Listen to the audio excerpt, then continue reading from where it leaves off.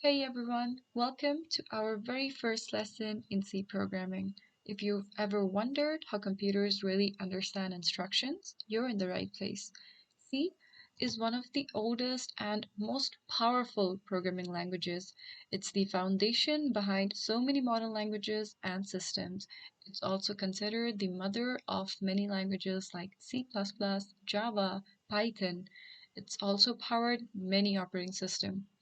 It combines simplicity with control and is also the blueprint of programming. Let's run through some C facts real quick. Did you know that C was created in just 1 year by Dennis Ritchie in the Bell Labs? It was created in the 1970s, but it's still going very strong. The operating systems like Unix, they were made using C. The Hello World legacy in the programming world, it actually started with C, and it's also portable across machines. By the end of this video, you won't just watch me code, you'll actually write, compile, and run your very first C program. Alright, before we dive into coding, let's make sure our kitchen is ready. Yes, I said kitchen, because programming is a little bit like cooking. You need the right ingredients and you need the right tools. For C, our main tool is a compiler. A compiler takes the code you write in C and it translates it into machine code, the stuff your computer actually understands. Now, you've got a couple of options here. If you like a simple all-in-one setup, you can download an IDE, that's an integrated development environment, something like CodeBlocks or DevC++ or Visual Studio Code with the right extensions. These give you buttons to click, colorful error highlights, and generally make life easier. If you want to feel like a real developer, and I recommend trying this at least once, you can install a compiler like GCC or CLang and run everything from the terminal. On Windows, you can grab MinGW or use CodeBlocks, which already comes with the GCC bundled in. On Mac and Linux, installing GCC is usually as simple as running a command in the terminal. But before that, let's do some troubleshooting. If you're on Windows and you type GCC in the terminal but get an error like command not found, that just means your system doesn't know where to find the GCC. Don't panic, it's a common setup issue. You'll need to add the bin folder of MinGW to your system's path environment variable. Once you do that, close and reopen the terminal, and it should work.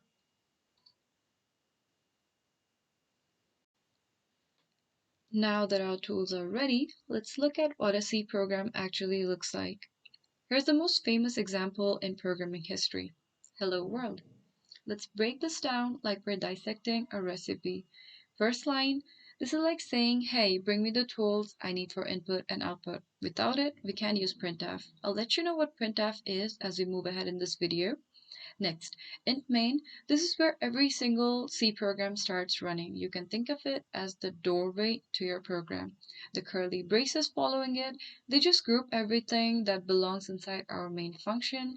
Then we have printf. Hello world \n. This is the star of the show. It literally prints text onto your screen. The \n means go to a new line after printing. And finally, return 0. This is our program's way of politely saying, I'm done and everything went fine. That's the basic skeleton of any C program. So writing code is fun, but it's only half the battle. Let's see the real magic that happens when we run it.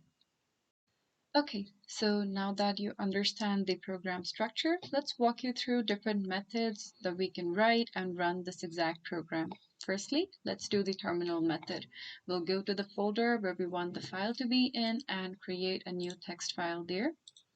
I'll name it as hello initially. Let's start with writing our code here. I will start with the header file. The main function, printf,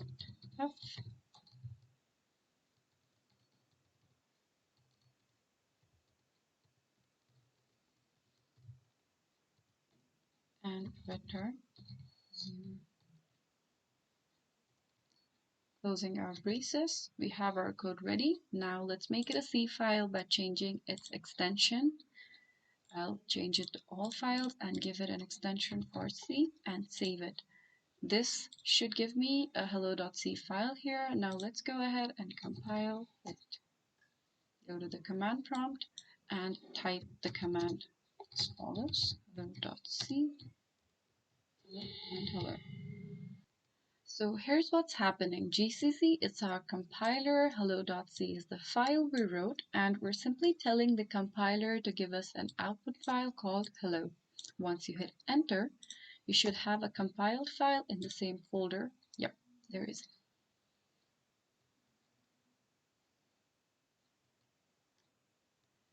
Now, to execute this file, we have different methods for different systems. Let's go to our terminal again, and we'll discuss the execution of files based on operating systems. Since we're on Windows, we'll use the Windows command that is our compiled file name with .exe extension. This should work. Yep, it's working. And if you're on Mac or Linux, the execution process will be slightly different. You'll simply write / and the compiled file name in Mac and Linux. If you're using an IDE like CodeBlocks or DevC++, it's even simpler. Just hit the build and run button and it'll compile and execute your program automatically. If you get an error like GCC command not found, it means GCC isn't installed or isn't set up correctly. You can double check your installation or try running this command in your terminal, and this will let you know what version of GCC you're working with, or like if it is installed correctly or not. Now that we understand the terminal workflow, we can go ahead and work with IDEs. But before that, let me just do a little recap for you. Either for Linux or Mac or Windows, the compilation process is pretty much the same. We use the same command here, but the execution can vary based on the system. For Linux and Mac, we use / and the compiled file name, whereas in Windows, we use the .exe after the compiled file name, and this works in the terminal. Moving on to IDEs and VS Code. So IDEs, dedicated IDEs for C and C++ like CodeBlocks and DevC++, they give you build and run button that makes life so much easier. You don't have to compile, you don't have to execute the file separately, they just do everything for you. Whereas in VS Code, you can use extensions like C, C++. That is also provided by Microsoft. And if you want things even smoother, you can use extensions like Code Runner and make your life super easier by using VS Code. Let's run the same program in VS Code. I'll go to the same folder where my previous file was. I will open VS Code here.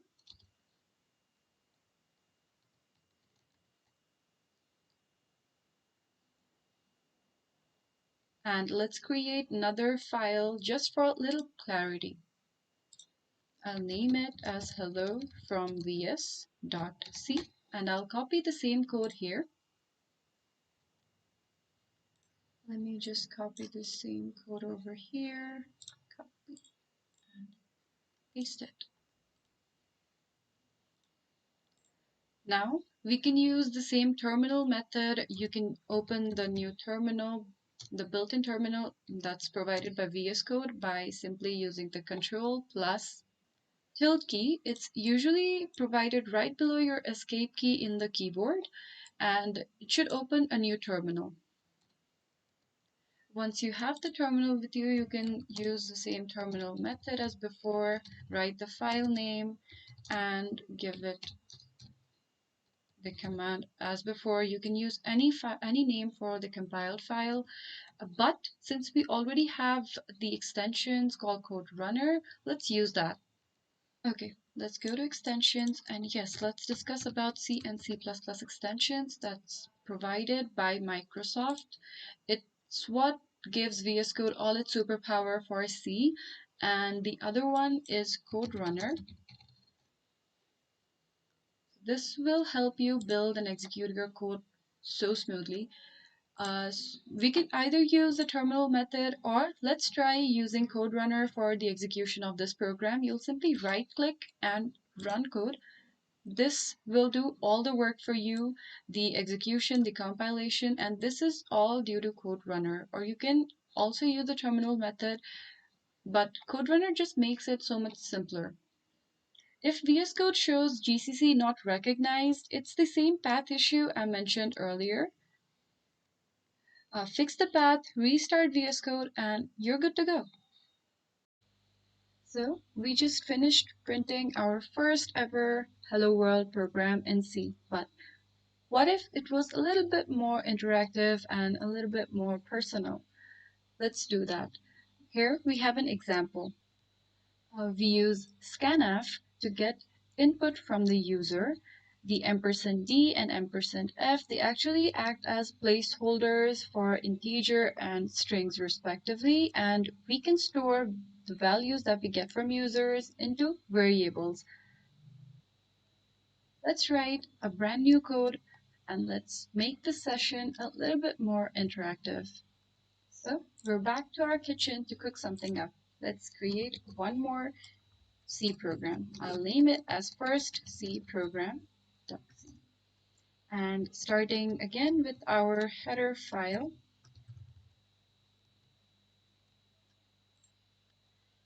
include stdio.h. I will start with my main function here. And let's first print and let the user know what we're expecting from them. Printf, and we will let the user know enter your name. Put a little space here. Yep. Enter your name, and we will also write enter your age. But before that, we need to declare a little few things here. First, we will create a variable called name with character data type. It will store up to 20 characters, and an integer called age. So this will store the value that we get from user.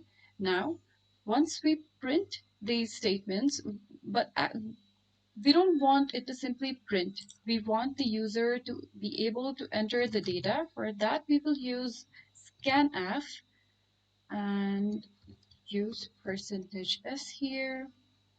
This will store the name. And after the age, we will use scanf and %d. Get our age here. Once that is done, we want the user to know the value that they entered. So we will print out a statement that will let the user know the data that they entered.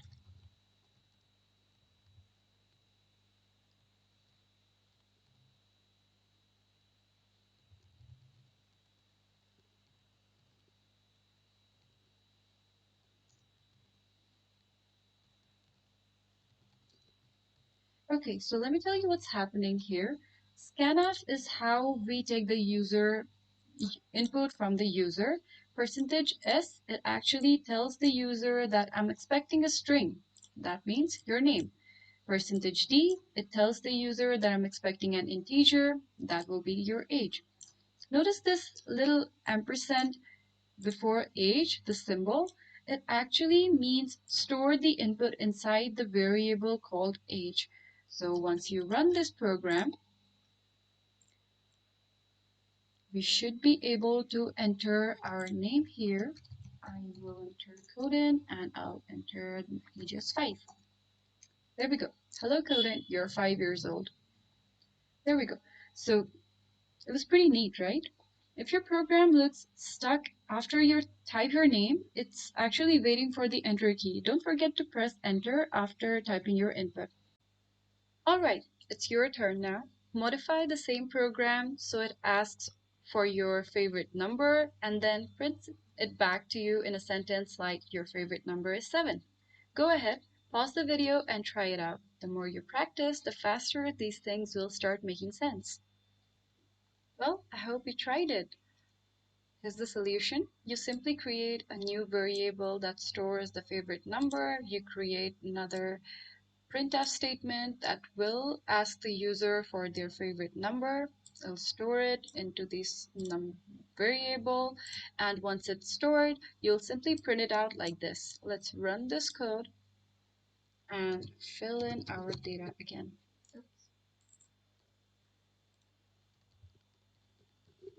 Enter the age, and enter your favorite number, and it should work. So let's do a quick recap before we wrap up. You installed the tools needed to run C programs, you wrote your very first Hello World program, you learned how to compile and run it in the terminal, in the IDEs, and in VS Code, and finally, you created a simple interactive program with input and output. That's a massive first step, and you've gone from zero to actually running your own C code. Before you go, I've got something cool for you. Everything we did today, from writing our very first Hello World program to making an interactive program, you can practice right now without installing anything on your computer. We built an online compiler called Compiler, and it's designed to make your learning journey smoother. Just open your browser, search for Compiler, go to the compiler, write your code, hit run, and boom, you have your results. No setup, no path errors, no headache. So if you want to try today's examples or tackle the challenge that I give you further in this lessons, head over to Codin and give it a spin. I'll drop the link below. It's free, it's fast, and it's perfect way to practice while following along with this series. In the next lesson, we'll talk about variables and data types, and that's where your programs will really start to feel alive. Great job today. I'll see you in the next one.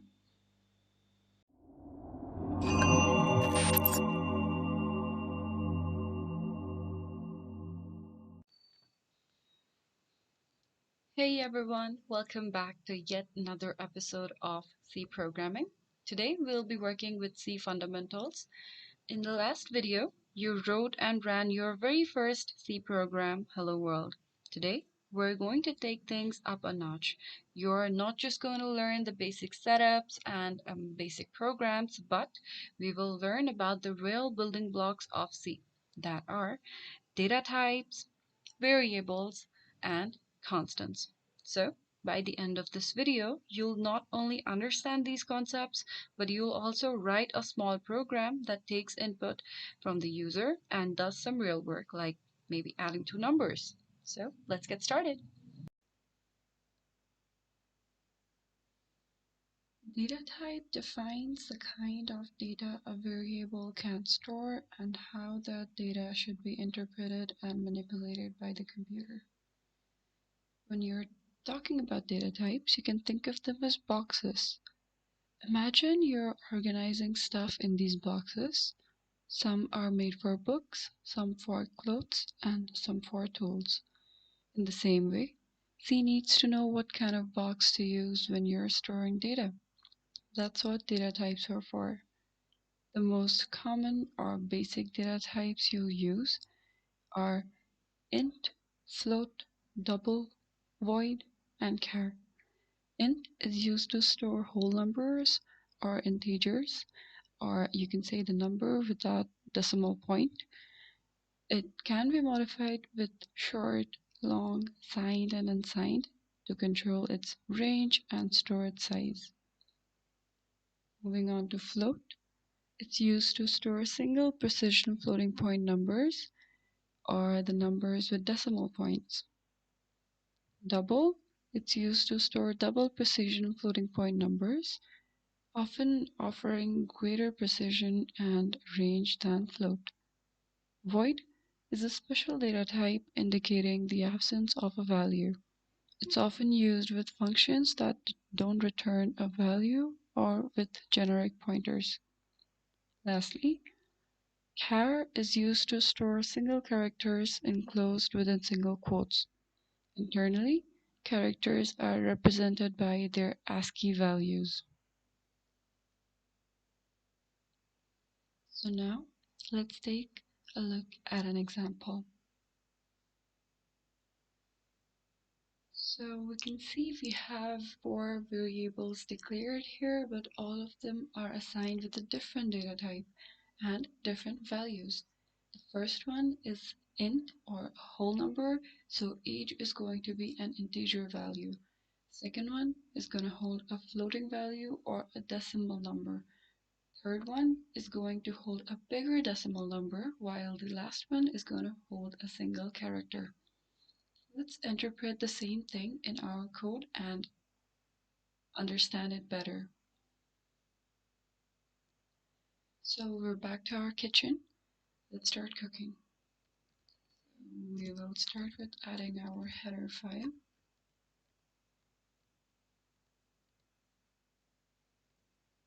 Moving on to our main function, we will now create our 4 variables, age, and I'll assign some value to each of them. So this is a whole number. Moving on to float, and pi, it's the value of pi here, and now this is a decimal number. Moving on to a value with double, and I'll simply name as big pi. And let's add some value to it, 3.14.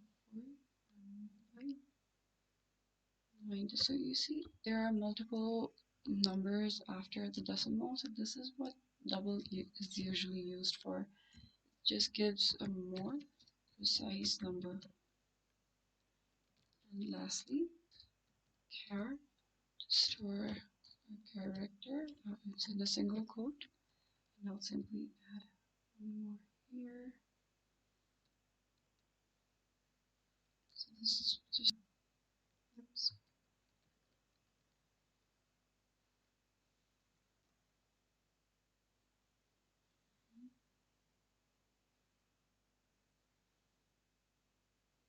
Okay, let me just add a semicolon here.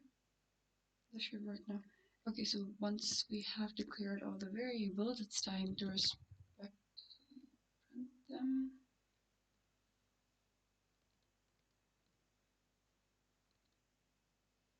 Let's start with printing our age, and I'll use the same thing, place %d placeholder thing we used before, and I am going to add the age variable to it. Same thing for pi, and for this I'm going to use a %f and value of pi. Moving on to the third value,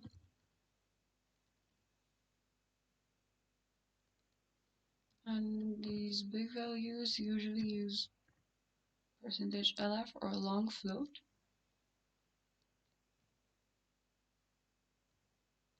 And let's add the value big pi to it. And finally, our last variable is going to be grade.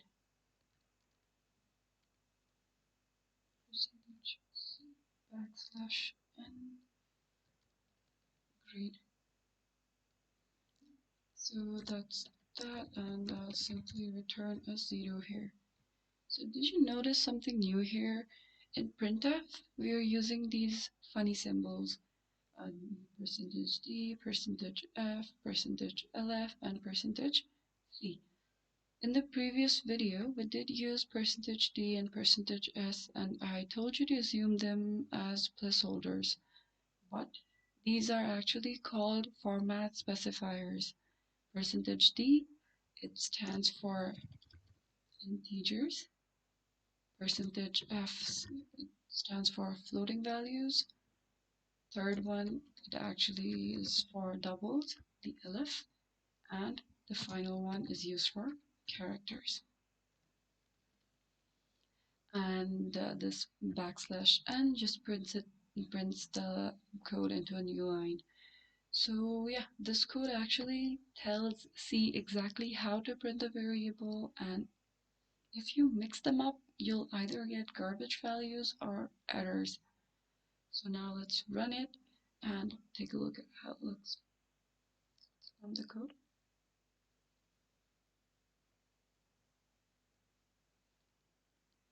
So yeah, Here's our output, and it looks nice. Okay, so let's go back. So yeah, let's discuss a little more about format specifiers. As we discussed, %d, it's used for integers, f is used for float, lf is used for large decimal or double floating point numbers, and c is used for single characters. And this is the output that we got in our console. Moving on. So what are variables? Okay, so what are variables? A variable is just a name you give to a box in the memory. You choose a data type and give it a name and put some value in it. Later, you can change what's inside the box. C programming. A variable is a named storage location in memory used to hold data. It acts as a container for a specific value which can be manipulated and changed during a program execution. So as you can see here, we have declared a variable with the integer or the int data type. The variable is age, and we have assigned it the value of 20. So this is a variable assigned with a value. But as we go on, if you want to change the value, you can simply declare the age or just like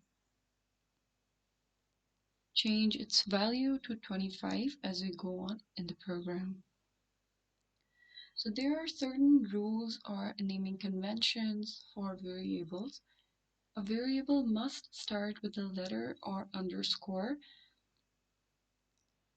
They are case sensitive, so they must follow. So like you can see that age and age, just due to the capitalization of the first letter, they are two different variables and they're not same. And the third thing is no spaces or special symbols can be used for variables. So they cannot have any sort of spaces or special symbols because they should start with a letter or an underscore, and the reserved keywords that we discussed earlier, like int, float, char, so they are already reserved keywords in C, so they cannot be used as variable names. Let's take a look at another code example. Okay, so let's revise the naming conventions again. We started with the first rule that variable names can consist of letters, digits, and underscores. And they must start with a letter or an underscore. So let me try and declare a variable called oneAge. See, it's not allowed. And the second thing is int age is equals to 20 and int age equals to 10. So these are two different variables and they can store different values, they'll be used differently. So since C is case sensitive, these two variables are definitely going to be different. And the third rule was that we cannot use any sort of reserved keywords. So let me try to declare a float variable after the int. So it's not allowed. It says that it's invalid combination of type specifiers, and it's not allowing us to declare a variable with the reserved keywords. So variables are used to assign your box with some value and just change it later. But sometimes, what if you don't want to change your box's values? Um, so you declare a value and you don't want its value to change. That's where constants come in. For example, the number of days in a week or the value of pi. These things never change, right? So let me give you an example here. Let me remove this and let's define the value of pi, which is universal, right? So let me just add 34151 4,159 and I've defined it here, and another one I will define it using the const keyword equals to 7. So this is another constant value that we have declared using the const keyword, and the first constant value was pi that was defined using the keyword define. So these are the two constants we have declared in our code, and let me just try to print this value. Printf pi, and since this is going to be a floating value, I'll add percentage and backslash n and pi, and another one we will print off the value of days in a week, giving it percentage d backslash n and days in weeks. That's our variable right there. And return 0. So what this does is, so I think I made a mistake here. When you define a constant using the define keyword, you cannot end it with a semicolon. This is not going to let your code use the value defined above. And so let me try to run this code and see if the value prints. Yes, it does. So what we are doing here is we are declaring constant values that cannot be changed as we go into the code. Now, as I declared days in week here, let me try to overwrite the value days in week, and I'll assign it maybe 10. So this is not going to be a good practice because C does not allow us to redeclare the values of variables that are declared using the keyword const, and as well as pi. So you see that variables have a defined scope or where they're accessible in the code, and a lifetime, that means how long they can exist in a memory. So common types include local and global variables. So do you see that I have declared days in week inside our main function? So if I try to access days in week out from any other function, I will not be able to do it because its scope of days in week lies within the main function. But I have defined pi in a global scope. This value is declared outside of the main function, so this is going to be accessible throughout all the functions in my program. So this is a global variable, and this is a local variable. So now we have discussed about scopes of variables and constant values either.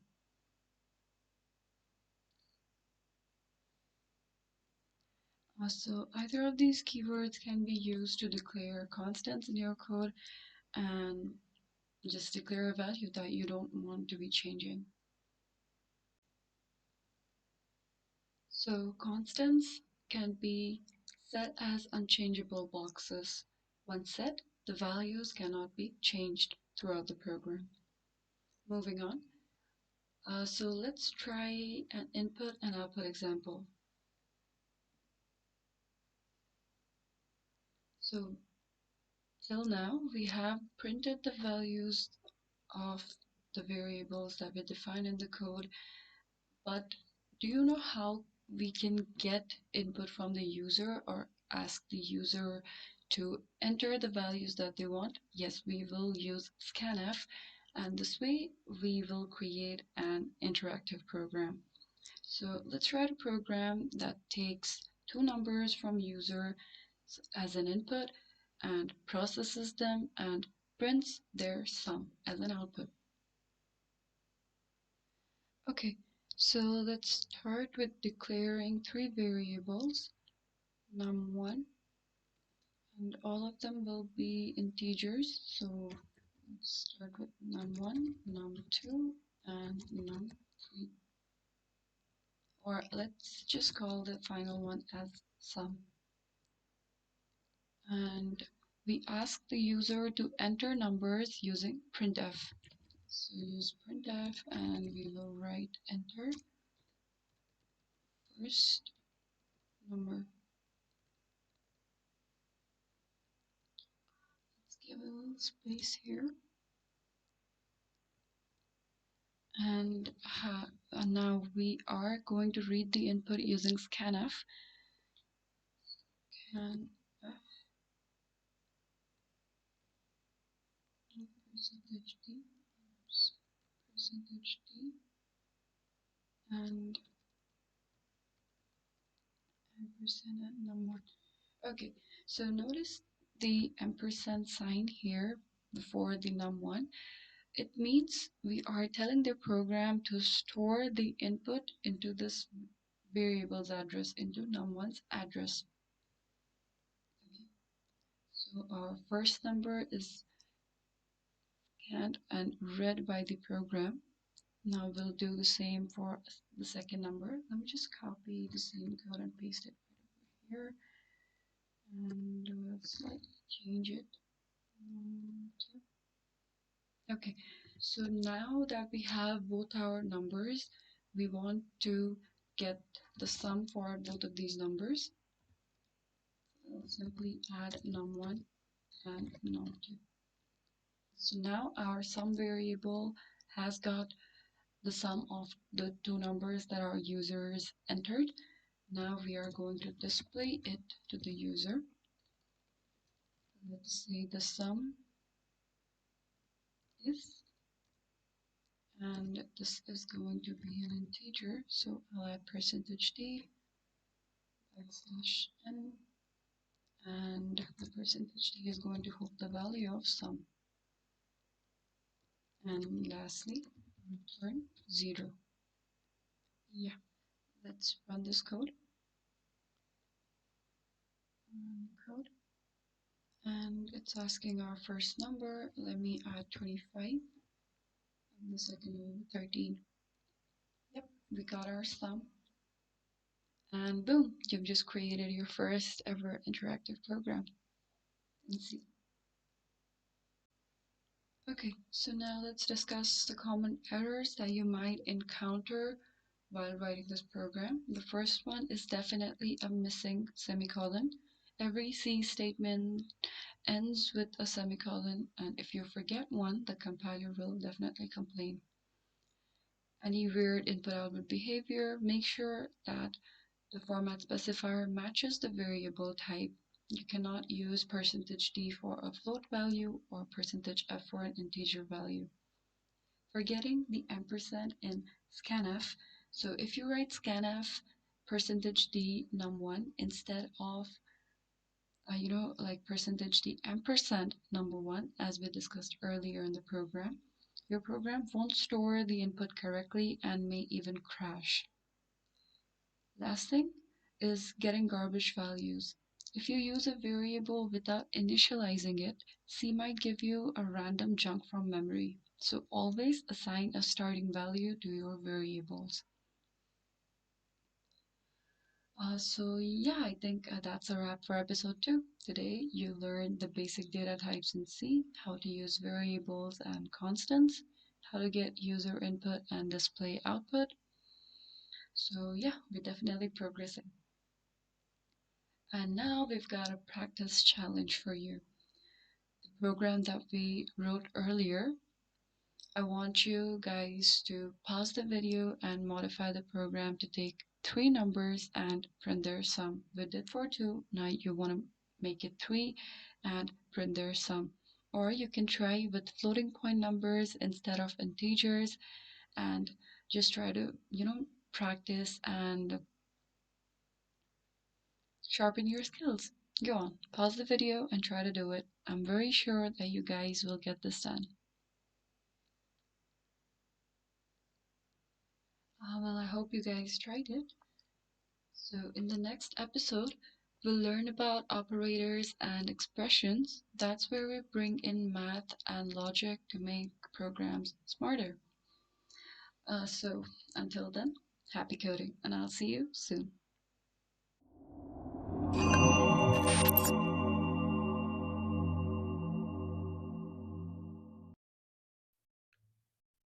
Welcome back, coders. In this video, we're going to give our programs some real brain power by learning how to perform calculations and comparisons. In other words, we're diving into operators and expressions. So far, we've learned how to declare variables, use data types, and even interact with the user. That's great, but programs that only store and display values aren't very exciting. So by the end of this video, you'll have all the tools you need to build your very first basic calculator in C. Tools like arithmetic, relational, logical, assignment, and shorthand operators, along with typecasting. First up, we have arithmetic operators. These are like the bread and butter of programming. They let you add, subtract, multiply, and divide just like in maths class. The first operator, or the plus sign, it's used for addition. The minus sign is used for subtraction, asterisk for multiplication, slash for division. The modulus, it's used to return the remainder of a division operation. It's represented by a percentage sign in most programming languages. For instance, 7 divided by 3 results in a quotient of 2 and a remainder of 1. So 7 percentage 3 or 7 modulus 3 will be 1.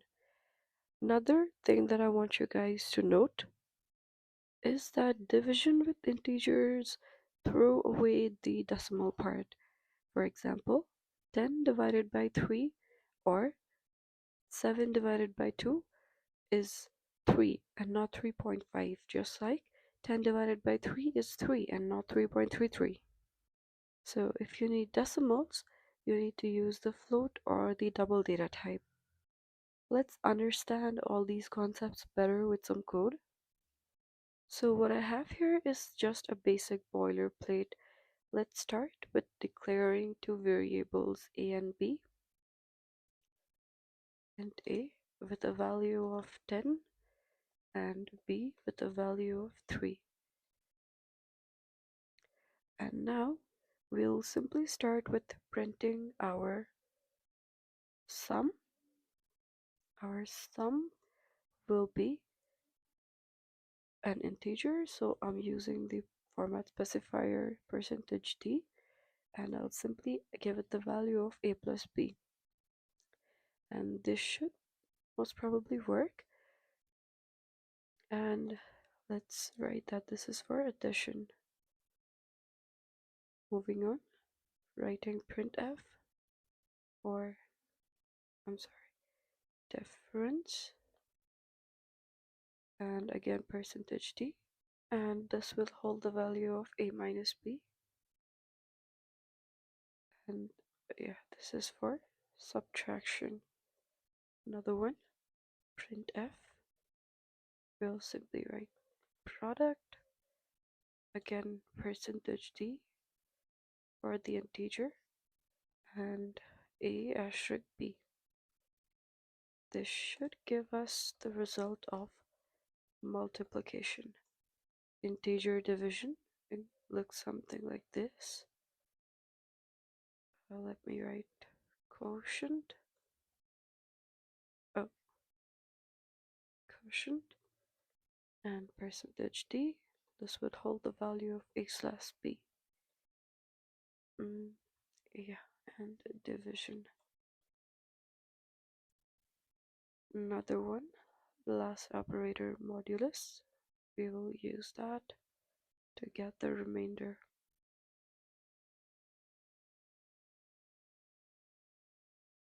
And the remainder again will be %d.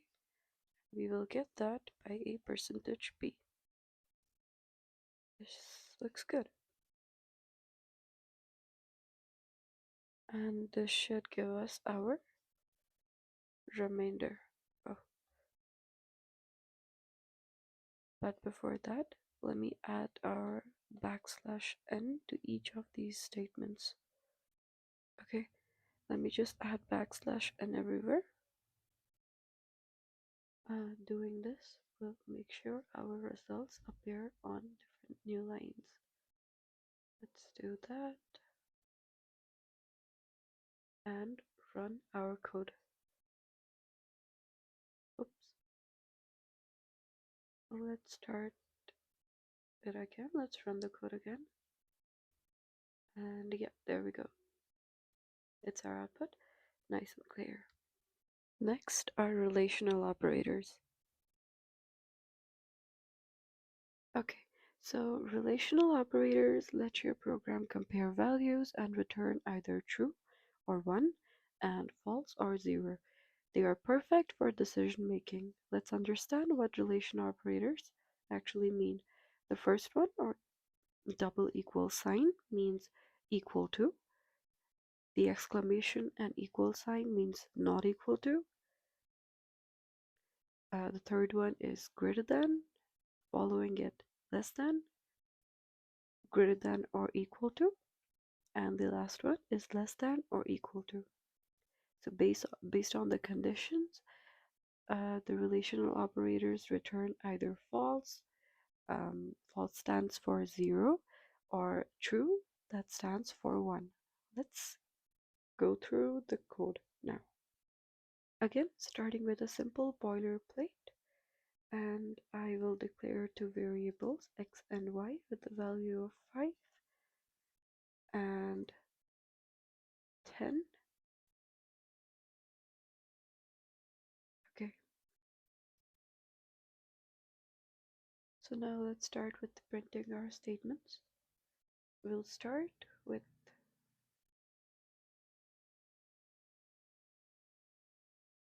printf, of course, and I'll simply add the format specifier here, add a \n, and print the value of x is equal to y. We'll do the same for each case. We just copy and paste it.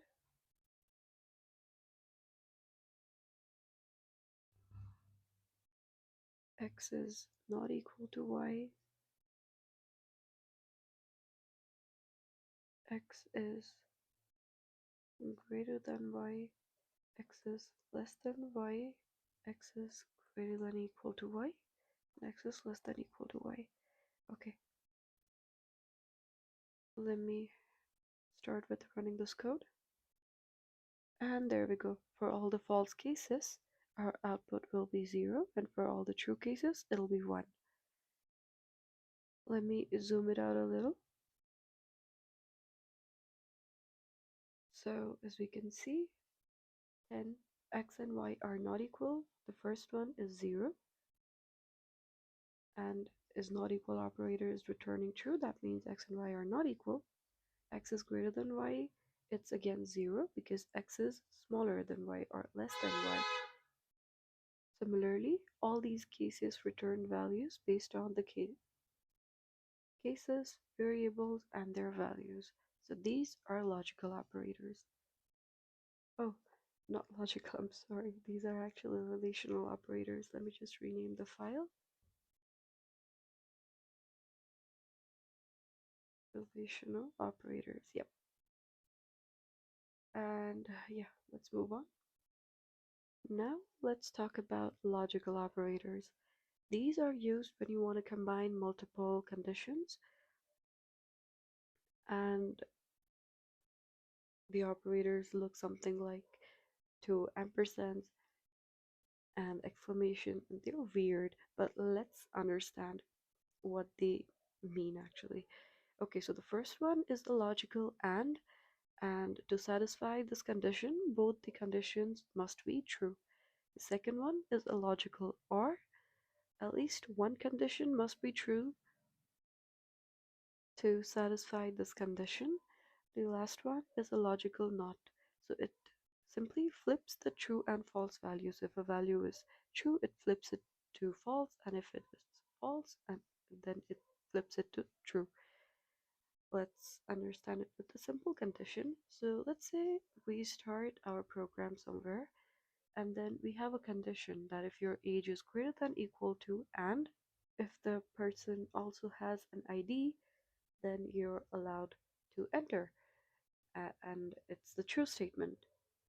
But if the condition does not satisfy any of these um, age criteria or the ID criteria, then because of the logical and, the condition will mean false. That means you will be denied the access. Let's implement this in our code and understand it better. Okay, so let's start with declaring two variables. Int age, let's say it's 20. And for now, let's just give our has ID a value of 1. That means it's true. And now, oh, has ID. And now let's add our conditions here. So if your age is greater than equal to 18 and you have an ID, that means has ID. If this, then let's print that you are allowed to enter. But let's give an else condition. Else as in you don't satisfy any of these conditions. In that case, we'll print access denied. So, and yeah, let's give it a semicolon here and here. Now let's run this code and see our output. So yeah, it says allowed to enter because both the age 20 and the has ID conditions are true. But if I change the age and switch it up to 17, let's try to run this code again. Oh, okay. So now it says that access is denied because one of the statements was not true. Now let me turn it to 21 and change the value of has ID to 0. That means false. So I'm going to run this code again. Again, it's going to say access denied because both of the conditions are not satisfied. Now let's try the same thing with the OR operator. So if I change it to OR and try to run this code, and now since we have one case true and the other case false, let's see the magic of OR operator. So this will say that you're allowed to enter because at least one of the case is satisfied. And now let's just switch this code up a little, and let me print the value of let's say I'm just going to add the percentage d here, and I'm going to print the not operator and has ID. Let's see how this looks. Okay, let's run this code. So as you can see, the not operator flipped the value of has ID from 0 to 1, that is from false to true. So yeah, this is all about logical operators. Next, let's talk about assignment or the shorthand operators. You already know the basic one, that is an equal sign. But C also gives you shorthand operators to make life easier. So you can think of these updates or the shorthand operators like shortcuts. Let's say you have a variable number or num with a value of 10. Now you want to add 5 to it.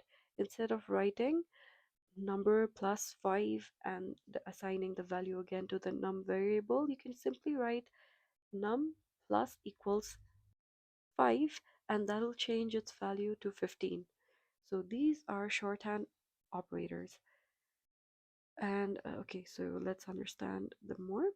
The plus equals sign means it'll add the value to the initial variable, and the minus equals means it'll subtract the value following the operator from the initial value of num. Third one means it'll multiply the value of num by 2. Fourth will divide its value by 4. Okay, so we're back to code. Now I have already declared the num variable with a value of 10. Now let's give it some shorthand operations. I will print the value of num. Okay, yeah. So num plus equals 5 is percentage d, and I will add the plus equals 5 here, and the other one will be printf number minus equals to 3 is percentage d, again with the value of number minus equals 3. Third one, let's write printf number asterisk 2 is, oh, asterisk equals 2 is percentage d, giving it a value of number or num asterisk 2. And the final one, printf num divide equals, let's say 5. Okay, let's say 5, and is percentage d, giving it a value of num divide equals 5. So yeah, let's try to run this code. It's like I always forget to add this backslash n every time I'm printing the statements. Let's add that and run our code now. So you can see 10 plus 5 is 15 minus, so now it changes the value to 15, and now once you subtract 3 from 15 you'll get 12. Now 12 multiplied 2 is 24, divided by 5 is 4 point something, but since we are using the int data type, it will truncate the value after the decimal point. So yeah, that's about assignment and shorthand operators. Finally, let's look at typecasting. Sometimes you want to temporarily treat a value as a different data type. For example, dividing two integers but keeping the decimal part, because integer usually truncates it. But if you want to keep the decimal part, that's where typecasting comes in. Casting is like saying, hey C, just for this operation, treat this variable as another data type, or treat this data type differently. So yeah, so we start with int a equals to b, that's an integer value. Once you use typecasting, it's casted temporarily to float if you want to change it to float. And then once you divide the value, or once you complete your operation and you want to get the division value, you'll get the float value as the result. Okay, so let's start with declaring our variables. Int a is equals to 5 and b is equal to 2. So since both our values are integers and we want the result to be floating value, since we want the decimal point, we'll declare the result as a float data type. But this won't change anything for now. Because both our values are integers, we will need to typecast our result, not result, but our variable a to float. So I'll simply add float in parentheses in front of a, and we'll perform the normal division operation. So what we are doing here is we are casting int a to float. And now we will print our result, but with a different format specifier this time, %f for the float value, and we will assign it with our result variable. So now let's run our code, and this should work. So I got the floating value for my result, but Let's try and remove this float and look at our result now. Yeah. So after we remove the float, let's try to run our code again. And yeah, so this will not give us the floating value. And similarly, you can switch up data types based on the cases that you're dealing with. And that's about typecasting. Okay, so now it's time to put it all together. Let's build a simple calculator. And this program, it starts with asking for two numbers and an operator. Then it uses a switch or if else statement to perform the right calculation based on the operator.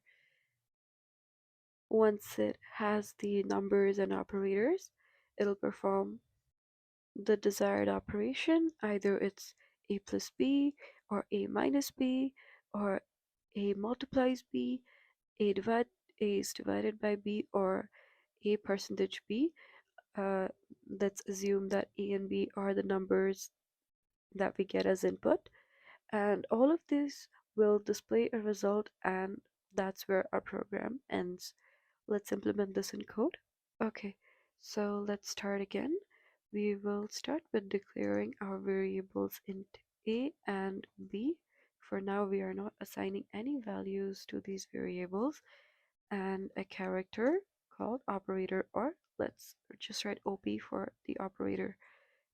Now we will print a statement asking the user for the first number. Enter first number. Okay, let's end this. And to get the input, obviously we need scanf. And since this is going to be an integer as we defined above, we will use that and ampersand a. This will assign a with the value that we get from the user. And now we will print a statement to select the operator, and we will write enter or select whatever, enter an operator, and we'll provide it with the options of operators that we have: plus, minus, multiply, and divide. We'll just do 4 for now, and yep, that's pretty much about it. Okay, let's add a colon here and semicolon, and we will scan this value as well, scanf. But this, since this is a character, we'll use %c. Using c is slightly different. We need to add a preceding space before c to skip leftover new line, and now we'll again add the ampersand and assign it to the op variable. Let me tell you guys again, that space before %c to skip leftover new line. Okay, yeah. And once that is done, now we have our first number, our first operator. Now let's get the second number. We'll again write the same statement, printf, enter second number, and assign it to %d, oh, %d, and we'll assign it to b.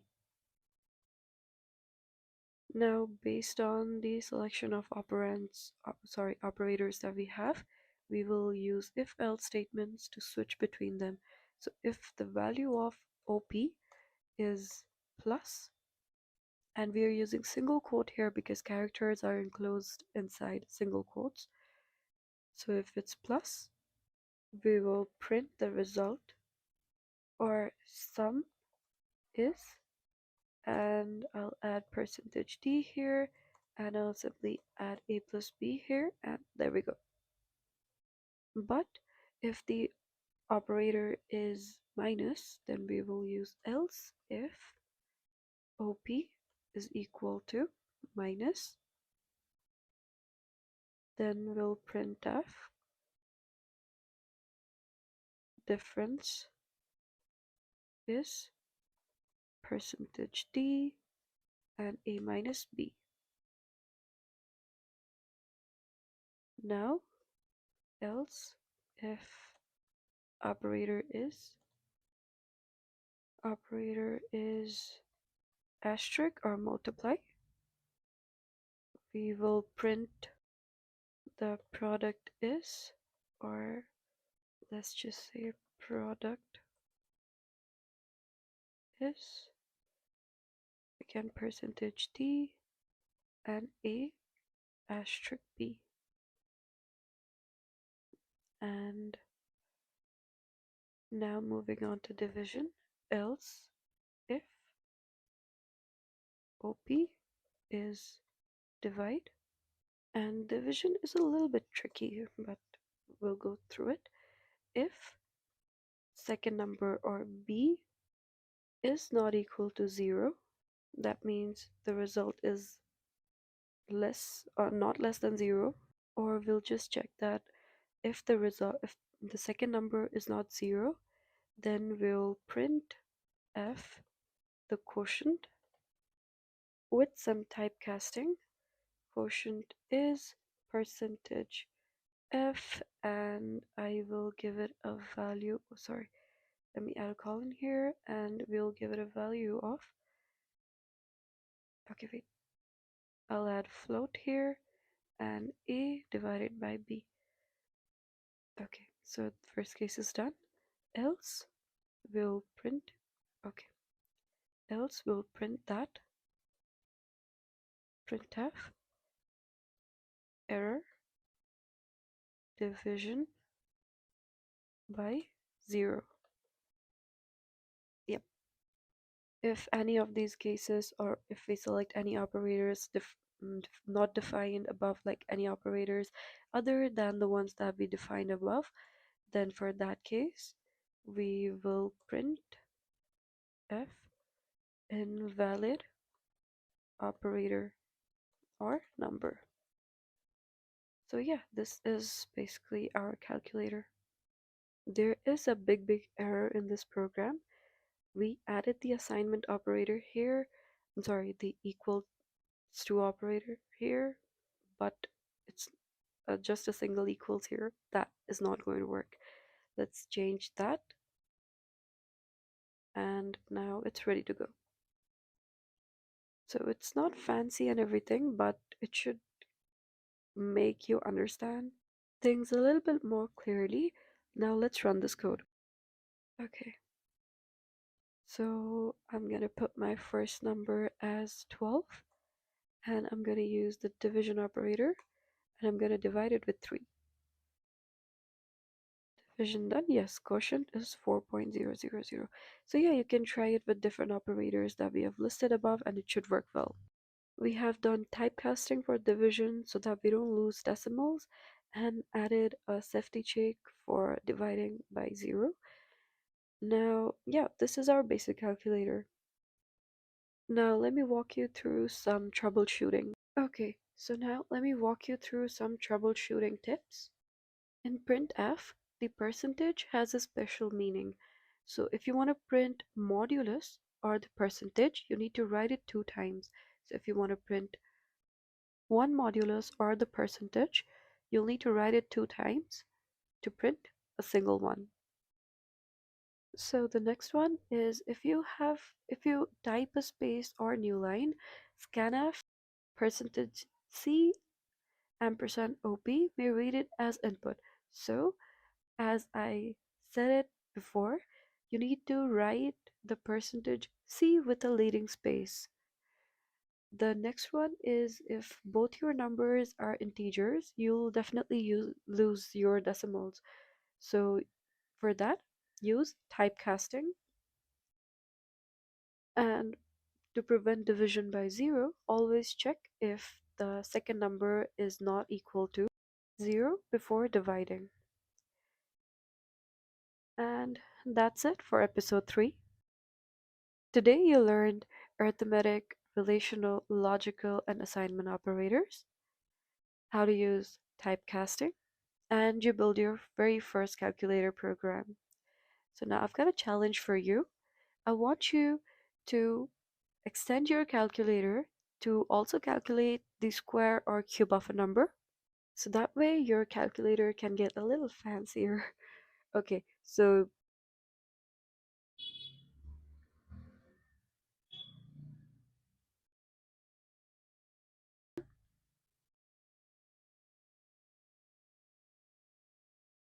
in the next episode, we'll learn about control flow, the if else switch statements, and loops, the real decision makers in C.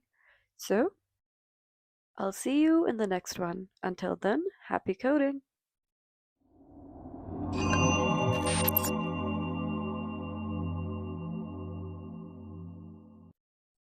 Hello everyone, welcome back. So far, we've learned about variables, operators, and even build a basic calculator. But what if we want to go up a notch from basic level? What if we want our programs to make decisions and repeat tasks? That's where control flow comes in. And control flow in C is achieved using conditional statements and loops. In this episode, we are going to learn conditional statements, loops, and the special keywords like break and continue. So, by the end, you'll be writing programs that actually think and repeat tasks automatically, like printing multiplication tables or checking for prime numbers. Real world programs, they don't just run straight from top to bottom. They need to make decisions and repeat tasks. Let's take an example. Let's say we have a program that starts somewhere and takes a number x as input and checks whether the number x is greater than 10 or not. If the number is greater than 10, it takes action A. If it is not greater than 10, then it takes action B. But what if you want your program to keep on running until you find a number that's greater than 10? That's where loops come in. And in this case, we are using a while loop that will simply be taking numbers at inputs and find us a number that is greater than number 10 and perform a certain action. So the condition where it checks whether or not the number is greater than 10, it's how it makes its decisions. And the condition where it repeats the tasks to find the number greater than 10, that's the loop. So, yeah, let's dive in and understand these concepts better. First up, we have the if statement. Now, if statement, it's like asking if this condition is true. If a certain condition is true, then do something, otherwise, skip it. If the condition we have mentioned, if it is true, then a certain action is performed. But if it's false, the entire block is skipped. Let's assume we have a program that takes age as input and has a conditional check whether or not the age is equals to or greater than 18. So now if this condition age is greater than equals to 18 is true, the message will print. In our case, you're an adult will be printed. But if it's not, nothing happens. Now let's look at the program for this if statement. Okay, so let's start with declaring our variable age and assigning it a value of 20. Now, according to the syntax of the if statement, we have the keyword if and parentheses and curly braces. Now, these parentheses, they will contain our condition. In our case, age is greater than equals to 18, and if the condition is met, we need to perform a certain action. In our case, we are printing that you're an adult. Let me write that. You're, oops, you're an adult. Yeah, so now once that is done, our code should be nice and working, but let me just add a return zero statement at the bottom. And let's compile this. When we compile, we should get something like this. Let me try it again. Okay, so it prints you're an adult, and that's what we want the code to do. Now, if you change the age and you want to print something else, we have if else statement for that. Now, let's continue to the other statement. So, we did work with a single statement, and based on this single statement, we performed our actions. Now, what if we want to choose between two options? That's where if else comes in. So there is one condition that is executed if the condition is true, but if the condition is not true or if it is false, we don't entirely skip the block. We go to the code in the else block. So simply we choose between two paths depending on a condition. Now, let's say we have a program, the same program as before, but now if the condition is met, if the age is greater than or equals to 18, we print you're an adult. But if it's not, we don't completely skip it or we don't do nothing. We print that you're a minor, and that is achieved using the if else block. In the syntax, you can see that we write if condition same as before, the parenthesis with the condition, and there is no parenthesis for the else condition because we will simply write the else block within the braces. We don't need any condition for that. So now moving on to the flow, we have if the true block or if the condition is true, we execute the if block, but if the condition is false, we execute the else block. Now let's understand it programmatically. Now I have the same program as before. Now we're just gonna add our else block here. So you can see our if statement is here with the condition age is greater than or equals to 18, and we are simply printing that you're an adult. But if the age criteria is not met, if the age is not equals to 18, or if it is less than 18 or anything like that, anything other than the condition that we are requiring the program to met, we'll simply print another statement in that case, and for now we will print that you're a minor. So let me start with writing that you're a minor. Okay, add a semicolon, and yeah, this should most probably work. Let's start with running this code, and it prints you're an adult because the age is currently set to 20. Now let me change it to 16 and run this program again. Okay, we'll right click run code, and it says that you're a minor. So yeah, this is all about if else statement. Now let's move on to switch. Imagine you want to print multiple options or you want to check multiple options like a menu. Writing a big chain of if else statements gets messy in the long run.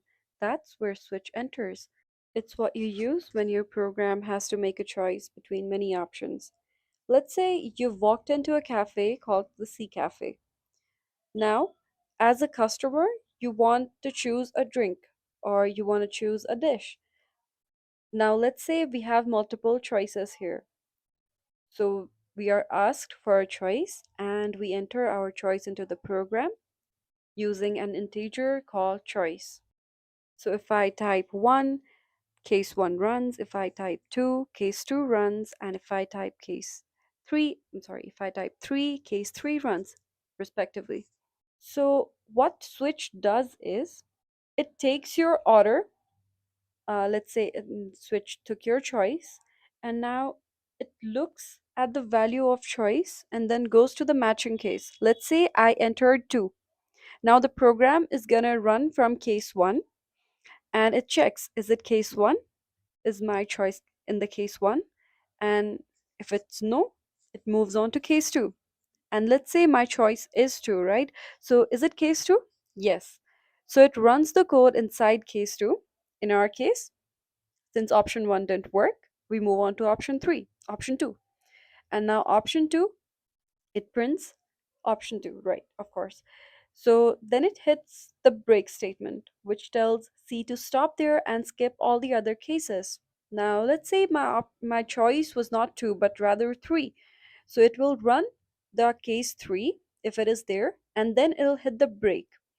What it does is it prevents the program to, yeah, it prevents the program from running the rest of the cases, which is usually called fall through and not what we want here. If the user if I enter something like we have option 1, 2, and 3, but if I enter 4 or 5, it's not on the menu, it's not on the choice, right? So the program jumps to the default case and says invalid choice, please try again. Okay, so since we have If we have many options, if else can become really messy, but switch keeps things clean, structured, and readable. So, what we can understand is switch checks one variable's value. Each case represents a possible value. Break stops the execution after a match, and default run when nothing matches or if the user enters any sort of unmatched input. So, yeah, that's about this statement. Let's look at a program now. Okay, so let's start with declaring our variable choice. Oh, oh, choice, yeah, and printing a statement. Enter your choice. Or, okay, yeah, let's just tell the user that you have options between 1 to 3 and add a backslash n here and, yeah, a semicolon. Now, once that is done, we will use the switch statement here and I will add the choice variable here. Okay, before that, we want to read the user input since it's going to be an integer from %d format specifier, and we will assign that value to choice variable. Once that is done, we'll switch between the cases. And now for the cases, we have let's start with case 1. Since we have given 3 choices, let's give the user with 3 cases as well. For the case 1, we will simply print f you chose option 1 and a backslash n will hit here following with a break. Now let's just copy the same thing a couple of more times for the other choices as well. For case 2 and case 3. Case 2, case 3, and I will simply change these as well. 2. Okay, yeah. Once that is done, we will add a default case here. For the default case, we will print you have, oh, parenthesis, you have made an invalid choice. And a backslash n here. Once that is done, I think it should pretty much work. Okay, so let's run this code now. It says enter your choice between 1 to 3. Let me enter 3. You chose option 3. And let's run it again. It's fun, right? 1. You chose option 1. Let's do it for the second case. And I'll enter 2 here. Oh, sorry. Enter 2 here. And it says you chose option 2. Yeah, so yeah, that's all about such statement. Let's say you want to print 3 numbers, 1, 2, and 3. You'll simply write one printf statement, copy and paste it a couple of times, make necessary changes, and you're done. But imagine if you had to print numbers from 1 to 100 manually. Would you really write 100 printf statements? That would get really tiring. But what's a better way? Use a loop. Now, there are multiple loops provided by C, but all of them do the same thing, repeat, but in slightly different ways. Now, there are 3 main loops in C. They are the for loop, while loop, and do while loop. Let's meet them one by one. A for loop is best when you know exactly how many times you want to repeat the loop. Think of the for loop like a cycle. It starts, checks, runs, updates, and repeat. Or you can also think of it as a treadmill set to 10 minutes. It automatically stops after the set time. Now, moving on to the syntax of for loop, it starts with initialization. In our case, initialization would be int I equals to 1, followed by the condition. In our case, it's I less than equals to 5, and update, in our case, incrementing the value of I after each loop. And following the for condition, or the parenthesis, we have curly braces that contains the code block that we want to execute as the condition keeps on meeting. So in our case, we are printing the value of I using the %d format specifier. Okay, so now let's understand all of this better in code. For loop is great when you know exactly how many times to run something, but what if you don't know how many times you want to repeat it? That's where the while loop comes in. It keeps running as long as a condition is true. Think of it like saying, keep doing this until I say stop. Similar to a for loop, we have initialization here. As you can see the code snippet on the screen, we start with our loop variable I, or you can say it as counter variable. It starts from 1. Next, before entering the loop, the condition is checked. Since I is 1 and it satisfies the condition, it's true. The condition is true. So we go inside the loop and print it. And after printing is done, we increment I. So it becomes 2 for the next loop. Now the loop goes back up and checks the condition again. I is less than equals to 5 and 2 is less than equals to 5. So it's still true. And it prints 2, then increases to 3. This keeps happening for 3, 4, and 5. After printing 5, it becomes 6. Now, when we check the condition, I is less than equals to 5, it's false. So the loop stops. Finally, the program moves to return 0, or if it is there, or if it's not, it simply exits. Let's do it programmatically for a better understanding. Okay, back to our IDE. Let's start with declaring our variable, our counter variable, and giving a value of 1, starting with our while loop and a condition here, that is I is less than equals to 5, and now we got the curly braces, and inside the braces we want to write the code that needs to be executed. And again we are printing %d. Now let's put \n here so that it prints the upcoming results in a new line, comma I, semicolon, and increment I here. Once that is done, we'll simply return 0, and that's pretty much about our program. Let's run it and see how it goes. Okay, now let's run the code and look at our output. The digits should be printing on newer lines because of the \n, but yes, we got the result from 1 to 5. What it did was check the condition first. It checked the condition first. If it's true, executed the loop body, and then updated the variable and went back again to check it. Since after the first iteration, our I will become 2, and then 3, and then 4. It just goes on, right? From 1 to 5. And then it stops as soon as it reaches the value of 6. It stops because the condition becomes false. You can think of it like a spinning wheel. As long as the condition is true, it keeps spinning. The moment it turns false, the wheel stops. That's how the while loop works. The for and while loop are done, but there's one more loop in C that's a little different and super handy, the do while loop. It's like the while loop's cool cousin. The main difference? The do while loop executes at least once, no matter what. Okay, let's see it in action. We start with int I equals 1, or let's say 6. So our counter variable is set to 6. Now the program enters the do block first without checking the condition yet. Inside the block we have printf %d \n and I. And once it's done printing, it increases I to 7, increases I by 1.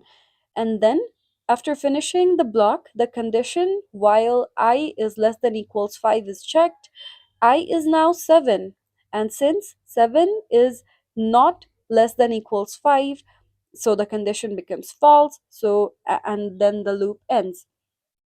The same process repeats if we start with 1 and go to 5, 1, 2, 3, 4, 5. It repeats the same process for everything, but it runs at least once. And you get the final output on the screen. Now, let's say it programmatically. We know the drill here. Let's start with declaring our counter variable, assigning it with the value of 1. And now let's give it a little space here. Okay, yeah, now let's start with the do block. Since it's a do while block, we go with the do first, and then the while follows it. While, yeah. Or, yeah, we don't need curly braces right here.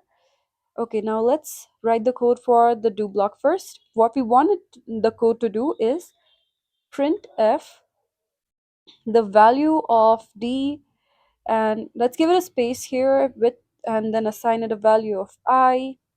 And once that is done, we want it to increase the value of I by 1. And now let's give it a condition to check.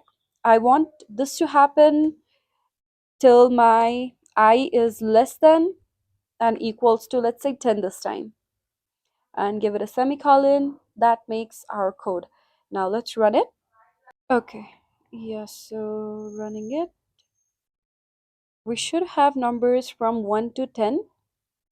Okay, yeah, all are printed with a space following after each output. And that's all about the do while loop. So far, we've talked about loops, for while, and do while.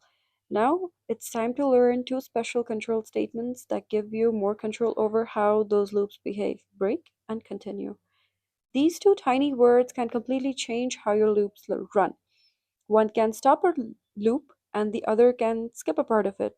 Let's explore how they work. You've already seen break inside a switch statement. It ends a case block and jumps out. But in loops, it does something similar. It immediately stops the loop and takes the program out of it. Let's take a look at an example. Here, the loop starts with I equals 1, and the condition is to reach a number that's less than or equals to 10. Now, till that condition is not met, we want it to print the numbers. Let's say we're printing the numbers with a space following the number. And now the conditional check in between the for loop is if I equals to 6, we want the loop to break, right? The moment break is executed, okay, so the printing will be done from 1, 2, 3, 4, 5. As soon as it becomes 6, the break statement will execute. And the moment it executes, the loop stops immediately and no more iterations take place. The program jumps straight to next line after the loop, that is, return 0. Now, let's see the output. Okay, let's run this code. And what we will see here is the program has printed 1, 2, 3, 4, and 5, but as soon as it reached 6, it executed the break statement. That means it did not work further. And that's about break. It's like hitting a red stop button for your loops. The moment it's hit, everything inside the loop halts and control exits out. You usually use break when you found what you're looking for and there's no need to continue looping. Now let's move on to continue. Continue is a little different. It does not stop the loop entirely, it just skips the rest of the code for that particular iteration and moves to the next one. Let's see an example for continue. We've got the same code, but instead of the break, we've used continue here. Now our program, it will again print everything from 1 to 5. It will print 1, 2, 3, 4, and 5. Now when it becomes 6, when I becomes 6, the condition if I is equals 6 is true. So continue is executed. Now, when continue is executed, the program skips the printf line for I equals 6 and goes straight to the next iteration, that is 7, since I is incremented by 1. So it directly jumps to I equals 7, checks the condition again, and continues printing 7, 8, 9, and 10. So continue does not stop the loop, it just says skip this one and move to the next. Let's see the output now. Running this code, we have every number from 1 to 10 except 6. Now this is what continue does.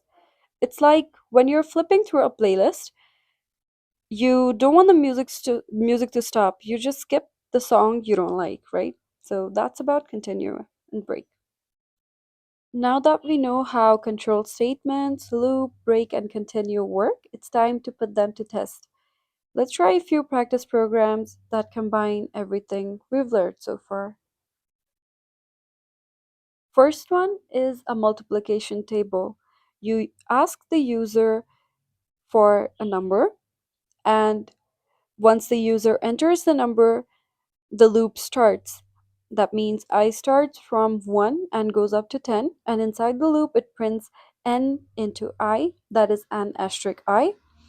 and the first iteration prints, let's say the user entered 5. The first iteration will print 5 into 1 equals 5, then 5 into 2 equals 10, all the way up to 5 into 10 equals 50. And once I becomes 11, the condition fails and the loop stops. So that's what we will implement through code. So let's do it.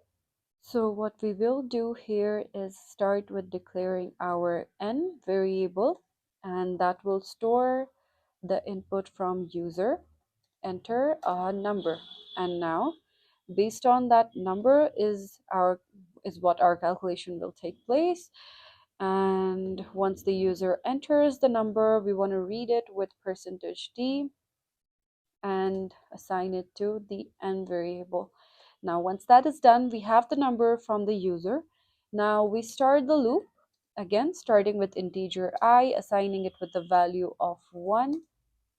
And now we want the multiplication table to print from 1 to 10. So we start with 1 here, and then we move on all the way to less than equals to 10. And once that condition is done, and while we move on with the condition, we want I to be increased with 1 after each loop, right? And for each loop, what we want it to do is print f. So since we want our output to display something like 5 into 1 equals 5, yeah, right. So this is the format that we want it to display, right? So let's write something like that. We start with %d, and that will be the value of n, and let's write an x here, and %d for the value of I. And moving on, here we will have our result, and let's give it a \n so that all the upcoming output prints on new line. And now let's assign the variables with the value, the format specifiers with the value. The first one will hold the value of n, the second one will hold the value of I, and the third one will hold the value of n multiplies I. So yeah, that'll give us our multiplication table most probably, and let's check our output now. Let's run the code now. Now it should ask us to enter a number. Let's enter 4, and there we go. From 1 to 10, all the product of 4. Now there's our multiplication table. Next up, let's check if a number is prime. We start with taking a number n from the user, then we assume it is prime. So we set is prime to 1. Now using a loop, we initiate the value of the loop variable as 2 all the way to half times n. We check all the numbers from 2 to half of n, and inside the loop, once we are done with the checking, now we check if n modulus I results in 0. That means we check if n divides evenly by I. If it does, that means n has a divisor other than 1 n itself, so it definitely is not prime. In that case, we set is prime to 0 and use a break statement to stop the loop early since we already know the answer. But if it's not, we continue to next I and continue into the loop. Once the loop finishes, we use an if statement and check if is prime is still 1. If it is, it's a prime number. Otherwise, it's not. And if it is a prime number, we print that it's a prime number. If it's not, we print that it's not a prime number. So, like if we enter 7, the program should say something like it's a prime number. But if we enter 9, the program should say something like your number is not prime because it already finds out that 9 modulus 3 is equals to 0, right? Let's see it program wise. Okay, so let's start with declaring our variables n and is prime. We assign is prime with a value of 1. And after that, let's print a statement asking the user for a number. Enter a number \n to print it on a new line. And there we go. Once the user enters the number, now we need to read it using scanf and assigning it to n. Okay, we don't need this. Adding a semicolon here. And once that is done, let's start with our for loop. We initialize the value of I with 2. Yeah. 2 here, going all the way up to I is less than equals to half of n, while incrementing I after each loop. And we will check now if n modulus I equals 0. And if that's the case, we change the value of is prime to 0 and add a break statement right after it. And after we're done with this loop, we go outside the for loop and into an if block. We check if the value of is prime has changed. If it has changed, we print that the number is a prime number. Percentage d is okay, yeah. So we print that percentage d is a prime number and add a backslash n here and the value of n. But if that's not the case, then we give it an if block and we print that the number is not a prime number. And that's pretty much our program. Let's add a semicolon and try to run this. Yeah, so the double quote should not end here. It should end somewhere here. Now let's run the program and enter our number. Let's start with checking 5, and it says that it's a prime number. Let's run this program again and enter a 6. It says that it's not a prime number, so that's pretty much about it. Let's go through some common issues you might face while working with control flow and how to fix them. The first one is an infinite loop, where your program keeps printing forever or never stops. The fix is to check your loop condition and make sure you update your loop variable after each iteration. The second one is a fall through case where multiple case blocks run even when only one should. The fix is to make sure you add a break statement after each case to stop the fall through. The third one is wrong output in prime or multiplication program. Check if you accidentally use the comparison operator, that is the double equals, instead of a single equals, which is the assignment operator in our case. And the last one is when your loop runs one extra time or goes out of range, double check your condition. Make sure you've used the less than or less than equal sign carefully wherever you want. And that wraps up episode 4. So today you learned how to make decisions with if else, and switch, how to repeat tasks with for, while, and do while loops, how to control loops with break and continue, and you practiced multiplication tables and prime checking programs. And as a challenge for today's episode, I've got a menu driven program for you guys. You can use a do while loop to keep showing the menu until the user chooses to exit, and inside the loop, you can display a menu with 3 options like say hello, print numbers, and exit. After the user enters their choice, you can handle it using a switch statement where the case 1 will print hello, case 2 will run for loop from 1 to 5 and print the numbers, case 3 will display exiting and will break out when the loop condition becomes false. And the default case can be the one that displays invalid choice when it catches invalid inputs.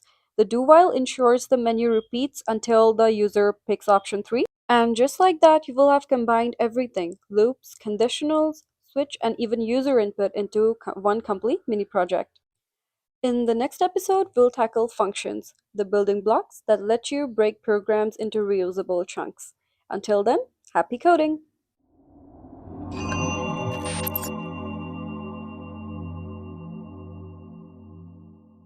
Hey coders, welcome back. In this episode, we are going to cover functions in C which are used for reusable code and cleaner logic. So far, you've been writing everything inside the main function. And sure, that's fine when your programs are small, but as they grow, your code starts looking like a plate of spaghetti messy, tangled, and hard to manage. That's where functions come in. So, why functions? Because functions let you break big problems into smaller and manageable chunks. You write a piece of code once, give it a name, and reuse it anytime you want. Think of it like instead of writing down all the steps every time you want a cake, you just say, hey, make me a cake, and boom, your function does the rest.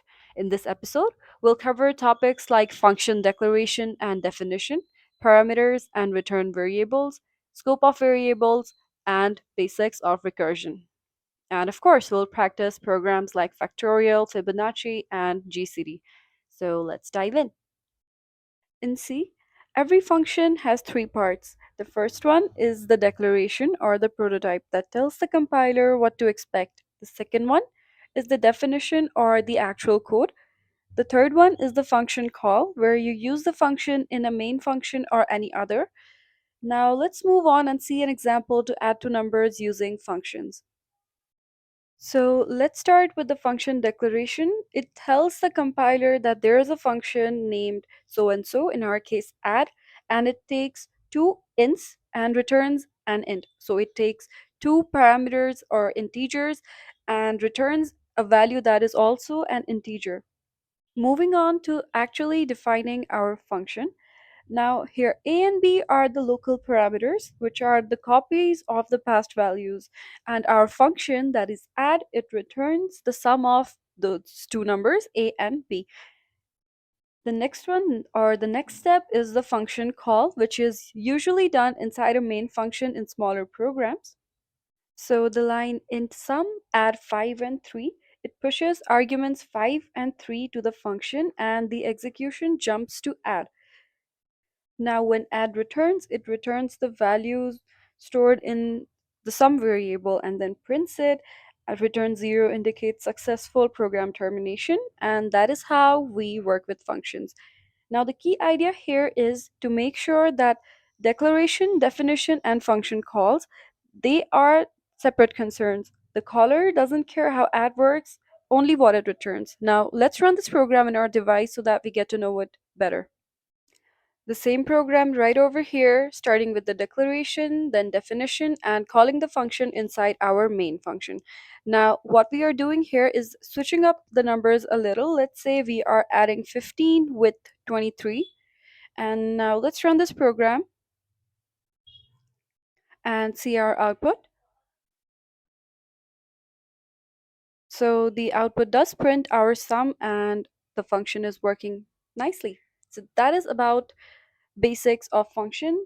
Now let's move on to parameters and return values. Functions can take inputs as parameters and can also send outputs as return values. Sometimes they take no inputs, sometimes they return nothing. There are four possible combinations. Let's see them all. The first one is a function with no parameters or no return values. It's usually returned with void, and it only performs a side effect like printing something.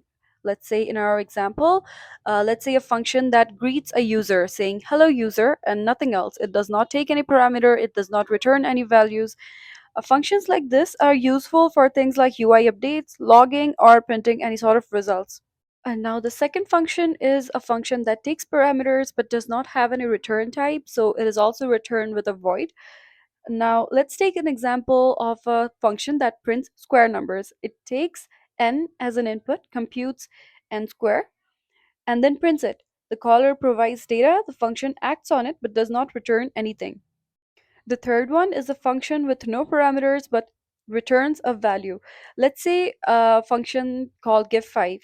So it returns 5 to a caller, but it demonstrates how a function can supply data without inputs. It does not take any input but does return a value every time it is called. Now, the last one is a function that takes parameters and also returns a value. So these can be classic arithmetic functions like multiplication that takes parameters, two numbers, and returns a value that uh, the operation actually returns. So if we call a multiplication function, it'll take two parameters and return a value that is the product of those two numbers. Now, here are all the possible combos so that you understand all the possibilities. The first one is a function that takes parameters and returns value. The second one is a function that takes parameters but has no return type. So, and the third one is a function with no parameters but it still returns a value. And the last one is a function with no parameters and no return type. I believe that you observed something. The functions with no return types are usually returned with void preceding them, and the functions with return type are actually given a data type before the function name. Now let's see all of these in code. So here's our function with no parameters and no return type, which is written with a void and simply prints hello. And our second function that takes parameter n, and it prints a square, but it does not have a return type, so it's also returned with a void. The third one, it does not take any parameter but does return a value that simply returns 5 every time it is called. The last one is a function that takes parameters and also returns a value, which is usually an operation. In this case, we are doing a multiplication. It's taking two integers as parameters a and b and returns the product. Now, inside the main function, we are calling each of these functions. The first one is greet, called here without any parameter. The second one is called with a parameter. Third one with no parameters again. And the final one with parameters. Now let's run this and see our output. Taking a look at our output. And there we go. We have all the four functions working perfectly fine. Now, this was a simple concept, right? But why does this pattern matter? Because the combination of parameter types and return types are how you design reusable APIs in C. So these can prove really helpful in the long run if you're working with C. Now let's move on to scope of variables. But what is a scope? A scope is what decides where a variable lives. Now we've got mostly three types of scope here. The first one is a local or function scope. A variable that is declared inside a function exists only there, and it has a function or local scope. But a variable declared outside all functions is accessible everywhere throughout the program, and that has a global scope. Now, a variable with a static scope, it stays in memory even after the function ends. Now let's see the memory lifespan for each variable scope. The first one is a local variable scope, which has the least memory lifespan. Second comes the static with the limited lifespan, and global with the highest lifespan throughout the program. Now let's see an example here. Firstly, we have a global variable, the global var, which is declared outside all the functions, and its lifetime is entire run of the program. It is accessible in any file unless static at file level. And something that you need to be careful with globals is because they can cause hidden dependencies. Now, the second variable is inside the demo function, and it is a local var with a function scope. And it is created each time the function demo runs and destroyed, and is destroyed when the function returns.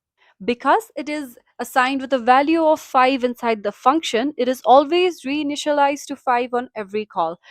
And the other variable is a counter, which is a static local variable, and it is initialized only once when the program reaches this line for the first time, and it persists between calls and is not destroyed when the function returns. It acts like a function scoped global with limited visibility. And you can see the counter plus plus, which increments the persistent counter variable. The printf line prints all those variables, all the three values, and the main function a call of has a function call for the demo function three times. Now output shows counter incrementing 1, 2, 3, while the local var remains 5. Also the global var remains 10. Now let's see it in code. So we can see that the global var is declared on the top, and its value is accessible throughout the program. But the local var and the counter are only accessible through demo. And yeah, so we have declared global var with a value of 10, local var with the value of 5, counter with the value of 0, but it is incremented each time demo is called. So when the first time we call it, counter changes to 1, and local and global var remain the same, that is 5 and 10. Second time demo is called, counter reaches to 2, incremented by 1, and the third time it's called, it reaches 3. And this printf line prints the values each time demo is called. Now let's see the output. It looks something like this. So this is our output with the value of counter changing every time. And so this was this program. showing the variable counter increasing every time function is called. So that's pretty much about it, but there are a few important tips that I want you guys to know is to use the globals sparingly and prefer passing parameters over using globals. And next one is static locals are great for counters or caching inside helper functions. And if you need a module private global access functions in the same file, declare it static at the file scope to restrict visibility. Now, that's pretty much about scope. Now, let's move on to recursion basics. Now, for something fun, we have recursion. Recursion is when a function calls itself. It's like looking into two mirrors facing each other. We get infinite reflections unless we stop it with a base case. Now, what we have here is a function hello that takes n as parameter and it prints hello. But how do we tell the function how many times we want hello printed? Now that's where recursion comes. We have set a base case to check if n's value is 0, and if it is 0, we return it and the function terminates. But if it is not 0, we print hello and decrease the value of n by 1. Let's say I put the value of n as 5. Now it prints hello 5 times until the value of n gets 0 and then the function is terminated. That's where recursion comes in use. But you have to stop somewhere, and that is the base case. If you don't stop it, you might get infinite prints. Now, moving on, we have an example for recursion that is factorial. Now, what we are doing here is we have a factorial function that takes n as parameter and computes factorial. And the base case, if n is equals to 1, we return 1. That is the base case, which prevents infinite recursion and defines simplest input we know the answer for. The line return n multiplied by factorial of n minus 1 is the recursive call of the function where factorial n minus 1 is called, and execution suspends at this line until the nested call returns. Now let me walk you through the call stack for factorial of 5. Let's say we are calculating factorial of the number 5 as in the main function. Now what happens here is factorial 5 needs factorial 4, 4 needs 3, 3 needs 2, 2 needs 1, and 1 is where the base case returns 1. Now what's happening here is once it reaches the base case, results bubble upward, returning 2 multiplied by 1 as 2, 3 into 2 as 6, 4 into 6 as 24, and 5 into 24 as our result, that is 120. Each call waits for the next one until it hits the base case, then results start bubbling back up like a chain reaction. And that's recursion in action, which is simple but powerful. So we reach till the base case, that is or let's say we reach the base camp, and then we return back. And there, once we return back, that's where we get our result. Now let's see it in code. So this is the same code, but I've just added a check for n is equals to 0. Now, if the value of n is 0, we simply return 1, which is again the base case. And here's our recursive call, or the recursive case that calls the factorial function inside the factorial function itself. And here's our main function where where the function is being called with a value of n, and n is assigned with a value of 5. Now let's run this and check our output. And as we know, the factorial of 5 is 120, and that's what we get here. This is recursion. Now here's the same function, a recursive function that calculates factorial of a given number n. But did you wonder why are we not simply using a loop or iteration to print the factorial? Let me show you the code for factorial. What happens here is result starts at 1, loop multiplies result by I from 1 to n, and then returns the result. Uh, the recursive function is clearer and shorter, but iterative, it's longer in lines, but since recursive function they use call stack, there is a risk of overflow for a large value of n, whereas for the iterative functions, they are memory efficient and generally faster in C due to no function call overhead. But how do you know which to use?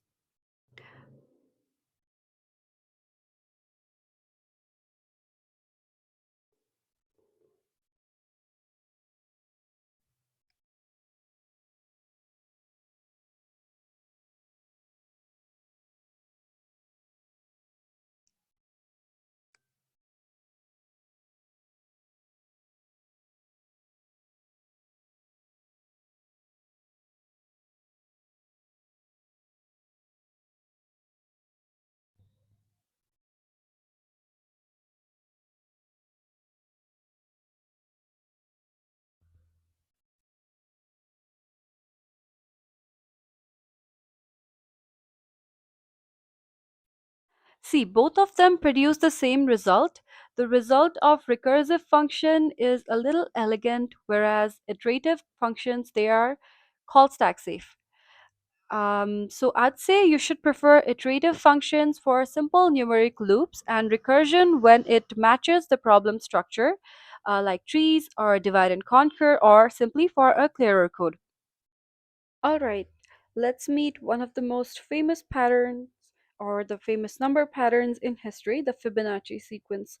It shows up in nature, art, and even in the way flowers bloom. Let's see how it works and how we can generate it using C. Firstly, what is a Fibonacci sequence?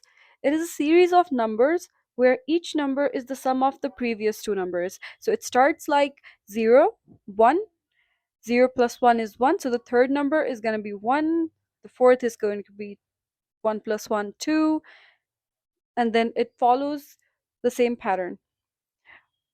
Now, you can think of it like a chain where each new link is made by joining the two before it. Simple rule, but beautiful pattern. So we can see in the tree on the screen, the F5 is the sum of F4 and F3. F4 is the sum of F3 and F2.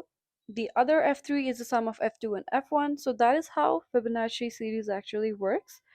So this keeps breaking down until we reach the base cases. So let's say the base case is Fibonacci 0 and Fibonacci 1, where we return actual numbers like 0 and 1. Now the function then adds them back up layer by layer to get the final answer.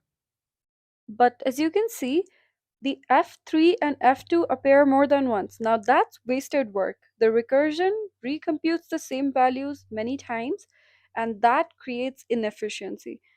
Let's see this in code. So let's see what's happening here.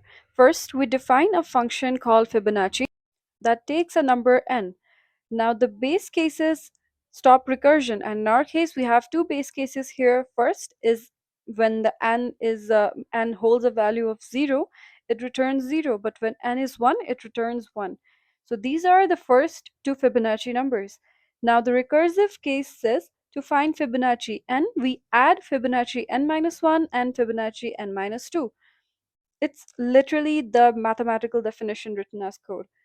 The for loop in main, so let's say we enter the main now. Now the for loop in main calls this function for each number from 0 to 9. Let's say because we have defined terms as 10, so the maximum value is going to be less than 10, that is 9.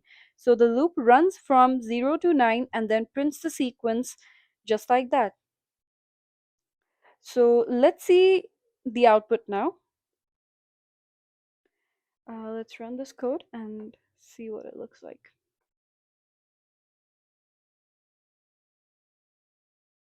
And there we have our Fibonacci series printed. Now what's happening here is each Fibonacci and call repeats calculation for smaller values again and again.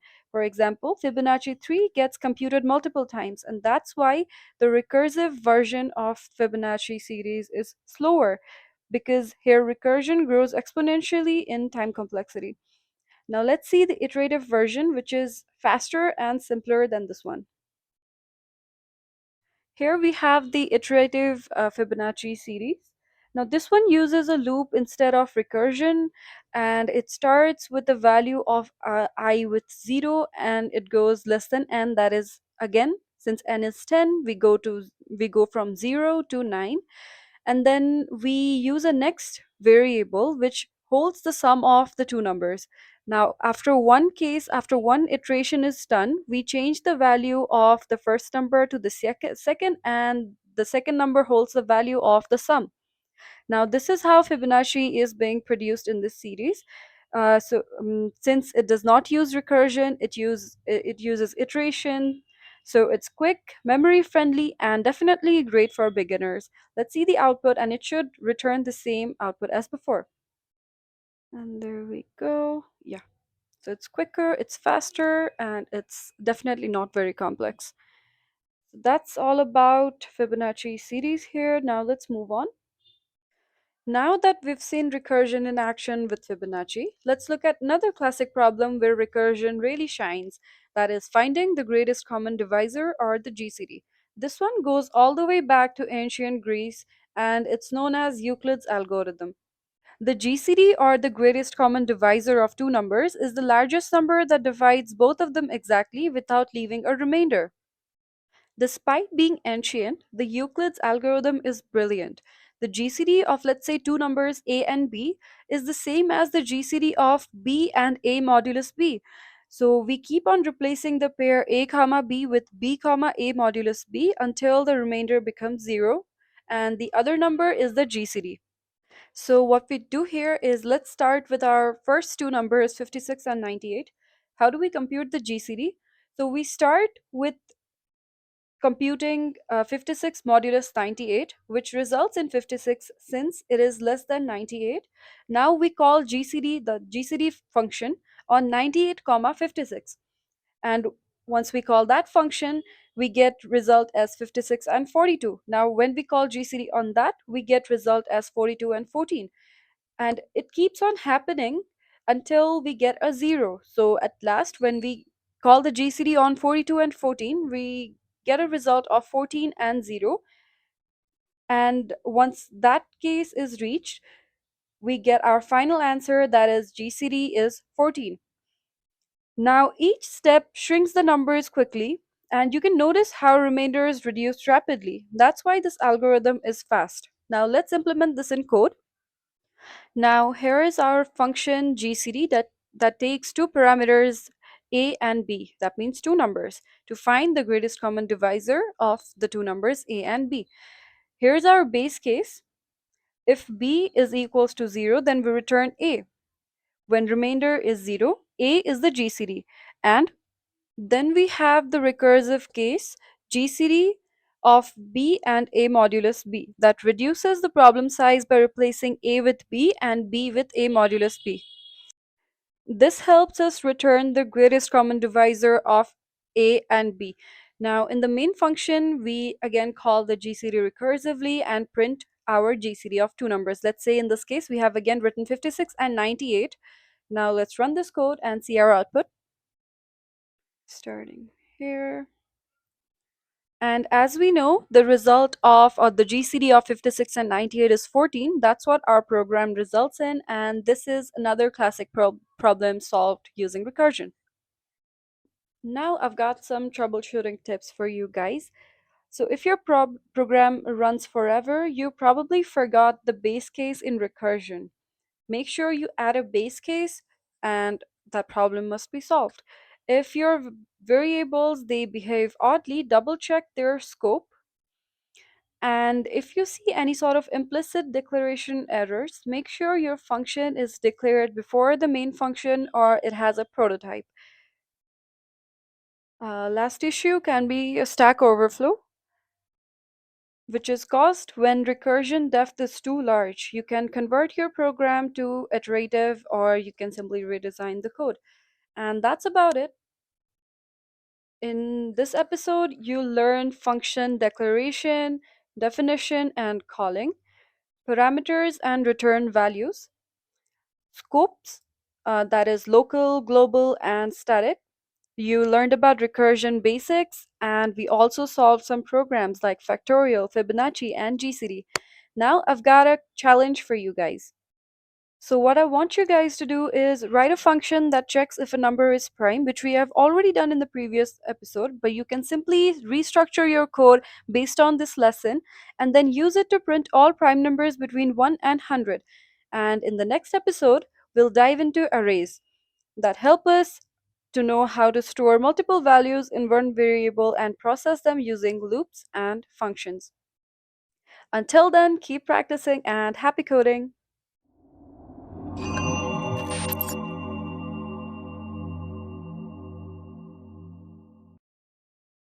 Hey coders, welcome back to another episode of C programming. In this episode, we'll discuss arrays and strings in C, used to store, organize, and manipulate data efficiently. So far, we've been working with single variables like int x or float y. That's fine for small stuff, but what if you want to store max for 50 students? Are you going to make 50 separate variables? That would be a nightmare. That's where arrays come in. Arrays let you store multiple values of same type under one name. And that is what we'll discuss in this video. Later, we'll also explore strings, which are basically arrays of characters that let us work with text. And by the end of today's session, you'll know how to work with arrays like 1D or 2D arrays, work with strings and string functions, and we'll also practice questions like reversing arrays, adding matrices, and checking if a string is a palindrome. Let's start with what is an array. An array is a collection of variables of the same type stored at consecutive memory locations and accessed using an index. You can think of it like a row of lockers where each locker holds a value. Let's say the first one has a value of 10, the second one 20, following it, and then we move on till 50. So we have 5 lockers, each holding a value. Now, all of these values are stored in consecutive memory locations. So how do you access them? You access them using index. Now, what is an index? Since each of these lockers, or let's say each of these box, are an element of array, now how do you know which box to open? We use the index number just like a label on each box. So let's start indexing our boxes. An index is simply a position number of an element inside an array. It tells the computer where to find or store a value in that array, and it always starts from 0. Yes, in C, arrays are 0 indexed. That means the first element is 0, second is 1, third is 2, fourth is 3, and fifth is 4. Now, for an array of size 5, the valid indexes are 0 to 4 because arrays have index starting from 0. Imagine this. You want to store the ages of 5 friends. Now, what will you do? Create 5 variables like age 1, age 2, age 3, age 4, and age 5. Now, instead of 5 separate variables, you can group them under one name using an array. To create an array, we use array declaration. It means telling your compiler that you want to create a list of variables of the same type and how many of them you need. It's like saying, hey, C, I need 5 lockers to store integer values. And the syntax for creating an array looks like this.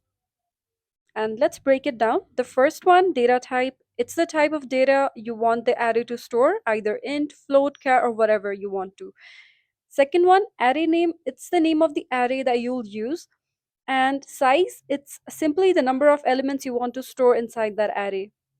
Implementing this in code, we have something like this. Here, we declared an array named age that can store 5 integer values. Each value will be stored in a separate memory location, and we can access them using indexes from 0 to 4. Now, there are some important rules to array declaration. The size must be a positive integer, and the size cannot change during runtime since it's fixed. Array index starts from 0, and arrays can only store one data type at a time. Arrays come in different dimensions. Depending on how you want to arrange your data, you can choose the type of array you want to work with. The first one is a one-dimensional or 1D array. It's like a single row of boxes or data stored in a straight line. Next up is the 2D array or two-dimensional array. It's like a table and it has rows and columns. It is used to store data in matrix forms or grids, like marks of students in different subjects or a tic-tac-toe board. While these two might help you in multiple cases, but sometimes you might need more than just 2 dimensions, right? For example, storing data in layers or 3D structures. That's where multidimensional arrays come in. Think of it like boxes stacked in 3D layers. Now that's multidimensional array for you. They're useful in advanced cases like image processing, 3D games, or simulations. So depending on what kind of data you store, numbers, decimals, or letters, your array type changes. And that's about types of array. Let's start with 1D array now. A one-dimensional array is simply a list of elements of the same data type stored in a single line of memory. Here is one-dimensional array numbers that can store 5 integer values, just like 5 lockers labeled 0 to 4. Now, as I said, each element in an array is accessed using an index. So to access those elements, we use a loop and take 5 inputs. Let's say the loop variable, starts at 0 since array index always starts at 0. And now since it has 5 elements, we go to less than 5 and access each of those numbers inside numbers array. And now, right after accessing elements in that array, we print it using numbers and I there. As I keeps on incrementing, all the successive elements inside the numbers array are traversed. So I starts from 0 and then it goes to 1, then 2, then 3, and then finally 4. So we have a result like something like this. So I starts from 0, it goes to 1, then 2 and 3, then 4, and finally we have our output 10, 20, 30, 40, and 50. Those are the elements in the array of respective indexes from 0 to 4. And that's 1D array in C, a simple, powerful way to handle lists of data, whether it's marks, prices, or scores in a game. So we know that an array stores multiple values under one name, but did you wonder where exactly those values go inside the computer's memory? Here's what happens. When you create an array, all of its elements are stored next to each other in memory with no gaps in between. And this is called contiguous memory allocation. Think of it like a row of consecutive houses. Each house or the memory location has its own number or address, and they're all lined up one after another.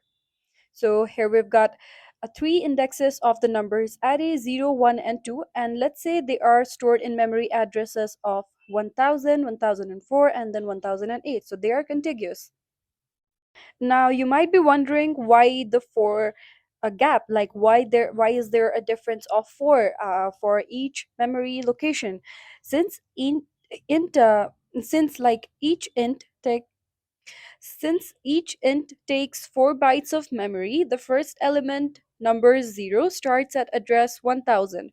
And then the second element, it is stored at 1004 since it's occupied 4 bytes. Now, numbers 2 or the third element inside the numbers array, it's stored inside 1008, 4 bytes away from the second element. Now, that is how numbers are stored in an array in contiguous manner.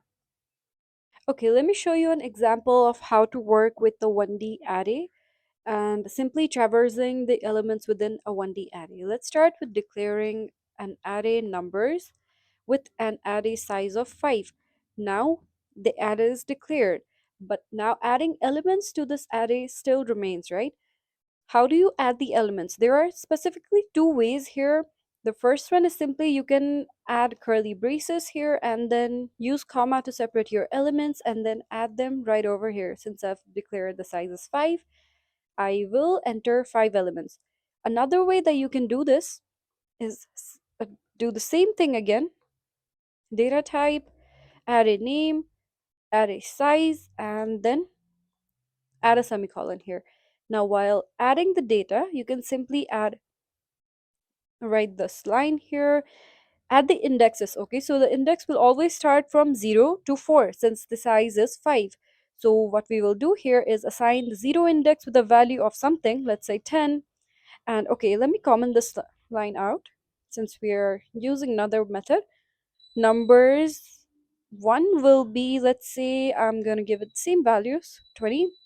Numbers 2 means that's third index in numbers array will be 30, and numbers 4, oh sorry, 3, let's say it's 40. So I'll add 40. Let me just copy this line. Okay, so the last one or last index is going to have a value of 50. So these are two ways that you can declare a 1D array. Now working with traversing or accessing these elements, let's comment this out. Any of this method is completely fine to work with, but I just find this one shorter and easier, so we'll stick with that.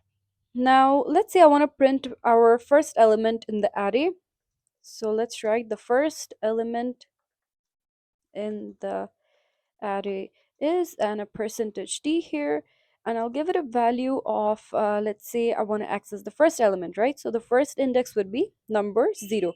So the element with the index 0 will be printed over here. Oh, numbers. Yeah. So this is how we print the first element. Working with last element is also kind of similar. We'll simply change the index. But what if you have multiple rows and rows of data? This is not something that's practical, right? But let's see the output for this case first, and then we'll move forward. So what we can do here is, yeah, once we run the code, okay, let me just clear this out and add a little backslash n here so that it looks a little cleaner. Backslash n. Okay, yeah, this looks pretty good to me. And let's run our code. So what we have here is, uh-oh, oh, okay, let me run it again. Yeah, so the first element and the last element are printed nice and good. But what we want is a little bit of automation, right? So that we don't have to keep on writing the printf statement. For that, again, we will go back to loop and start with our loop variable I, initializing it to 0 since the starting index will be 0. The last index would be, of course, less than 5. And we'll increment our loop variable by 1 after each loop is done. Now what we are going to do here is printf and write our index and element.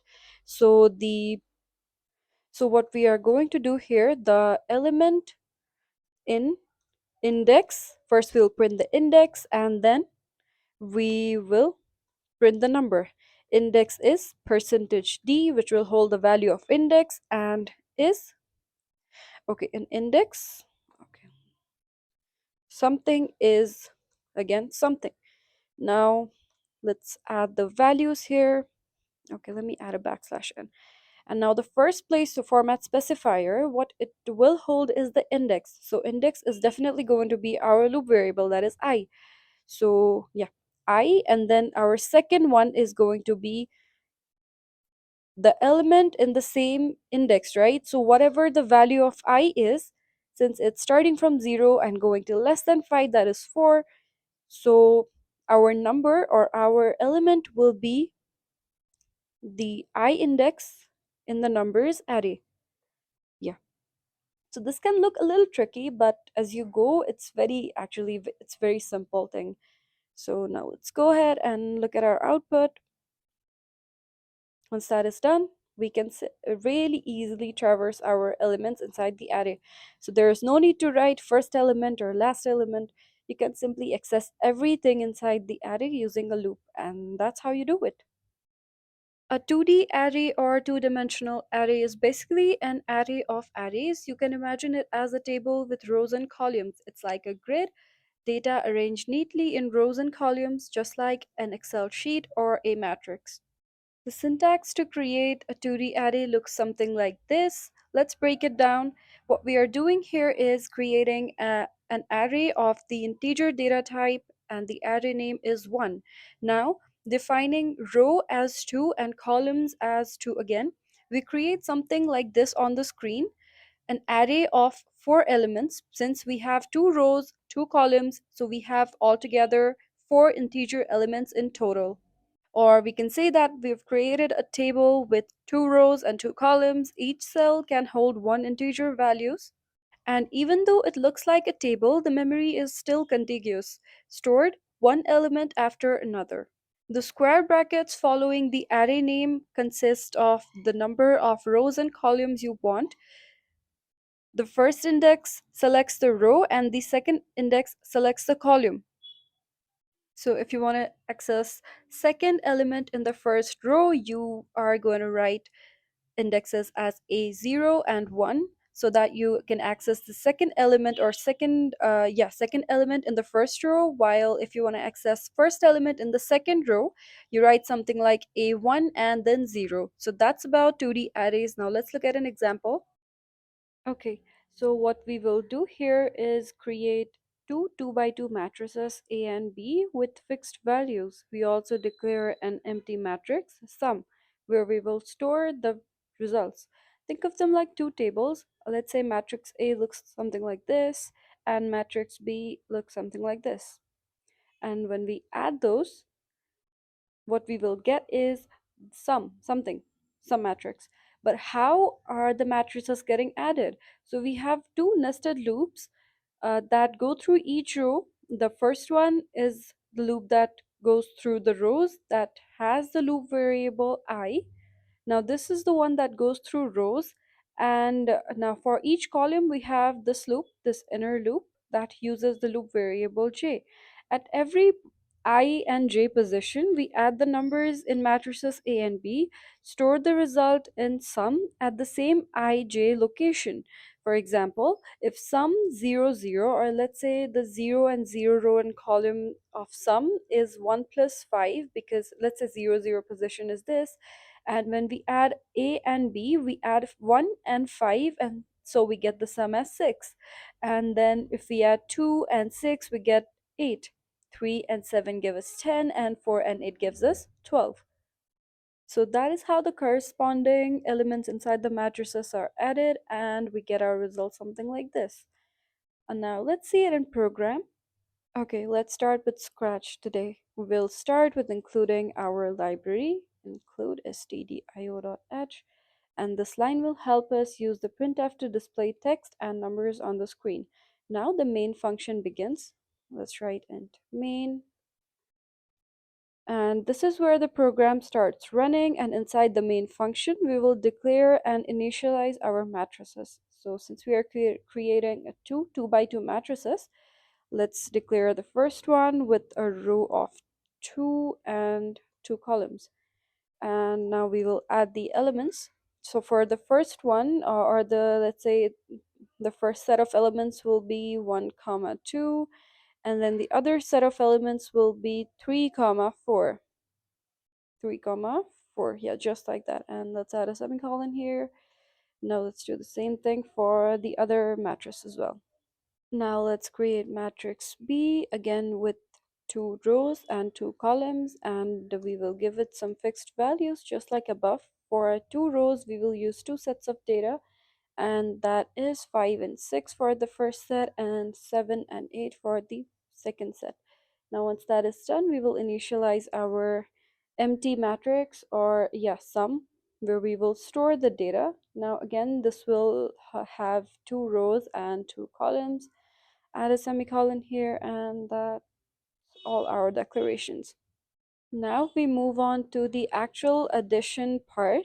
We are adding the matrices here, and for that we are using, let's say, our first loop, and this will help us traverse the rows here, and this will start from I is equals to 0, and it will go all the way to I is less than 2, and we will increment it all by 1 after each successful loop.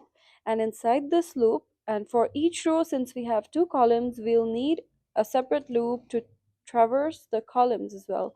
So now let's create another loop here using a separate variable. Since we have already used I above, we'll use j here, again starting with 0. Okay, 0, and going to j's value less than 2, and we will also increment j after each loop. Now what that will do is make sure we traverse each and every element inside our loop. Okay, yeah. Oh, I made a mistake here. Let me add the parentheses here and remove it from here. Okay, yeah, it's nice and good. Now for each index of sum, either the row or the column, so I holds the row value and j holds the column value, right? That's what we are writing here. I and j, rows and columns, will be the sum of a and b, right? So let me just write a and b for you first, a and b, and then again both of these matrices A and B also have I and j index, their rows and column index, right? So whatever the value of I is, I and j is at a moment, and whatever the value of I and j of the matrix B is at the moment, some will hold the value of their, like once first it'll add A and B, whatever indices we are fixing here. So it'll go from 0 to 0. First it'll add 0 and 0 index of A, and then 0 and 0 index of B. Now that'll be stored in sum, and once that is done, I will be incremented. Same will go for J, and then J will be 1, I will be 1, and we will move forward from there. And just like that, sum will store the values of I plus J, or A plus B. And now to display the result, we will use another loop here. Display the result. Okay, now we will use a separate loop here, and for that, first let's print here sum of matrices and add a backslash n and a semicolon. Yeah, and then we use loops again to print every element in the sum matrix row by row. Again, we will use the same I and j for loops. The outer loop will use the loop variable I is equals to 0, and it's just the same loop that we used above, but instead of adding, we are printing this time. So I will go to less than 2, and I will be incremented by 1 after each loop. And inside this one, we create another loop with the variable j, and then we start from 0, go all the way to j less than 2, and j plus plus after each loop. And once we traverse through one row and one column of that row, now we'll print the sum here. So we will use printf, a format specifier %d, and we will assign it a value of whatever the value of sum I and j is at a current iteration. So once that is done, we will, right after the second loop, we will add an entry, I'm sorry, we will add a new line, or we'll add an empty line here so that we get a cleaner result. Now, once that is done, our output should look something like this. But before that, let me just add a return 0 here, right before our main function ends. Return 0. Yeah. Now we will run the program. Okay, let's start with running our program here. Run code. And we should have a result here. Oh, it's not very clean looking. So let me just add a little space right after printing our sum and run our code again. Yeah. Uh-oh. This should be the one. Yeah. So now we have our results, sum of matrices as 6, 8, 10, and 12. And now that we have done this program, it'll correctly add two matrices and display the result to you. So far, we've seen 1D arrays, a single row of data, and 2D arrays, a table with rows and columns. But what if you want to store data in more than 2 dimensions? That's where multidimensional arrays come in. A multidimensional array is basically an array of arrays of arrays. It can have two or even more, or two, three, or even more dimensions depending on your program's needs. You can think of it like a box of boxes of boxes. Each level adds another dimension to your data. The general syntax looks something like this, with each pair of square brackets adding a new dimension to the program. Now, let's look at an example of a multidimensional array with 3D arrays. Now, what we have done here is the code does look complex, but it definitely is not. Let me explain it to you. We've already talked about a single square bracket and two square brackets, but what does the third one mean? This actually means we've got two layers and each with two rows and three columns. Okay, let's look at the most common example of multidimensional arrays using elements of 3D array. What we have already done here is we've already talked about a single square bracket, we've already talked about two square brackets, but what about the third one? Now, what we are doing here is we've created a cube-like structure, two layers. The first one in this case would be two layers, each with two rows and three columns. So what we have done here is we've got two layers, right? So look at the data. We've got two layers of data, each with two rows. One layer has two sets of data. That means we've got two rows and three columns. That means three individual elements. Now that is how we work with multidimensional arrays. Here, each layer is like one 2D array stacked on top of another, forming a 3D block.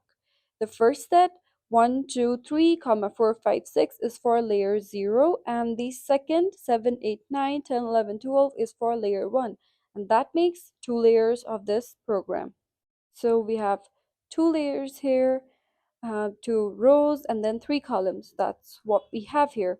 And the output will look something like this. The layer 0 has these elements, and layer 1 has 7 to 12. Now these are the elements in both the layers, rows, and columns. Now let's look at this program. Okay, everyone, so let's look at this really cool example to really understand multidimensional array. And for that, we are going to start with declaring and initializing a 3D array called cube. So cube is going to have 2 layers, 2 rows, and 3 columns. And yeah, now let's start with adding values. Since we are going to have 2 layers, let me just write those layers down for you guys first. Layers, yeah, layers are done. Now inside every layer, we are going to have 2 rows. So these are our rows, and inside every row we are going to have 3 elements or 3 columns. So now for each column, let's add 3 elements in each row. 1, 2, 3, and moving on we have 4, 5, and 6 for the second set, 7, 8, and 9 for the third one, and 10, 11, and 12 for the final one. And just like that, our array initialization is done.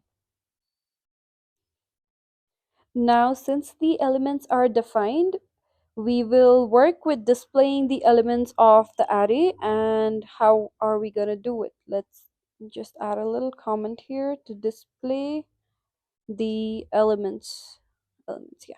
And for this, since we have 3 parameters, let's say parameters for now, so we have 2 layers and 2 rows and 3 columns. So we'll need 3 separate loops to traverse through each of them, one for the layer, one for the row, and one for the column. So just like that, we'll have 3 loops being used here, and all of them will be dedicated for a different purpose.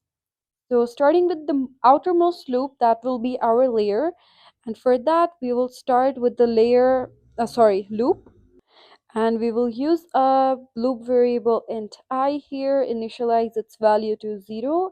And since our layer is 2, we've got 2 layers. We'll go from 0 to less than 2. And we'll increment I all the time after each loop. And inside the layer, once we start with the outer loop, this helps us pick the current layer in the 3D array. Once we're inside the layer, the middle loop takes over, which is the one that we are going to write now, and this is going to be traversing through our rows.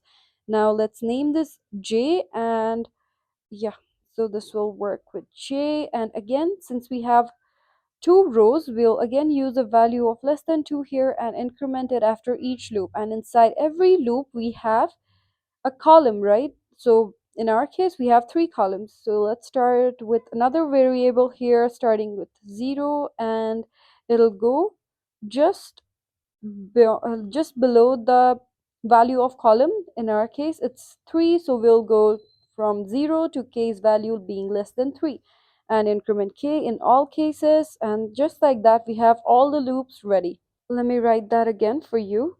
So this one is what we are using for a layer, and this one is for the row, and this one is for the columns. Now what's happening here is, once we enter a layer, let's just print to be clear what layer are we on. Layer and percentage d is something. Oh, sorry, yeah, layer percentage d and something, and it will hold the value of I, since I is traversing through the layer. And once we are inside a layer, now we will access the rows and columns, and we will simply print our elements here. Print f, and we are going to print our elements here, percentage d.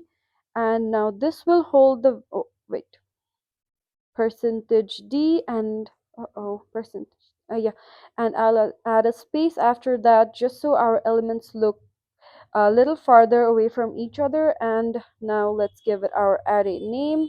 Oh, first a comma here, array name, and let's start with giving it the values. Starting with the layer, we'll write I first, and then after, in each layer we've got rows, and in each row we have got some columns.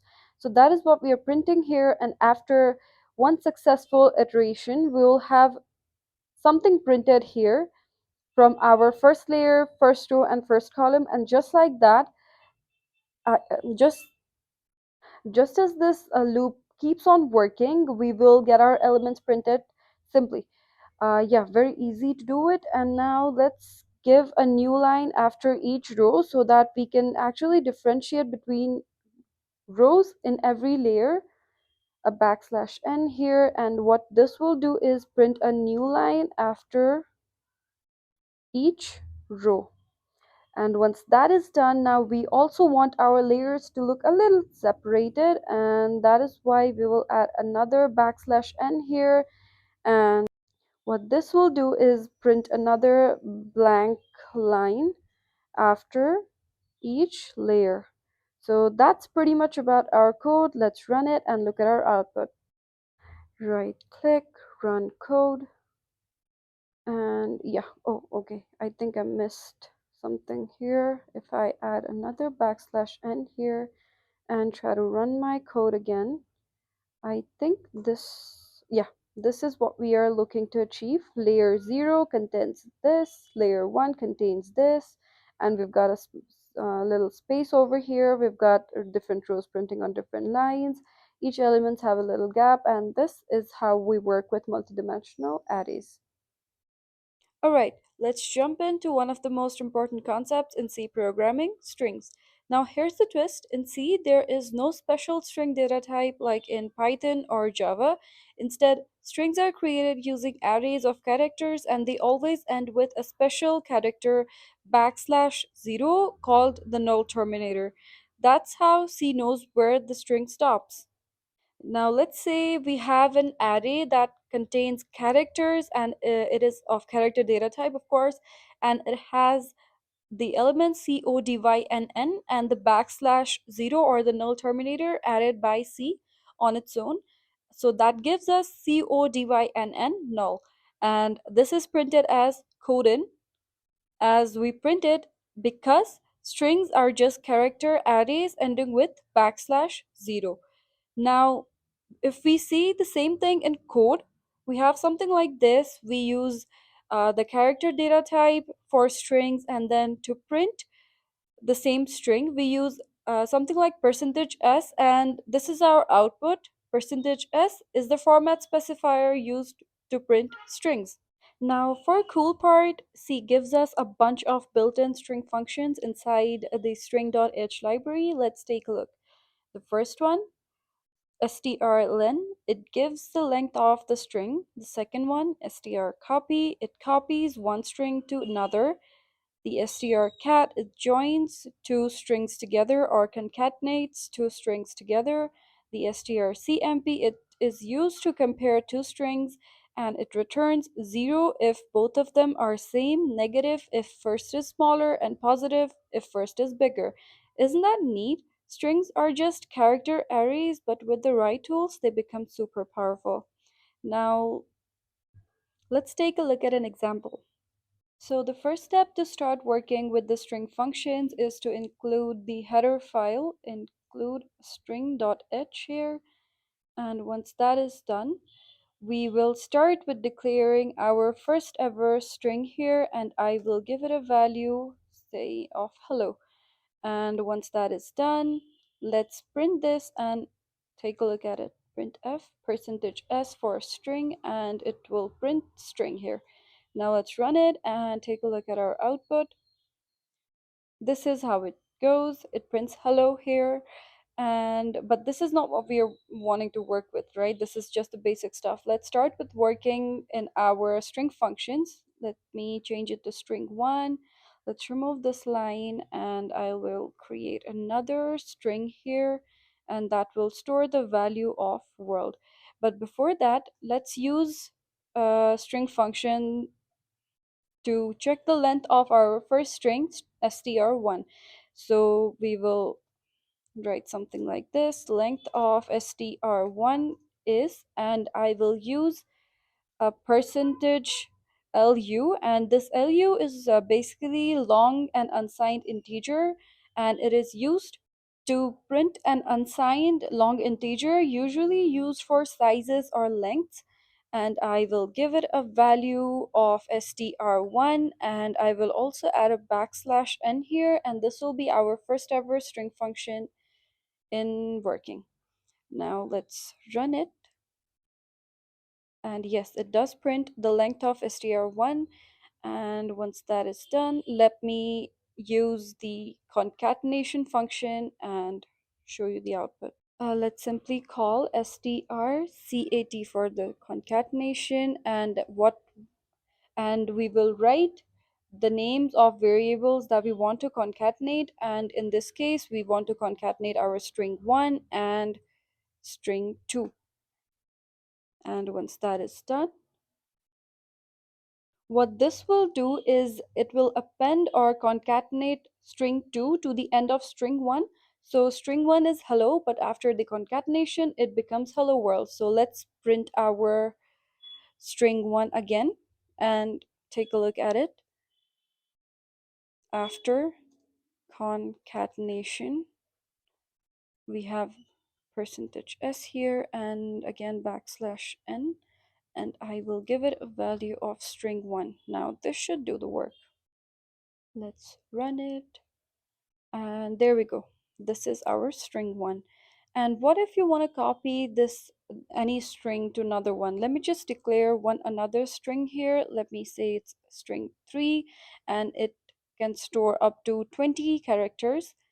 And yeah, let's just declare this, and we will copy the value of string 1 to string 3 and print it.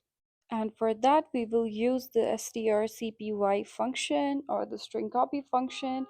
And what we will write here is we want the string 3 to have the value of string 1. So that is what we write here. Now this will copy the value of string 1 to string 3. And now let's print here string 3 is, and %s, giving it a value of str3, and let's check our output again. Run it, and there we go. String 1 is copied to string 3. And now last one is a string comparison. Let's do that as well. Cancel it. Yeah. Now let me just write a simple statement here, printf, and it will have comparison result. Result. And again, obviously, since comparison result returns an integer or a number of numeric value, we will add a %d here, and we will call the strcmp function right over here and compare two values. Let's say for now we'll compare abc, and we'll compare abd to it. Abd, yeah. Now let's run this and see whether the result is something. Okay, wait, there is some problem here.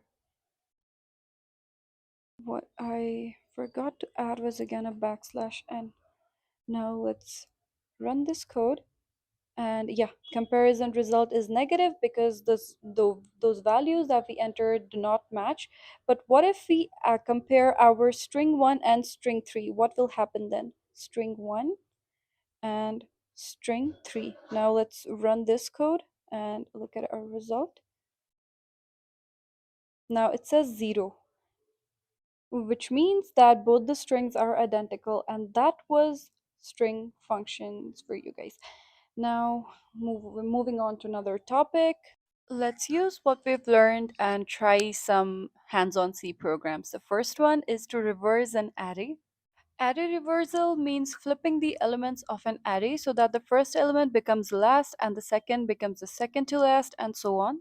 For example, we have an array with elements 1, 2, 3, 4, and 5, and indexes going from 0 to 4. Now, once we reverse it, we should have something like 5, 4, 3 to 1, but the indexes remain same. Just the elements are flipped from last to the first. Now imagine the array is a line of people and you're swapping the person at the front with the one at the back and then moving inward until everyone is in a newly reversed order. To do this in C, we start with pointing to the start of the array and then we point to the end of the array. Now we swap the values at both ends, move the pointers towards each other. Now stop when they meet or cross. Or in simple words, I can just say that swap first with last, second with the second last, and so on. Now let's look at a practical example of reversing an array. We start the program execution inside the main function where we declare an array of size 5. That means we declare an array of 5 integers, the ARR array. Let's do that first. So we write array of size 5 and we'll give it elements like so 1, 2, 3, 4, and 5, and add a semicolon here, and we also declare a variable n which stores the value of 5, and what this does is it actually stores the size of array for easy use later on. Now we will print label and print our first original array. For that, let's write printf original array, and for that, and after that we will start printing the elements of our array. For that, again, we will traverse using a loop. Int I, it starts at 0, it goes all the way to 4, less than 4. Okay, it goes all the way less than, oh sorry, not 4 but n. We have already assigned n as the value of array size, so it will go to less than n, and then we will keep on incrementing our I after each loop. And inside the array, inside the loop, we will print the elements just like that, percentage d, percentage d. Okay, and we will write array index. Okay, yeah, fine, that's about it. So after printing, let's see what our original array is. Run code, and this is our original array. Okay, wait, let me just add another space here. I always seem to forget this. Let me just add a space here, run this program again, and okay, nice and clear. 1, 2, 3, 4, 5 is what our original array is. Now let's move on. Now let's work on the array reversal. Okay, so now let's work on the array reversal part, and we'll do it step by step, but let me add a comment here and add reverse. Now this is where we start the reversal, and for that we will only loop till half of the array. So let's start with the loop here. Int I equals 0, and we will go till half the size of array because we swap elements from both ends, so that's the reason we're only going till half the array. For n by 5, so for the value of n as 5, half of n will be 2, so I goes 0 and then it goes to 1. So yeah, that's about half of the array size, and then we'll increment I after each loop is done. And inside the loop, we will declare a temporary variable. So what this does is it will store the array index, current array index, and so it'll store the current element from the start, and it is a temporary variable as I already told you guys. And next step is going to be replacing the current element with the element from the opposite end of the array. How do we get that?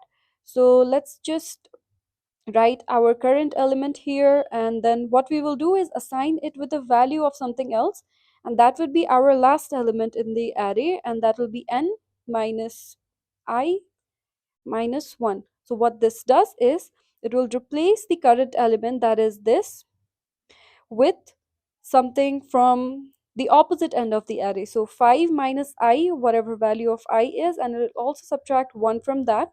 That is the value of the last element, or that is the index to the last element, and which is what we will replace the current element with. Now we will put, yeah, so now we will put the original element here, array n minus I minus 1. So the first variable has a value of the first element has the value of last one. Now the last one will have the value of the temporary variable. So what we have done here is put the original element, which was stored in temp. So this has the original element, right? So this temp will now have the value of the element from the opposite end.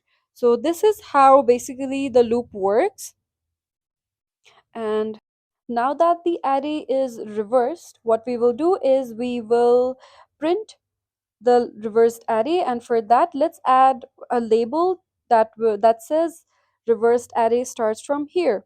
So what we will do for that is we'll write a printf statement, and this will give us a label saying that reversed array starts from here, reversed array, and then another backslash n here for better spacing, and also a colon over here. Yeah, and that's it. Now for printing it again, we will traverse through the reversed array, and for that we will start with I, giving it a value of 0. We go till I is less than n, and then we again increment I after each loop. And inside this loop we will print percentage d, and again let's put a space here, I won't forget this time, and then array. Yeah, let's write array and then giving it the index of I.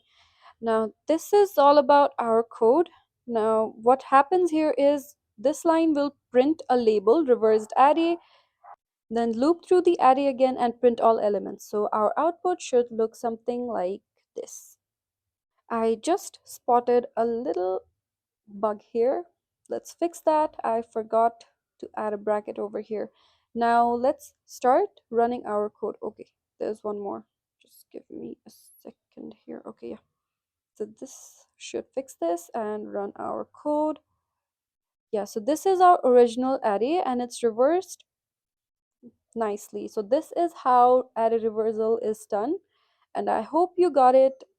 This ends the main function, and again return 0 usually indicates the program ran successfully. So this was all about this program. Now let's move ahead.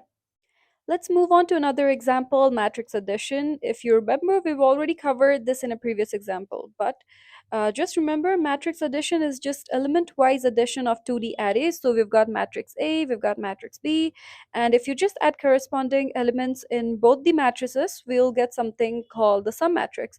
And yeah, simply adding corresponding elements will do the work. And that is about matrix addition. Let's move on to another classic example, the palindrome checker. So a palindrome is like a magical word, number, or phrase that reads exactly the same forward and backward, just like a mirror reflection. Think of it like this: if you write it normally and then reverse it, nothing changes. So here's our input, level, and then the output. If you reverse it, it'll still give us the same output. Now that is a palindrome. But if we reverse hello, you'll not get the same thing, so that is not a palindrome. That's about it. So palindrome shows the beauty of symmetry in language and numbers. You can spot them in riddles, games, and even coding challenges. So yeah, what we do is compare the start and end characters until the middle, and if they are the same, the input is going to be a palindrome. But if it's not, if it's not the palindrome, and this can happen with anything like numbers or word or phrase. So it's not just about characters. Now let's see a program to understand palindrome better. Okay, so let's start with the palindrome checker now. So since we are going to be working with a string, we are going to check whether the given string is a palindrome or not. We will need to import, or we'll need to include our header file for string, that is include string.h. Let's do that first. Hashtag include string.h and close it. Yeah.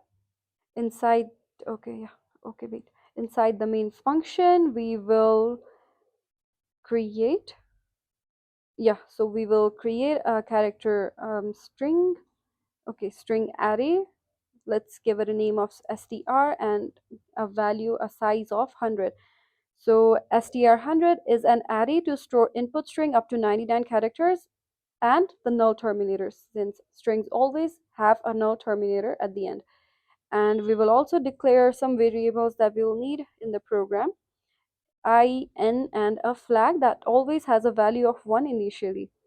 I will be the loop counter and will be used to store the length of the string, and flag is a flag variable to check if the string is a palindrome. It starts as true if it changes.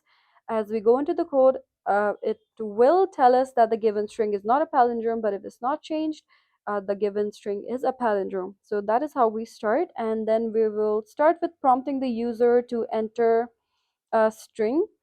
And yeah, so enter a string here, \n, and yeah, that's it. And then we'll use a scanf to read the string without spaces, and we will read it into the str array that we declared above. So for this, we'll use the %s format specifier and assign its value to str. So this is where we ask the user to enter a string and we get the string. So input part is done. And now we will assign, okay, so now we will assign n with the value of strlen, that is the string length of str. And that is how n will store the length of string, or the number of characters we have in the string. And now we start a loop that starts at 0 and runs until the middle of the string, that is I is less than half of n. So yeah, and it will keep on incrementing after each successful loop is done. Okay, let me add an enter over here. Yeah, so now inside the loop, we will check whether each character from the left, and we will compare it with the corresponding character from the right. So let's use an if statement here, and we will check if the first element, which has the index of I, is not equals to str, and we will add the last index, that is n minus I minus 1. So if those characters are not equal, if those elements are not equal, what we will do here is we will change the flag to 0, and then we will end the loop early using a break statement. But if that's not the case, the loop won't break early, and we will reach to this stage where the flag is checked if its value is changed or not. And if it's the same as before, that is 1. And if the value has not changed, we will print that our given string, that is %s, is a palindrome number, or a palindrome string. Adding a \n over here, and we will assign it with the value of str. But now we also need an else block, because if the value of flag has changed, which we will add it in the else block, so if the flag's value has changed from 1 to 0, that means the loop was broken because we didn't find a palindrome pattern. So we will simply print %s is not a palindrome. That's about our code. I think that's pretty much about it. Let's run it and check our output.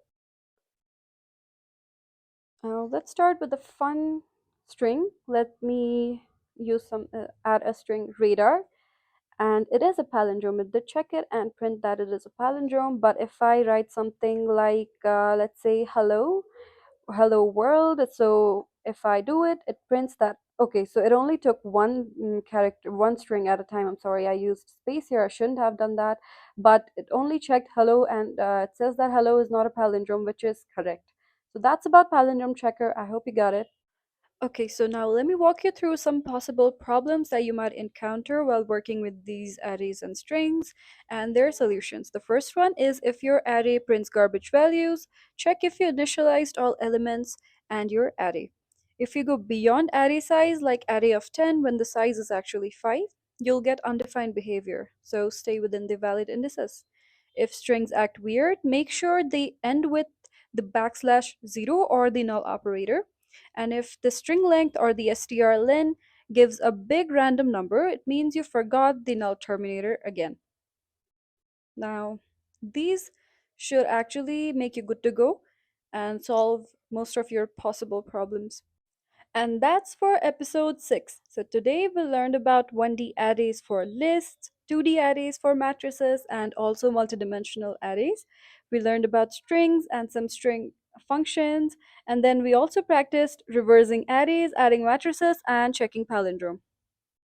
Now, I've got a challenge for you guys. It is to write a program that takes 5 numbers into an array, finds the largest and smallest, then write a string program that counts how many vowels are in the input string. Next time, we'll dive into pointers, the heart of C. And if you are ready to practice what you learned, try out all the code from this video on the Code compiler. It's fast, beginner friendly, and works right in your browser. Experiment, tweak, and run your code instantly. I'll see you in the next video. Until then, keep experimenting and happy coding!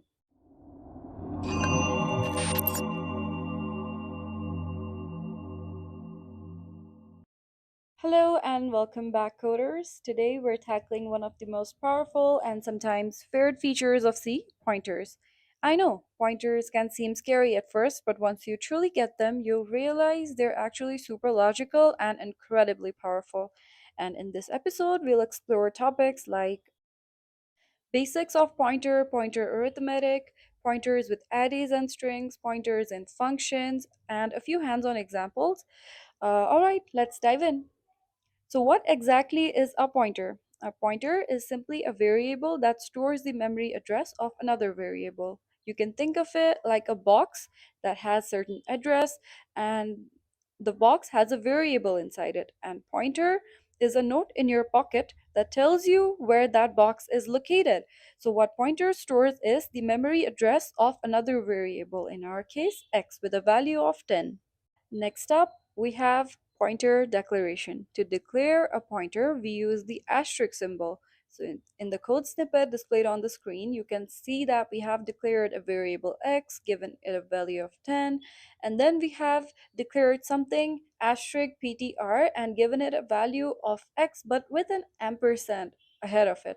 So what that is actually, asterisk ptr is actually a pointer because pointers are declared using an asterisk before the name, and we are simply printing its value. Regarding the ampersand, we will understand what that means as we go on in the video. But for now, what we can know is ampersand is mostly address off. So if we use address off instead of ampersand while reading the second line of code, what we can see is asterisk ptr is actually address of x, that is ampersand x, and asterisk is so I'm repeating it that pointers are declared using the asterisk symbol. But what does that asterisk actually mean? It means value at address. Now, PTR has a value of ampersand x, that is address of x. And asterisk actually lets us access the value inside the address of x, that is 10 in our case. So x is stored somewhere. Let's say x is stored at address 0x1000, and what PTR does is it reads the address of x, that is ampersand x, and it gets the same value as address of x. And what asterisk PTR does is it reads the value at that given address, that is 10. I hope you got it. Let's move ahead. Now let's walk through a simple C program to understand what pointers are, how they are declared, and how they work. Let's start with a normal variable. We will start with declaring a variable num here. And here num is just an integer variable, and let's say it stores the value 10 somewhere in memory. Now, another declaration, that is a pointer declaration, we will simply declare a pointer using an asterisk and then ptr, any variable name that you want for your pointer, and then we assign it the address of the num variable. So what we are doing here is ptr is a pointer to an integer. It can store the memory address of an integer, and the ampersand num gives the address of num. So PDR now holds the location in memory where num, the variable num, is stored. Now let's print things out using printf statement here, and then printing value of num, giving it a format specifier percentage %d, and then assigning it the value of num. But before that, let me just add a backslash n here. And yeah, that's pretty much about it. And this will simply print the value of num. Now let's copy this line again. And once we have copied it, now let's print the address of num. Address of num, and let's use a percentage %p here, and then since it's address, so simply writing num will not print it. Let's add an ampersand here. Once that is done, again let's copy this line again, and then what we will do here is, since ptr stores the address of num, it will print the same address as above this one. So what we are doing here is we are printing the value inside ptr, value of ptr, and again we will simply print ptr over here. And once that is done, now what we will do here is, now since we know what value is stored in ptr, now yeah, so we will now print the value pointed to by ptr. Let's copy this line again, and value pointed to by ptr. And again this will use the percentage d format specifier, and it'll also be assigned with the value of asterisk ptr.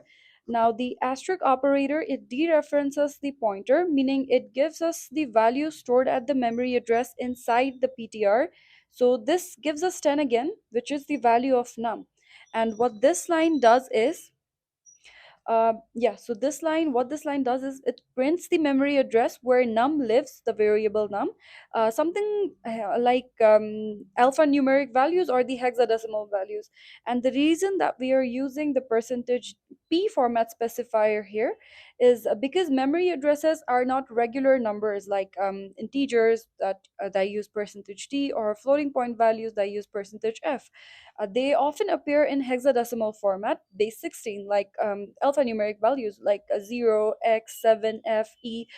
So the percentage p specifier tells printf to format this output as a pointer and show the memory address properly. So this is what it does. Now let's take a look at the output of our code, and then we'll move forward from there. And there we go. This is the value of 10, and this is the value of num, that is 10. And this is where num is actually located inside the memory. And since ptr has the address of num, that is ampersand num, so this one. So if when we are printing ptr, it prints the value of it prints the address of num, and then the value pointed to by ptr is again 10, since it's copied by the num variable. So this is about basics of pointers. Moving on, we have pointer in memory. Imagine your computer memory like a huge row of lockers, each with its own unique number called an address. Each locker can store something like a number, a letter, or any other data. Now, in C, we have two types of variables. One type stores actual data, like int x, and assigning it a value of something. So what we are doing here is, let's say this is our variable x, stored at a memory location 1000 and has a value of 10. So here the value 10 is placed inside some memory location, and that is 1000. But there's another special kind of a variable, a pointer.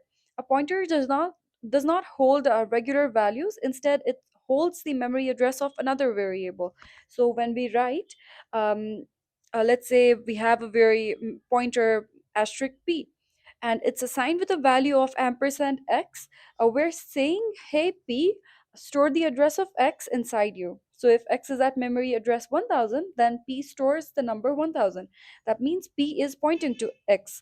And here's the cool part: if you write asterisk p, that means give me the value at the address stored in p. So asterisk p gives you 10, that is the value inside x. And if you ask me why this is useful, is because pointers allow us. Oh, oh. Okay, so and if you ask me why this is useful, is because pointers allow us to directly access and modify values in memory. They help us work with arrays and strings efficiently and pass variables by reference to functions, and hence help in building powerful data structures like linked lists and trees. So don't be confused. PTR with a value of ampersand x will hold the address, while asterisk PTR will hold the value that x stores. Now that's about pointer in memory. Let's move forward. Pointers aren't just static. You can move them around. Since pointers store memory addresses, you can add or subtract them to move between elements in memory.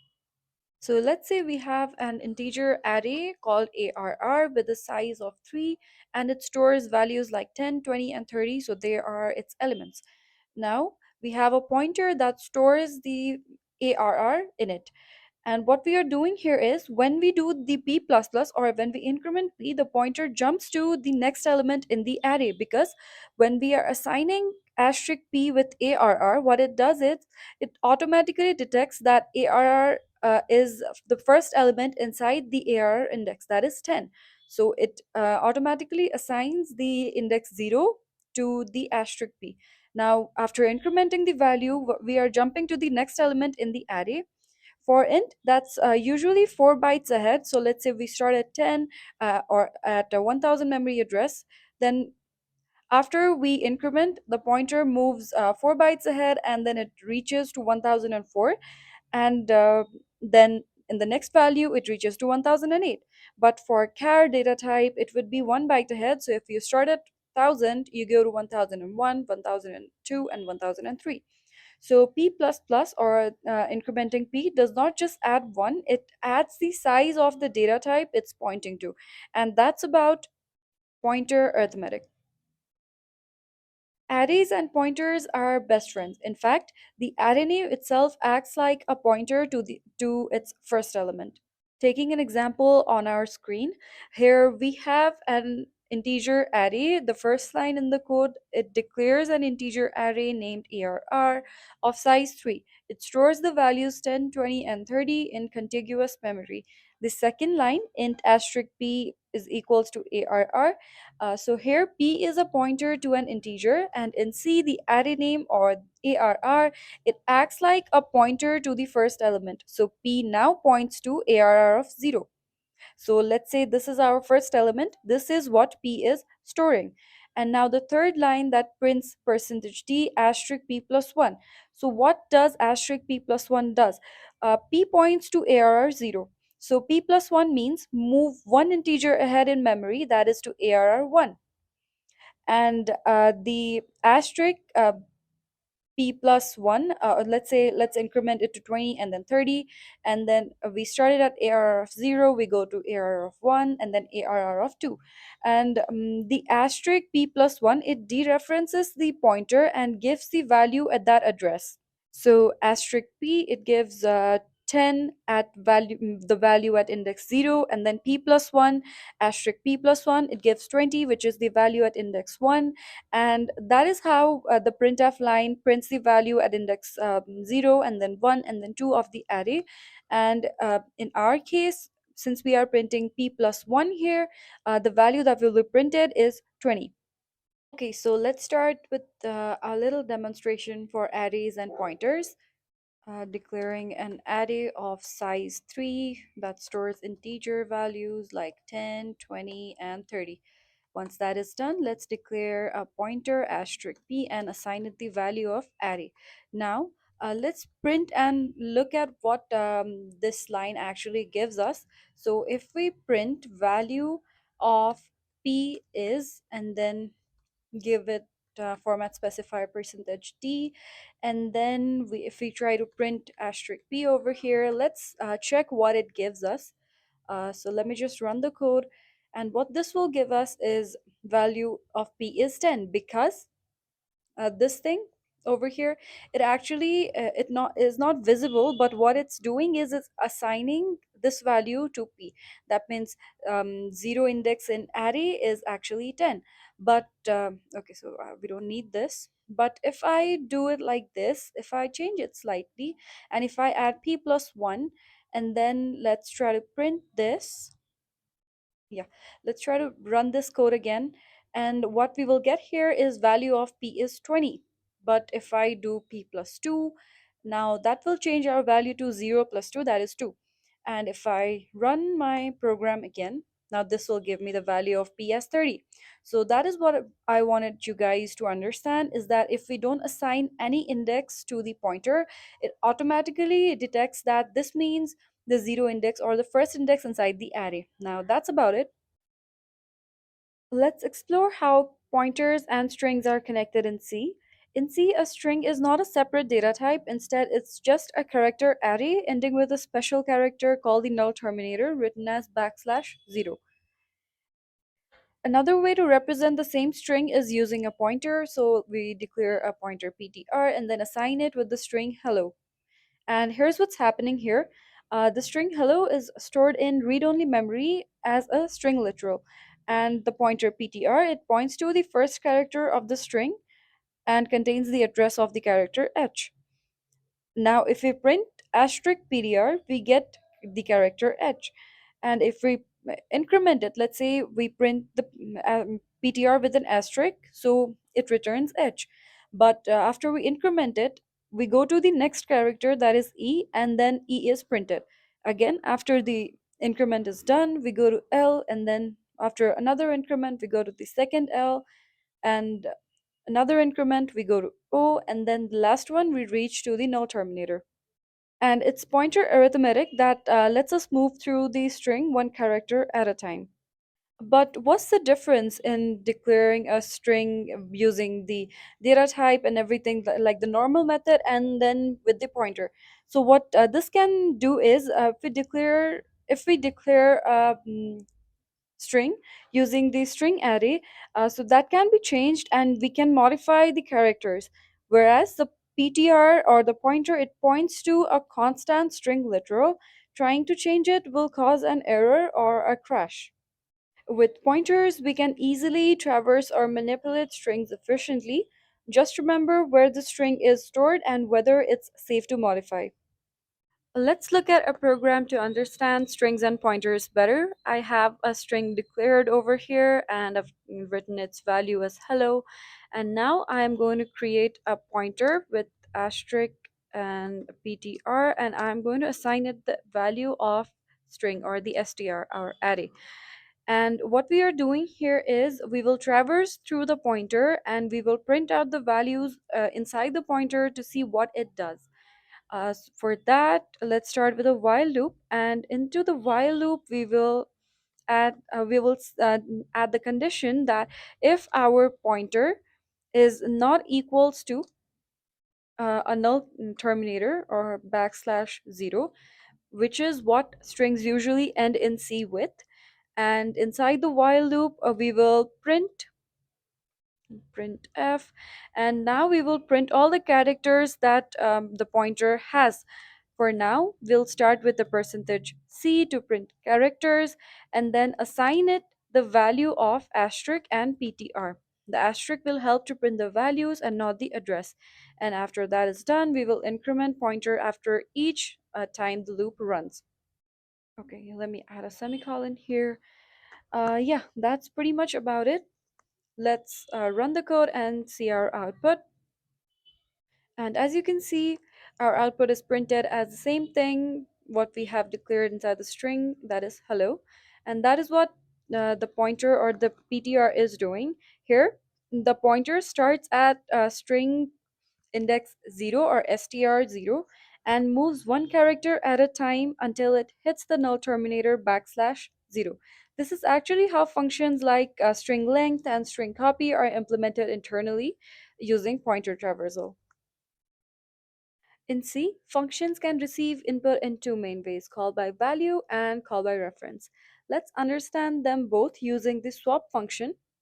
And what does the swap function do? If you're wondering that, let me answer that for you. This function swaps the values of two integers, but how it swaps them depends on how the function is being called, by value or by reference. In call by value, a let's say we've got two variables, x is equals to 5 and y is equals to 10 in the main function, passed as the parameters for the swap function. And what this will do is the copy of actual variable, or it'll just copy the values of both the variables and then pass it to the function, or the variables a and b.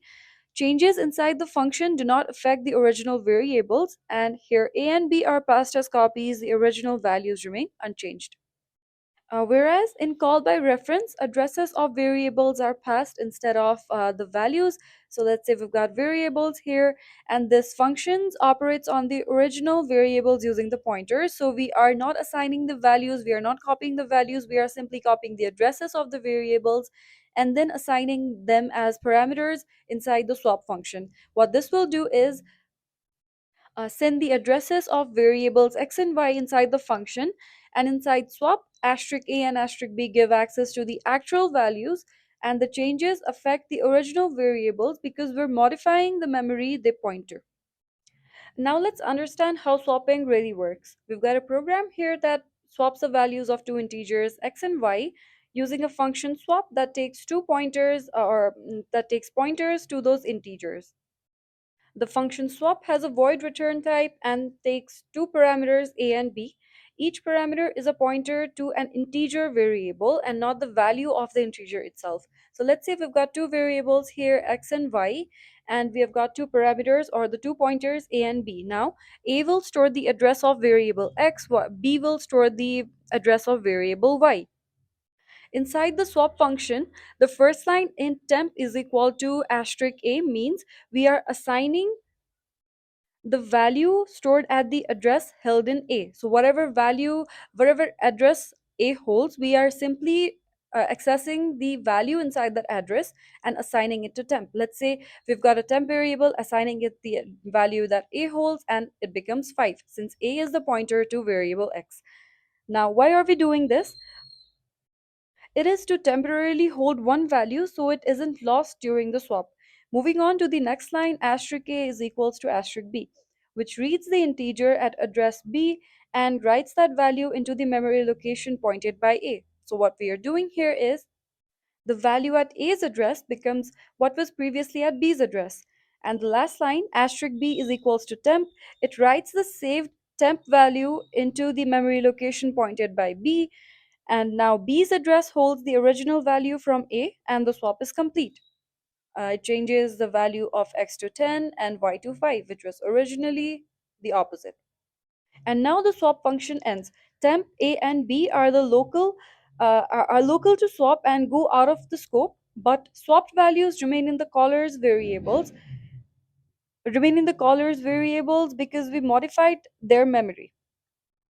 And since when calling the swap function, we are assigning it the addresses of x and y, we are actually passing the copies of addresses of x and y, and inside swap, those copies in parameters a and b point to the original variables. And using the pointer dereference, that is asterisk a and asterisk b, we'll let the function to read and write the caller's memory that achieves the effect known as call by reference in everyday terms, but technically it's still pass by value of pointers. Okay, so now let me walk you through this program step by step and see exactly what happens in memory and why the swap works. So this program will swap the values of two integers and using the function swap, and that will take pointers to those integers and print the values before and after the swap. So let's see how that happens.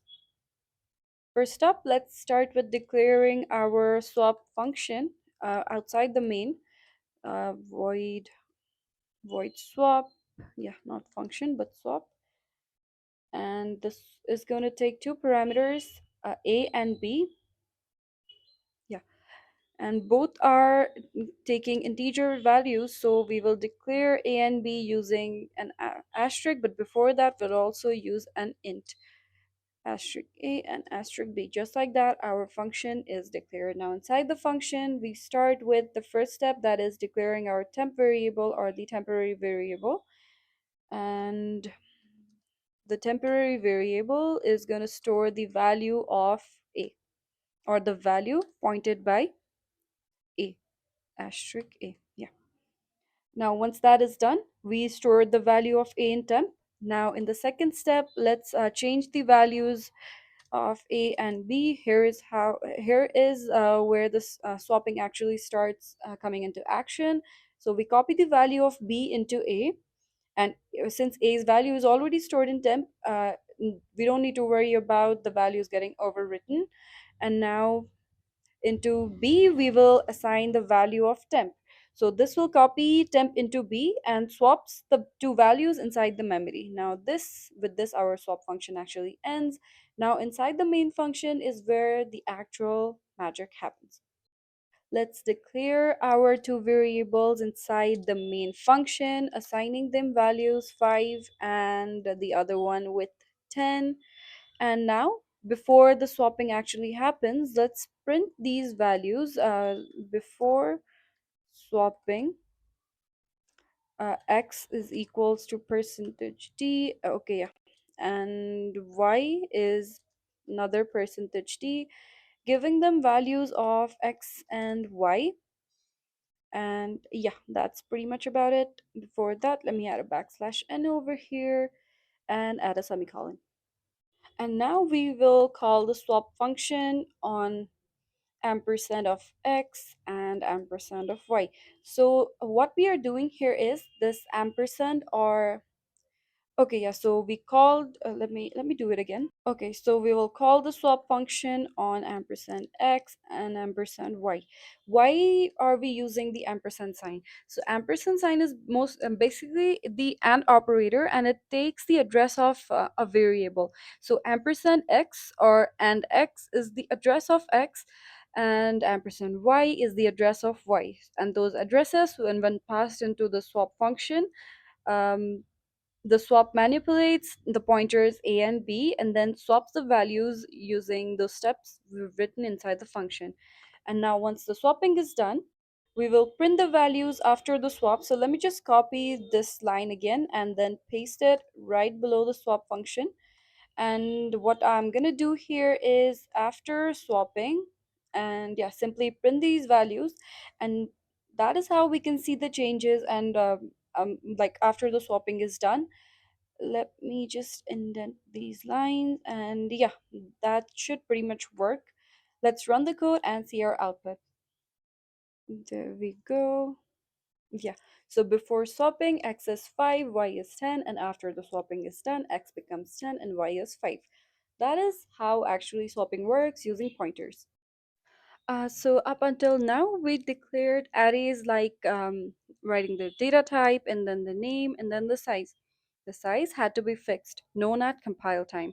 But what if we don't know the size beforehand? For example, what if the user decides how many numbers they want to enter? That's where dynamic memory allocation comes in. It allows us to request memory while the program is running instead of deciding everything in advance. In C, we do this using special functions defined in the standard library header or the stdlib.h header. And some of those functions are malloc, calloc, realloc, and free. Let's discuss malloc. So when we call the malloc function, we ask the computer something like, "Hey, please give me some space in memory to store my data."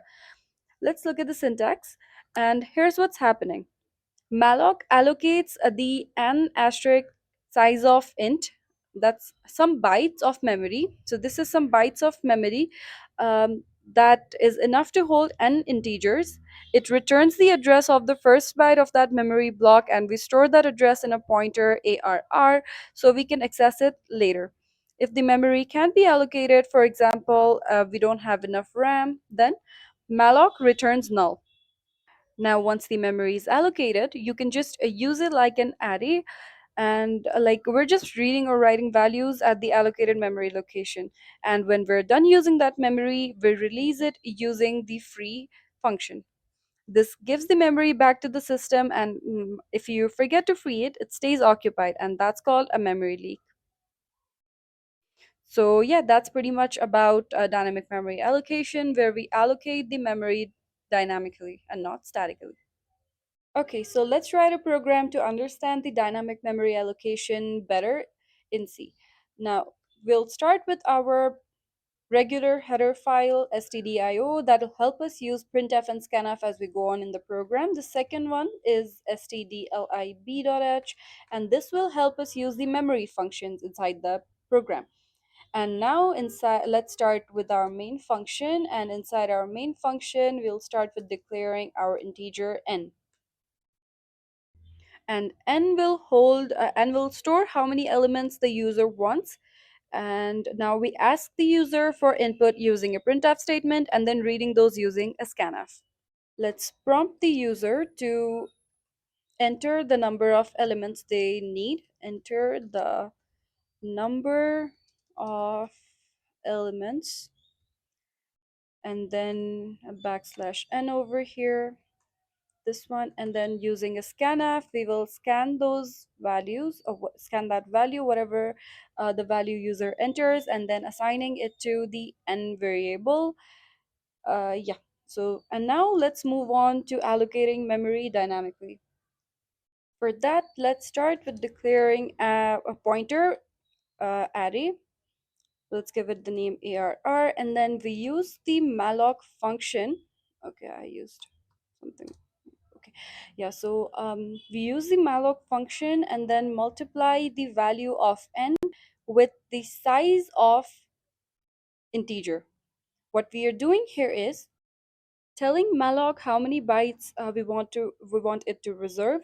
The size of int gives the size of one integer in bytes, that's commonly 4, so this should be 4, and then we multiply it by n, giving total bytes needed for n integers. So whatever the user enters as the value of n, or the number of elements, we multiply it with the size of integers, and then we tell malloc that these are the number of bytes I want you to reserve.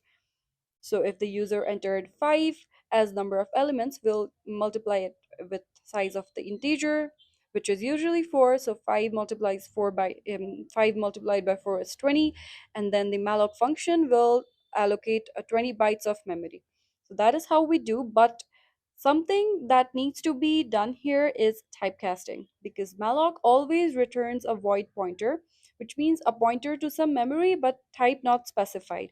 So if we simply add a little typecasting over here, int and then an asterisk, yeah, so what this will do is it'll tell the compiler to treat this memory as a pointer to integers. So this will convert that generic pointer into a pointer to integer or int. And that is the main line over here. And we have asked the user for the number of elements, we have stored those numbers, and we have also allocated the memory. But now we need the elements. For that, we will prompt the user to enter, okay, yeah, enter how many numbers, or whatever numbers they have entered, element. Let's just write elements. So we want the user to enter the same number of elements as the numbers they decided before. So we will give the percentage d the value of n, the same number that the user entered. Let me just capitalize this e, yeah. And once the user is entering those elements, so because they won't be entering just a single element, like if it's single that's fine, but what if they are entering 10 elements? For that we need automation or loop. Let's create a loop, initialize its value to 0, and then we go till I has a value less than n, exactly less than n, and then we increment I after each loop. And what we are doing here is for reading the values that the user is entering, of course we need to use scanf, and then it'll be an integer value. And what we will do is store the value, or store whatever the user is entering, into arr plus I. Now what this does is it stores each entered value in that address, because arr plus I, it gives the address of the ith element. So because the loop runs from 0 to n minus 1, since I is less than n, so what this will do is this will work same as something that looks like arr and then I, giving it the index. We don't need this, let me remove it. And now that the user has entered the elements and we know the number, we have allocated the memory, and then we have the elements as well. Now we display it to the user, and for that, again, using a printf statement over here, and we'll let the user know that you have entered the following elements or you have entered the following values, and then yeah, just like that. Let me add a backslash n over here, something I always tend to forget, and then backslash n over here, yeah. And just like that, we'll use another loop that prints each number for here, and then int I initialize to 0 runs till and less than n, and then increment it each time. And inside the loop we will print the value of respective indexes of I, or whatever value of I is. We start from 0 to less than n, so what we are doing is using a pointer here and then printing the value stored at this address arr plus I, because arr starts at 0 index, and then whatever value of I is, it just keeps on incrementing, and asterisk actually prints the value that is pointed by this address. And yeah, so once this is done, all the numbers are printed in one line. Let me remove this one over here. Yeah, so this will print all the numbers, all the elements we have in one line. And once that is done, we will use the uh, free function. As I told you guys earlier, we have to use the free function, which will release the memory that the malloc actually allocated, and this prevents the memory leak. And adding a little written 0 here completes our program. Now let's run it and look at our output. Let's run this, and now it should ask the number of elements. Let me enter 3 here and then add our elements: 23, 45, and 67. Oh, okay. I always make mistakes. Adding a space here will add spaces between the elements, I think so. Oh, not here, not here actually. Let me just add a little space over here and not here. Okay, yeah. Let me run the program again. Enter the number of elements, and then I'll add 3 over here. Again, the same elements. 76, okay. And now it prints all these elements in one line. And yeah, that is how dynamic memory allocation works. Let's discuss some common issues you might encounter while using pointers. So if your program crashes with weird errors, you might be dereferencing an uninitialized error. So make sure you always assign it before using. And the other one is that if your program crashes due to some memory access problems, make sure you always use the free function to free memory allocated with the malloc function to prevent memory leaks.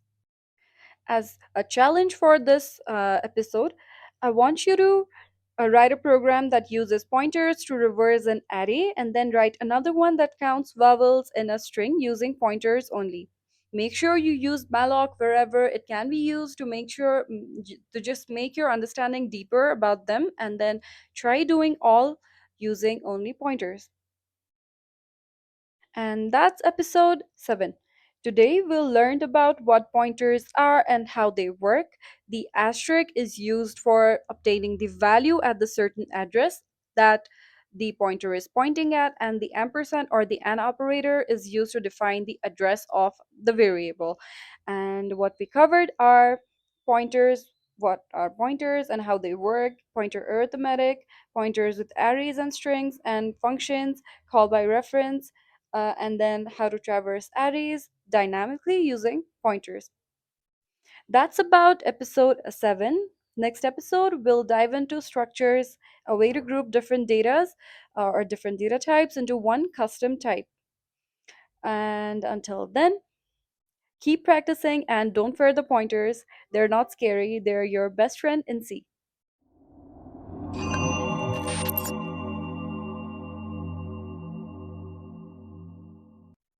Hey coders, welcome back to another episode of C programming. In this episode, we'll discuss about structures and user-defined types.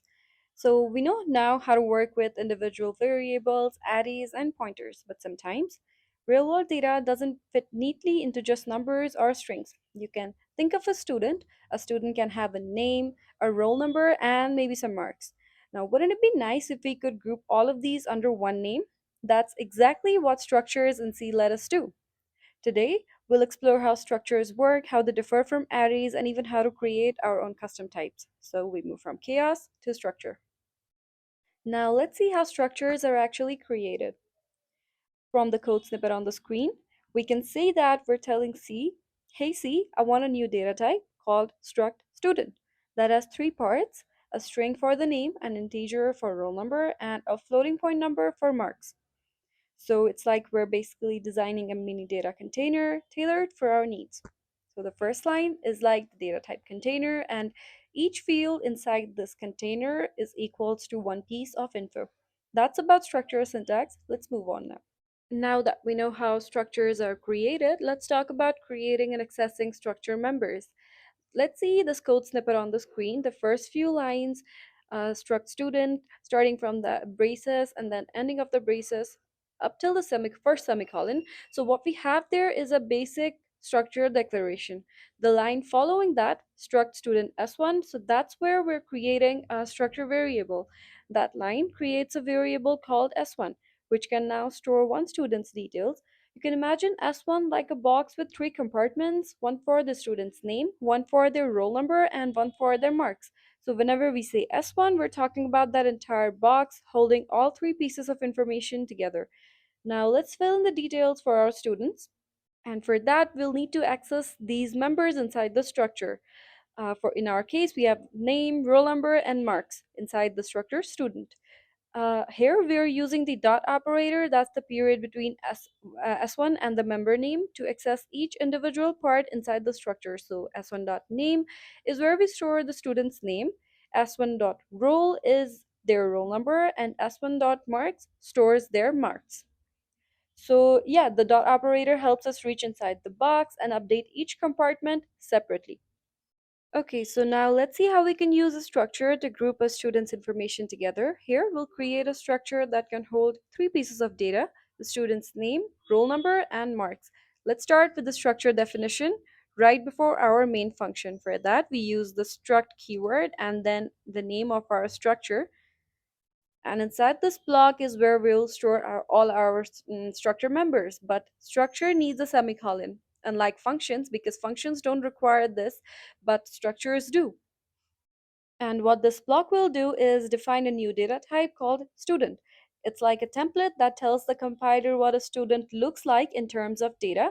So let's start with giving it certain members, and we start with a string name and assigning it a size of 50. Since we are using string, we will need to declare another header file include string.h. So this will allow us to use the string functions and everything. Now, once the name is declared, we need an integer value for the roll number and a floating point value for our marks. And here's our structure, nice and declared. Now we'll create a structure variable to access these members inside our main function. For that, we will again use the struct keyword, and then we will create student S1. So what we did here is we created a variable S1 of the type student. So S1 is a type of student. You can think of it as one real student created from our structure blueprint. S1 has now three compartments inside it. And once that structure variable is created, now we're giving values to each of those compartments inside the S1. So S1.name, it gets the name, let's say Codin. Uh-oh, Codin, yeah. And S1 dot roll will have the value of roll number. I need to add a semicolon here. And S1 dot marks will hold the marks of the student, let's say 60.5. And we're using a dot operator to access and modify each individual part inside our structure. You can see the dot operator being used here. So you can think of it like opening the box labeled S1 and placing values into each slot. And do you spot this error over here? The same error is not repeating for roll and marks, but it is present there in case of name. So why is it happening? Let's understand that. So simply assigning s1.name with a string value will not work in C, and here's why. So when we declare something like this character name and 50. It creates an array of 50 characters, not a string variable. So arrays in C cannot be assigned directly using the equals operator after declaration, or the assignment operator after declaration. You can only assign values one character at a time or copy an existing string into that array. So yeah, it might sound confusing, but the simple way to solve this error is use the string copy or the strcopy function, which copies the string character by character. So what we will do here is we'll simply add the string copy function over here, enclose all of this inside, add a comma over here, and then close our parenthesis right over here. So what we have done here is we copy codin, the string codin, into the memory space reserved for s1 dot name, and which is why we're not getting the error. And so we use the string copy because s1 dot name is an array and not a variable, and string copy is the function that safely copies a string into that array. This should solve our problem for assigning the variables and everything. But what about displaying the values? So finally we print everything out. Let's start with a printf statement and give it a header called student details, and a colon over here, backslash n, and a semicolon. Just like that, we will start with printing our values. The printing is relatively easier. We will simply add a format specifier for each of these, add a backslash n, and then assign it with the values as one dot name. We'll do the same for roll and marks as well. And yeah, so let's add roll here. Let's change it to marks. So roll is an integer value. It will use the percentage %d specifier and s1 dot roll. Marks is a floating point value, so we'll use point2f as the format specifier and then assign it the marks. And this should work relatively nicely. So this should display our output of the details of students stored inside S1. Now let's run this code and look at our output. There we go. We have our students' details, codon, roll number 1, and mark 60.50. The point 2f, it actually helped us getting these decimal points after our marks or after our initial values, because the value that we added here was 60.5, but the point 2f is actually giving us two places after the decimal point. That is what point 2f is used for. And yeah, that's the beauty of structures in C. They let us combine related information into one organized unit, make making programs easier to manage, especially when working with complex or real world data. So now we know how to store a student's name, roll number, and marks all inside one structure using a single variable S1. But what if you want to store more details about each student, like their address, which has a city and a pin code? So here's where things get a little more interesting. We can actually nest one structure inside another. That means having a box inside a box. Let's see how that works. Here we've created another structure called address, which holds two pieces of data, city and a pin code. Then inside our student structure, we've added struct address addr.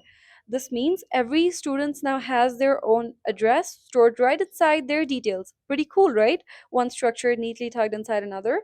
Now let's combine everything together, creating a student, filling in their details, and including their addresses. So we have our student with basic details. Let's give them an address too. To do that, we'll create another structure right above our student structure. It doesn't necessarily need to be right above our student, but it just makes things a little bit more organized.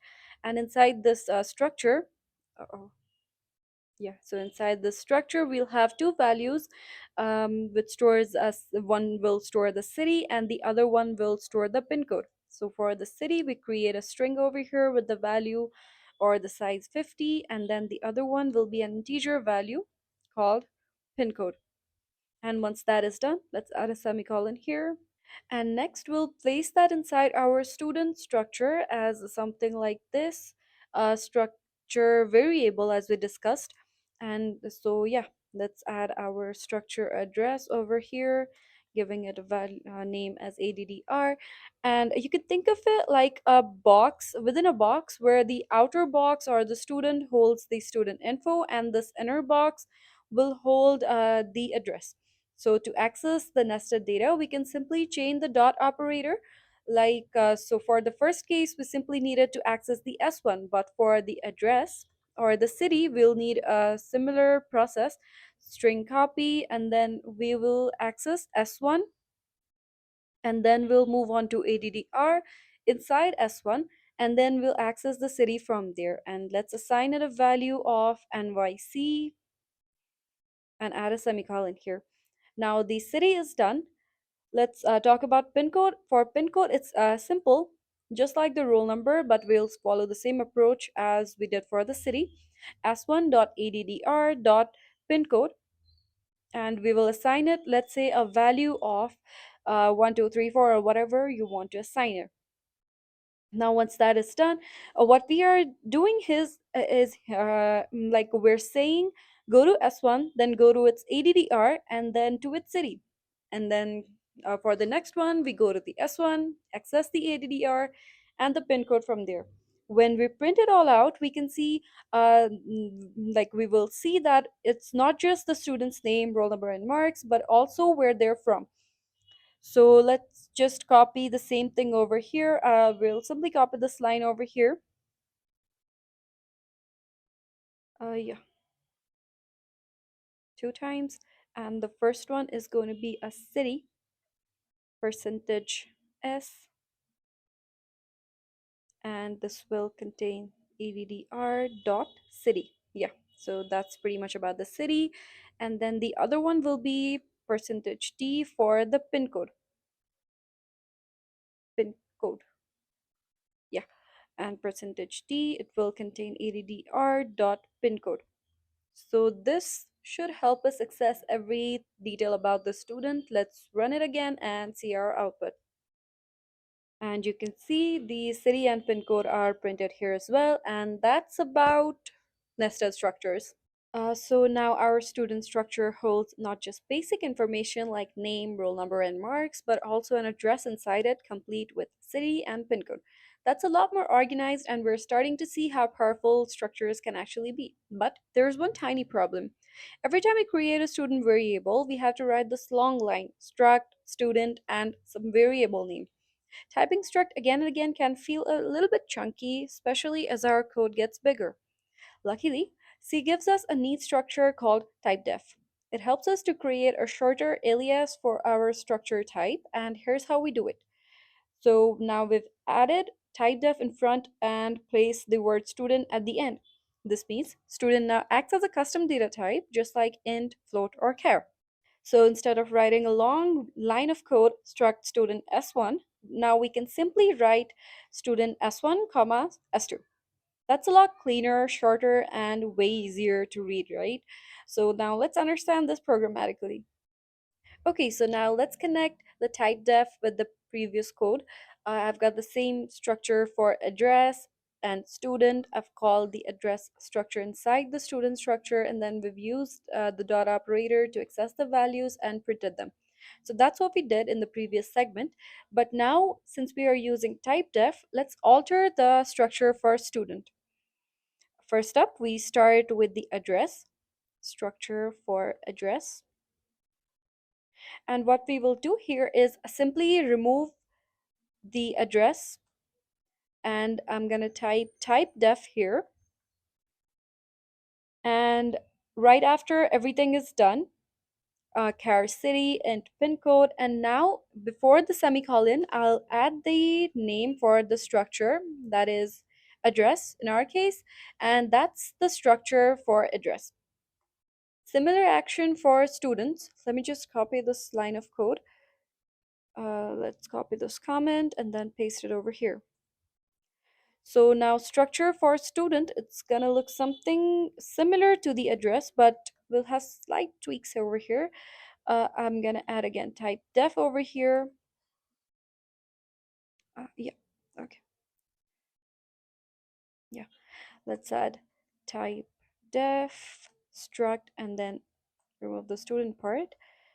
And once everything is done over here, character name, int role, float marks, and we don't need to use the struct over here to define our address inside the student structure. And again, right before the semicolon, we will use the name student over here. So now this defines our student structure, and this defines our structure for address. And once that is done, we will create a student variable using typedef inside our main function. And again, that will not include the use of the struct. We simply don't need struct anymore. So we'll simply declare our variable s1 using student, and assigning values becomes a lot easier since we'll simply be accessing those values using s1.name, s1.role. That's same as before, everything. And then we'll simply print everything over here and we'll be good to go, I think. Yeah. So the use of struct, as you can see, has reduced remarkably. We are not using as much as a struct as before, and that's pretty much about the code. Let's run and see the output. And yeah, that's the output without the use of multiple structs all throughout the code. And yeah, so using typedef, we shorten both of these structures, address and student, so we don't have to type struct again and again. In the main function, we create the variable s1 and fill in the details: name, roll number, marks, address, city, and pin code. And finally, we print everything out neatly. And once that is printed, yeah, so we can see all the students' details, including where they're from. Simple, organized, and easy to extend if we ever want to add more fields later. And that is how typedef makes life easier. Now, you might be wondering something: why even bother with structures? Couldn't we just use arrays? That's a really good question. Let's break it down in a simple way. Arrays are used to store multiple values of same type. For example, let's take an array marks with size 3. This array can only hold integers, maybe marks for three students or three subjects. Structures, on the other hand, are used to store different types of data together under one name. For example, student S1 can hold a name, a roll number, and marks. All of them are different data types. Name is a string, roll number is an integer, and marks is a floating value. So it stores all of them in one place because let's think of it like this. Arrays are a row of identical boxes, each storing the same kind of item, like three containers of marbles. Structures, on the other hand, are one big box with separate compartments: one for letters, one for numbers, and one for decimals. So, arrays are uniform while structures are diverse. That's why we use structures when we need to group different kinds of data that belong together, like all the details of a single student. Alright, now that you know how to use structures for a single student, let's take it one step further. What if we want to store details of many students, not just one? This is where we can combine two powerful C concepts: structures and arrays. So the code will look something like this. We define our structure named students. It has three members: name, role, and marks. And we have used typedef, so we don't have to write struct again and again. Same thing that we did in the earlier program. And the second part will be taking input for multiple students. We ask the user how many students they want to enter, and then we can create an array of structures, that is the student SN, and which means now we will have space to store details for n students. Moving on, we have the input loop, and what this will do is we will loop through each student and take their details one by one. We use the index I to access each student, for example, s in the index of 0, s in the index of 1, and s2, and so on. This part makes the program interactive, and you can enter different names, roles, and marks for each student. After that, we will display the information. After taking all the input, we loop again, and this time to display the stored data. Each student details are printed clearly one after another, and we can do it by using a simple for loop. Again, we have already done the array traversal to display the array elements in the previous video, so you can just refer to those and display the information. And your output should look something like this. We have as many students as you enter, the number of students, you will have output something like this. Let's say our student 1, and then we have entered details of 2 students, so the output should look something like this. And that's it. We will have combined arrays and structures after completing this program to handle multiple records at once. Each student details will be stored clearly inside their own structure, and array will keep all of them organized together. And that is exactly how real world programs like school management systems keep track of data of many students, employees, or even customers. It's clean, structured, and scalable. That's the power of using structures in C. Okay, so now let me walk you through some common issues while working with structures. The first one is an error called undefined reference to string copy. Make sure you always include the string.h header file whenever you're using string functions. The second one is if you don't assign values, structure members may contain some random garbage, so make sure you always initialize them.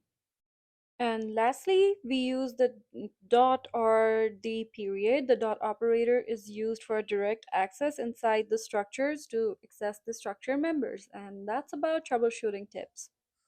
And that's about episode 8. So today we'll learn how to create custom data types using structures, how to use nested structures, and how to simplify the structures with typedef.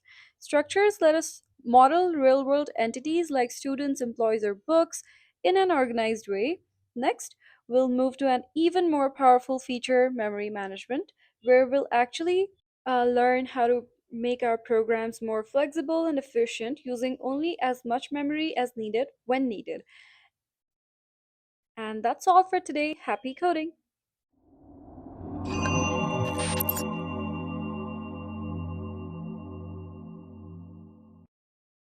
Hey everyone, welcome back to another episode of C Programming. Here we'll discuss about memory management in C. In the pointers episode, we briefly used the malloc function to show how a pointer can grab memory from the heap, but that's just the surface. In this chapter, we're going one level deeper. So instead of just using malloc, we are going to explore the entire toolkit about how memory is allocated, how it's resized, and how it's released, along with all that can go wrong if you're not careful. So, by the end of this episode, we will use dynamic memory and also understand what's happening behind the scene and how to avoid the common mistakes that crash programs. C gives us direct control over how memory is created, resized, and released, and that's a big deal. To really write flexible programs, you need to understand where your data lives and how long it stays there and how to manage it safely. Up until now, we've been creating arrays something like this. We write the data type and then we write the array name and declare the size right over there. But there's a big limitation that the size is fixed. You must decide it before the program runs. And what if you don't know how many values you'll need? What if the user wants 5 or 50 or 500 numbers? And that's where dynamic memory becomes essential. With dynamic memory, you choose the size at runtime and not compile time. We can grow or shrink our data using the realloc function, and we can only use exactly the memory we need and not more. Hence, our program becomes more flexible and efficient. You can think of it like buying shoes. You don't buy a random size, you buy the one that fits. Dynamic memory lets your program pick the right size while it's running. That's why functions like malloc, calloc, realloc are so powerful because they give C programs the ability to adapt instead of being stuck with a fixed size data. Malloc stands for memory allocation. It is used to request a block of memory from the heap at runtime. And when you call something like this, which is the syntax of malloc, here's what happens behind the scenes. Malloc sends a request to the operating system asking for a block of memory or block of bytes from the heap. Heap is basically a large memory area used for dynamic memory allocation. Heap is used for dynamic allocation, whereas stack is used for function calls. And now the OS checks if free space is available in the heap free list, which is a list of available memory blocks, and then it tries to find a block that is big enough and is contiguous. So once the block is found, OS marks the block as used and removes it from the list of free memory block, and then stores the metadata like size and status in a hidden header, which is above the memory block. You can't see it, but malloc uses it. And now, after the OS returns the starting address, if successful, malloc returns something like this, a pointer to the first byte of the allocated memory block, um, which is basically an address. It's alphanumeric values, and this pointer is what you store in the p, or the pointer variable. And once that is done, memory stays allocated until you free it. The OS will not automatically clean heap memory, and we must call the free function. Only then the OS can mark the block as free and put it back in the free list, and the pointer becomes dangling or invalid. But another thing that malloc does not do is it does not initialize the value, because the memory contains garbage values, and only the calloc function initializes memory to 0. And yeah, malloc does not do that. Malloc starts with our program asking the OS for some memory and the OS allocating it. But let's look at this little code snippet here to understand the malloc function better. First, we declare two variables, the pointer asterisk arr, that will later point to our dynamic array, and the integer n. This will store the size of array that the user wants. We print enter size and then use scanf to store the user's input inside n. Now comes the key moment, allocating memory. So the line after the scanf is done, that line tells C to like something like, please give me enough space to store n number of integers. But whatever memory the system gives us, ARR will point to it. But memory allocation is not guaranteed to succeed. So we immediately check if the array is null or not. It means the system couldn't give us the requested memory, so we print an error and exit safely. This gives us a dynamic array of size n. If the system can provide memory, malloc returns null, so we always check that. Now let's talk about calloc.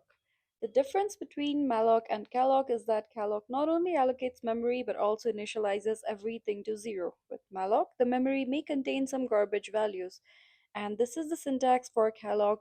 It's completely same as malloc. Instead of malloc, we're just writing calloc there. We're using the same typecasting, and then the size of integer, the pointer, everything is same. Let me say that again. So we start with declaring the pointer and then allocating memory using calloc, and then we check if allocation worked. Then if needed, we print the values and then free the memory. And that is how it works. It works similarly as what a malloc works, but it just initializes memory to 0 so that we don't get garbage values. That's the entire point. Now let's look at a program to understand calloc. Okay, so we start with declaring the pointer, and we declare it inside our main function using an int data type and then an asterisk. That's it. Now this pointer will later point to a block of memory on the heap where our integers will be stored. Next step is allocating memory using the calloc function. Let's say we asked the user to enter the number of integers, the number of data they want to enter, or the memory spaces that they want. Let's say the user said that they want 5.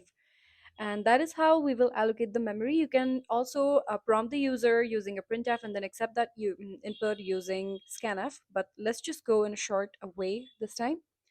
We will allocate the memory to ARR using calloc here, but before we start, we will use the typecasting and then the calloc, which will allocate the memory, and the size that we need is 5, and then size of int. Whatever the size of integer is, that is what we will use the reference as. And another one. Yeah, that's it. And here's what this line is doing. Calloc 5 size of int, that means this particular part, asks C to give us space for 5 integers. Unlike malloc, calloc initializes everything to 0 so we don't get garbage values. The result is then converted into an integer using this typecasting over here, and it is stored inside this pointer, or ARR, the array. So at this moment, ARR points to a clean array of 5 zeros, since calloc initializes every byte of memory with 0. Now the next important part is checking if the allocation actually worked. Memory allocation can fail, so we can check it using something like this. So we start with an if statement and check if our array is null. And if that is the case, we will print here that memory allocation has failed. Memory allocation failed. And add a backslash n over here. And once that is done, we will end this returning 1. Now, if the array is null, if any memory is not allocated here, it means the system couldn't provide the memory, right? Since it's null. So we safely exit the program using this block. And if the memory is allocated, let's create a loop over here so that we can go through the loop and then print the values. And since we are using calloc, every value printed will be 0.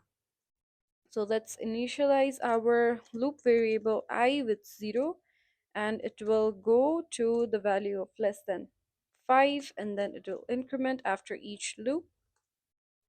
And inside the block, we will print the element %d since it's an integer, and we will assign it the value of I inside the array.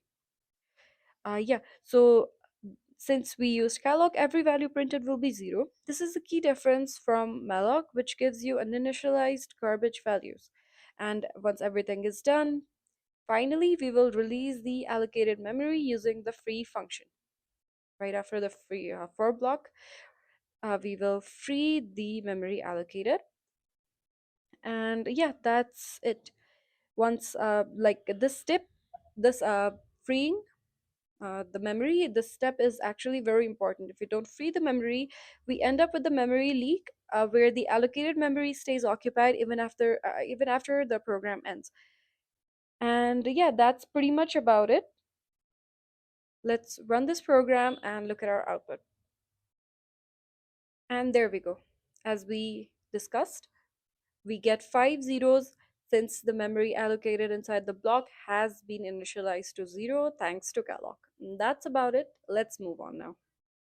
Sometimes you allocate memory but later realize you need more or less. Instead of creating a brand new block, realloc function helps you resize the existing one if possible. If not, it creates a new block and copies the data.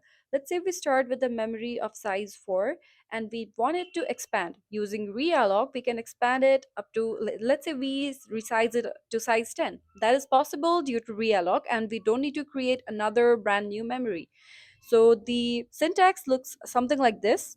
So let's say we're midway through our program and we suddenly need more room. Maybe the user wants to store more numbers. Instead of creating a brand new array and manually copying everything, we can simply use something like this.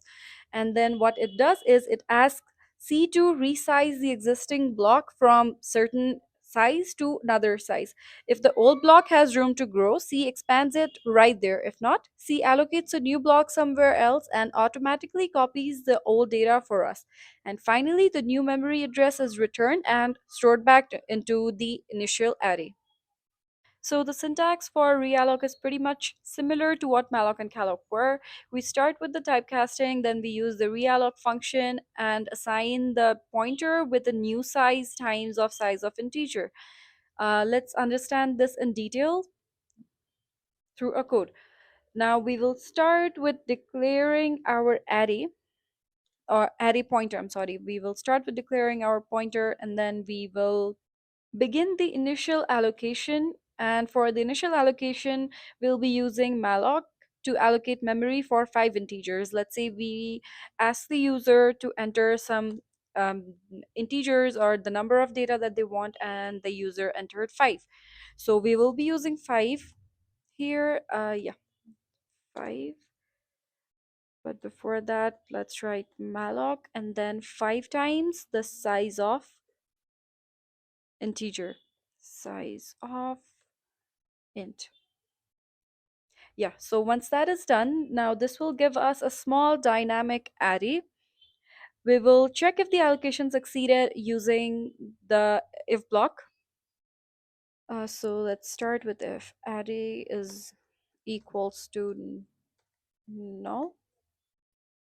We will print that the initial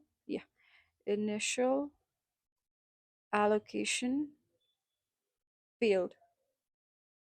a backslash n.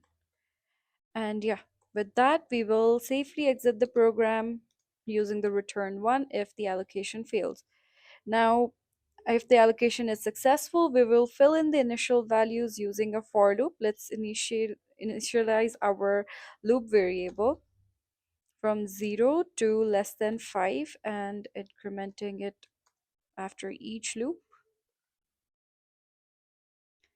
And let's assign the indices of the array with the value of I plus 1. So our index is starting from 0 and we will go to less than 5, that is 4. So 0 to 4, but we will assign the values of I plus 1, that is the starting value will be 1 and the ending value will be 5. So 1 to 5 is assigned to our memory block. Now once that is done, let's say we are halfway through our program and now we need more space. Let's now, instead of creating a brand new array, we will use realloc to manually copy, to automatically copy everything without the manual labor. And for that, we will use something like this. So we will again use the same syntax that we had discussed above, the typecasting and then the realloc function. And now we will assign our array. Let's say the size that we want to change is to expand it to the size of 10 instead of 5. So now we will add 10 there and then size of integer. 10 times size of integer. Yeah, so now this will ask C to resize the existing block from 5 integers to 10 integers. And now we will check again that if the reallocation has succeeded or not. For that, again, the same process, and we will use an if block and check if array is null. If it is, we will print that our reallocation field at a backslash n. And yeah, with that we will be done. Return one over here. Yeah, and now if the reallocation has failed, we will safely exit the program. But if it's not, if we have the reallocation successful, now we will fill in the new elements. And to fill in the new elements, we will initialize our loop variable, but this time not 0 but to 5, and we will start from 5 and we will go to less than 10 while incrementing the value of I after each loop. And for this one, let's say we have 5 new spaces, right? And for these new spaces, we will change the data a little bit. We were just using I plus 1 before, and we were adding the values with just a value greater than what the index was. But this time we will multiply the value by 10 just so that we can differentiate between the values that were. Yes, so for the different approach, we will, yes, again, we will use I plus 1, but this time let's just multiply the values by 10 so that we can actually see what value was added after the reallocation was done. And once that is done, yeah, so now once that is done, we will print our values, all the 10 values, starting from the beginning index. So let's say we print from 0 to 9 now. So we will prompt the user that we are printing the values now after the allocation. Array after reallocation. Yeah. Backslash n, add a colon here. And for that, again, for loop, initializing it to 0, and we go till less than 10 while incrementing the values. And we will print the integers, add a space here, and we will print the integers on the indexes. Now, once that is done, we need to release the memory that was allocated for our program. So we will use the free function and then release the allocated memory. Now let's run our program and see the output. And now that's our output. The first 5 are before the reallocation, and since we multiplied the values by 10, we can actually clearly see what the values were added after reallocation, and that's about the realloc function. Now, I've been talking about freeing and releasing the memory quite a lot. It's important, and let me explain it to you why it is important. Now, C does not have any garbage collection like Java or Python. So, if you allocate memory, you must free it when you're done. So, let's say this is our allocated memory, and once you free it, it becomes empty. It removes all the values inside it and makes it available to the upcoming programs. And once that is done, you can't prevent your program from a memory leak. But if you forget this step, you may actually suffer from a memory leak. Not you, but your program may suffer from a memory leak, meaning the program keeps eating memory and never gives it back. Now, a quick warning. After calling free, your pointer still points to the old memory location, but that memory no longer belongs to you. This is called a dangling pointer, and accessing it can cause crashes or undefined behavior. Because even though the memory is freed, the pointer still holds the old address. So when we try to access the memory after it's freed, uh, we are trying to read from memory that is no longer ours, and this is a dangling pointer which can lead to random values, garbage output, crashes, or undefined behavior where anything can happen. It's dangerous and should never be done. Since that address is invalid now, someone else may use it or the system might repurpose it. So, right after calling the free array function, we immediately set the array to null. And now this prevents accidental access and makes your intent clear that this pointer is no longer valid. And because dereferencing null immediately triggers a clean error, you can actually prevent the dangling pointer crashes. Now for today's practice program, we have a user decided array size. So first you will ask the user to enter the size of array, and based on that size you will use malloc or calloc or realloc, anything, whatever you want to do to allocate the memory and check if the memory allocation is successful, and then you will ask the user to enter all the numbers based on the size that they mentioned before. And now once the user has entered the numbers, you will display the output, and it should look something like this. Yeah, so the size of array and then the numbers that the user enters, and then whatever the user entered, you will display the output to the user. That's pretty much about the practice program. And we're back to troubleshooting. The first one is garbage values inside the malloc array. Remember, malloc doesn't initialize memory, so use calloc if you want zeros as the initialized values. The second one is a seg fault or segmentation fault when accessing array. You probably didn't allocate memory or used free too early if you see this error. Third one is a memory leak. Always free your dynamic memory before the program ends to prevent the memory leak risk. The final one is if you used a free memory before setting the pointer to null, you might face a problem. So always make sure you set the pointer to null after using free.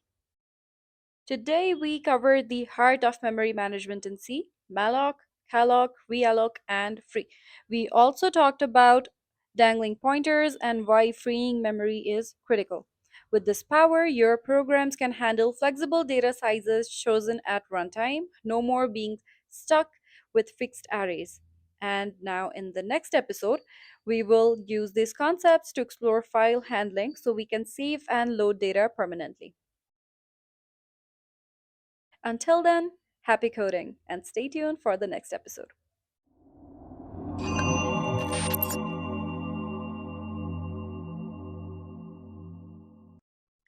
Hey coders, welcome back to another episode of C Programming. In this episode, we will discuss file handling in C to make your programs remember.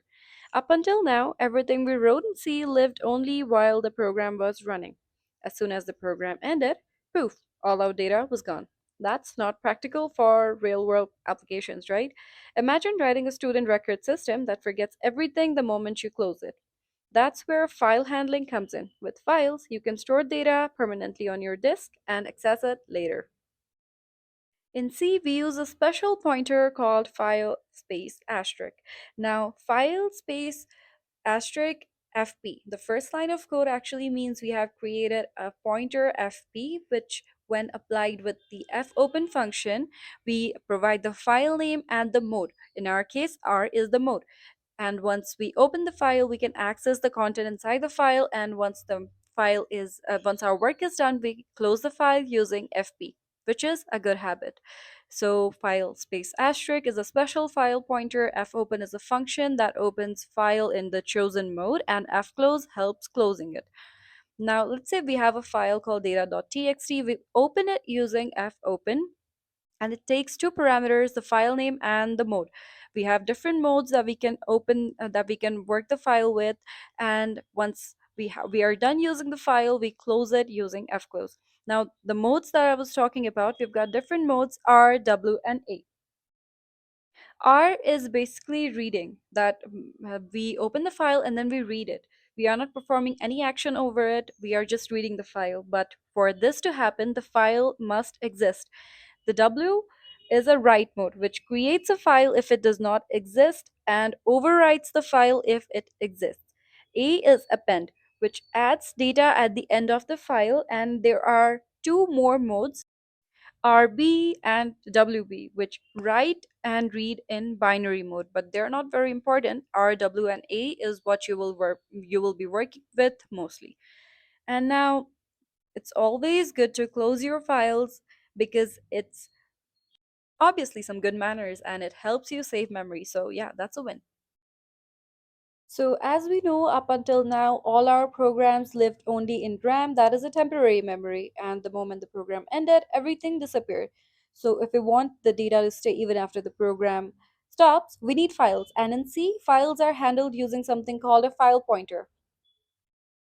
A file pointer is just a pointer of type file. It tells the program which file you're working with and where you currently are inside that file. Every time you read or write, the file pointer automatically moves forward. The fprintf works just like printf, but instead of writing to the screen, it writes inside the file that the fp or the file pointer is pointing to. And now what this code will do is it will create a file and it will add the text, something like name or a name and the roll number, the things that we have mentioned inside the fprintf line. So all the code that we write, it goes from our screen into the file. And once everything is done, our data is written successfully in a file and is available even after the program stops running. So now we're exploring file handling in C and specifically how different file modes behave. To keep things simple, we'll just use one file and we'll open it in every possible mode and watch how the behavior changes. Alright, so let's start with the very basics of file handling in C. In C, we don't directly touch the file on the disk. Instead, we use something called a file pointer, that is a small helper that keeps track of file's location in memory. And it's declared something like this. So we write file in uppercase with a space, we declare a file pointer. Let's say our file pointer is FP in this case. You can think of FP as a messenger that carries information about the file you want to open, read, or write. Now we will open the file which exists, or if it doesn't exist, we will create it. So we will start with the write mode and I will open the file using the W mode. Write mode always creates a new file, and if the file is already existing, it deletes everything and starts afresh. So we will assign the fopen function with, let's say, a file name called example.txt and provided the W mode or the write mode. W mode, yeah. And now once that is done, we check if the file has opened. So if fp is equals to null, we just know that the file couldn't open for some reason. So we will print a statement to let the user know that the file that we are trying to open has failed, or the operation to open the file has failed. So let's say fail to open the file. Add an exclamation, a backslash n, and we will safely exit the program using return 1. And that is about opening the file. So now we know that the file will exist. So if it does not already exist, C will create it, and if it already exists, C will open it. And now once that is done, we will use fprintf, which is printf, but it does not print things on screen, it prints it in the file that we have selected. So we will assign the file pointer or fp with something like this, line 1, and we will write that this was written in the write mode, adding a backslash n here, a semicolon, and once that is done, a good behavior is always to close the file once we are done using it. So we will use the fclose function to close the file using fp pointer. So this tells the operating system that, all right, I'm done using this file and you can release the resources now. It's a good habit and prevents file corruption. So now let's run this program and check if it created our file. So we go over here and check into the running folder or our current working directory, which is this one, and we will take a look at the example.txt, and this is the line that we printed in our code. So it's working.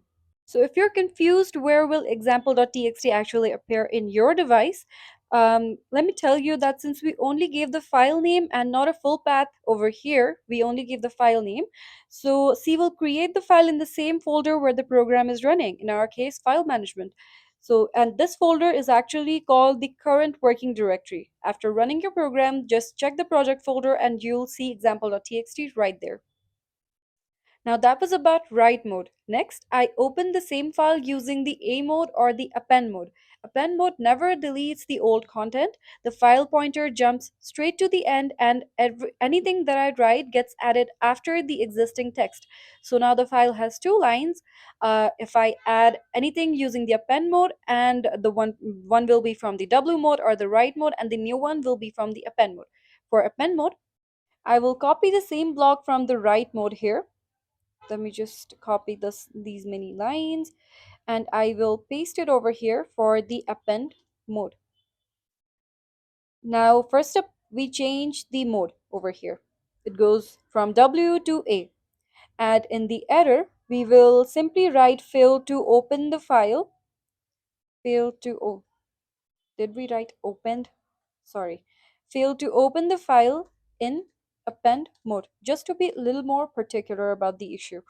And once that is done, we will add a line 2, and this was written in the append mode so that we know what line was added in which mode. With that, our append code is also done. Now let's run the code again and check if the code of if the second line actually got added. Okay, so let's go to example.txt. Yes, this line was written in the append mode, and that is how it actually gets added. And that was about the append mode. Let's move on to the read mode now. Now let's talk about the simplest and safest mode in C, which is read mode or just R. This mode is used when you only want to look at the contents of a file and not change anything. What read mode does is, when you open a file using R, the file must already exist. If the file isn't found, fopen returns null and the program shouldn't continue. This makes sense. You can't read something that isn't there. In read mode, the file pointer starts at the very beginning of the file. It doesn't jump around unless you manually move it. You're basically opening a book on page 1 and reading forward until the end. I did talk about R or the reading mode being the safest mode, right? Because the best part about R is that it doesn't modify anything. You can't accidentally overwrite or delete data. C simply won't allow it in this mode.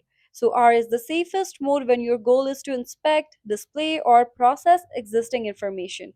So let's say we're opening a student.txt file. If it opens successfully, I can read the file character by character using the fgetC function or fgets function if we're reading strings, and print everything to the screen to the print everything to the screen until I hit eof or the end of file.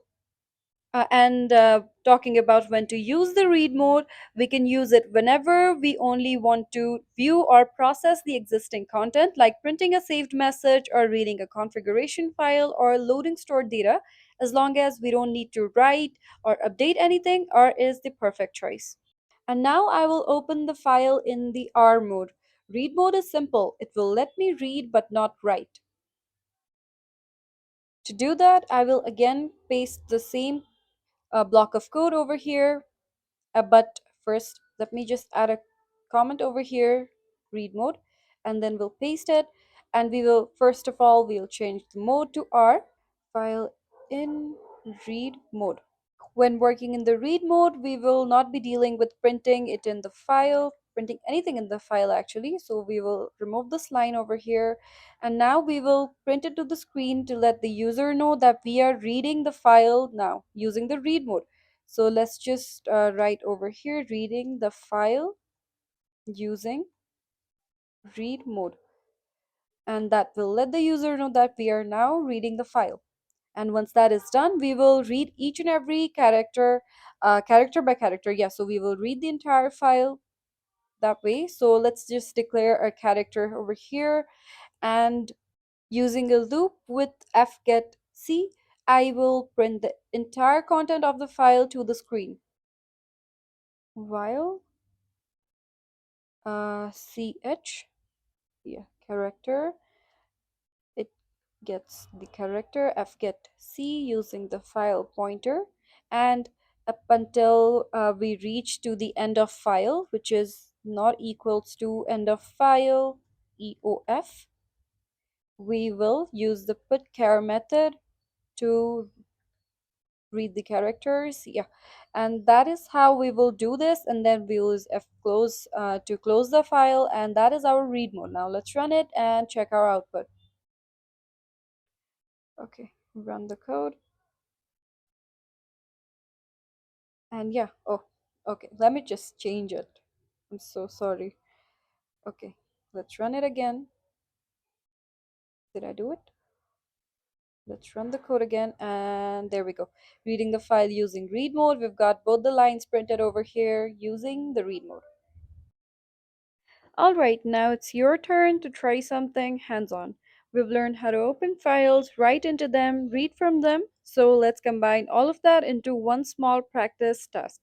In this exercise, you will write a program that stores student records in a file and then loads them back and lets the user see the output. Let me walk you through what this program does and what and then you will write it yourself as a practice challenge. First up, we start with opening a file named records.txt in the write mode. This creates the file if it doesn't exist and clears it if it does. And now we ask the user how many records they want to enter. This lets us loop exactly how many times the user wants us to loop. Now, inside the loop, we take two pieces of information, the student's name and their roll number. Then we store them into the same file using fprintf. Now we close the file to save all the data, and then we open the records.txt again, but this time in the read mode. Now using fscanf, we read each name and roll number from the file and print them on the screen one by one. And finally, we close the file when we're done reading. And that is how we work with this. So what you will learn from this practice is how to store multiple pieces of data in a file, how to write using fprintf, and how to read using fscanf, and also how loops and file handling can create a real data storage program. So yeah, that's about the practice program. Let's move on now. Okay, so today's practice program is a great mini project to combine everything you've learned from structures to file handling and basic searching logic. We'll build a tiny contact book that can add a contact, view all contacts, search a contact, and exit the program. All the contact data will be saved inside a file called contacts.txt and will work from there. Okay, so we'll start with including our header file. We start with including the stdio.h for basic input output stuff, and the second one will be our string.h to help us use the string functions like string comparisons and everything. Okay, I think we've got a typo here. Include. Yeah. So once that is done, we will start with creating a structure for contact. We will use the struct keyword. Our contact structure starts here, and we will give it a structure member name of size 50 and another which is phone of, let's say, size 20. Once that is done, let's add a semicolon here. With this, our structure is ready. This will help in managing data much cleaner, and using separate variables will be very easy with this. Now let's start with the main function and declare our variables. So it's inside the main function, int main, and inside the main function we will declare our file pointer, which is file space and asterisk with our file pointer name fp, and we will also create a structure variable here. And for that, again, we will use the struct keyword contact and c.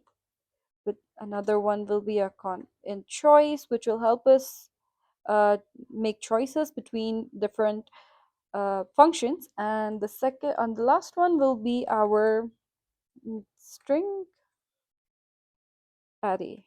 Search name size 50. Yeah, so fp is our file pointer, c is our contact variable, and choice is to store the menu selection, and search name is to store the name that the user wants to search. And now inside this we will make a menu using the do while loop. Let's start with the do part, and we want the program to keep on printing these print f, and let's add a \n over here, and contact book, just like a simple header that will appear above everything.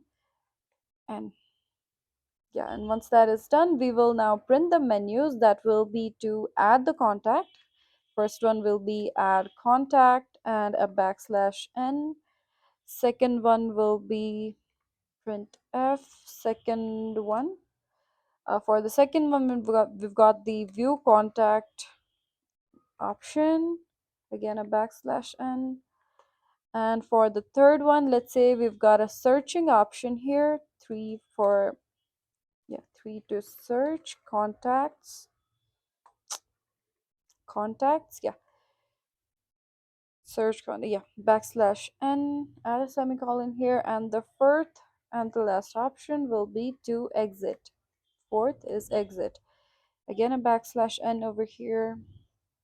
And with that, our menu options will be printed along with the header. Now we will prompt the user to enter their choice. Enter your choice. Yeah, and once the user enters their choice, we will read it using the scanf. And since the choice is an integer, we will use the %d format specifier, and we will store the value to choice variable. Add a semicolon, and with that, our do part of the loop is completed. And this program will keep on showing the menu until the user chooses for number, that is exit. So let's quickly add this, that the program will do these certain steps while our choice is not equals to 4, equals 4. Yeah, so with that, our program is halfway done. And now for each of these options, menu options, we will add an if block and the code between them.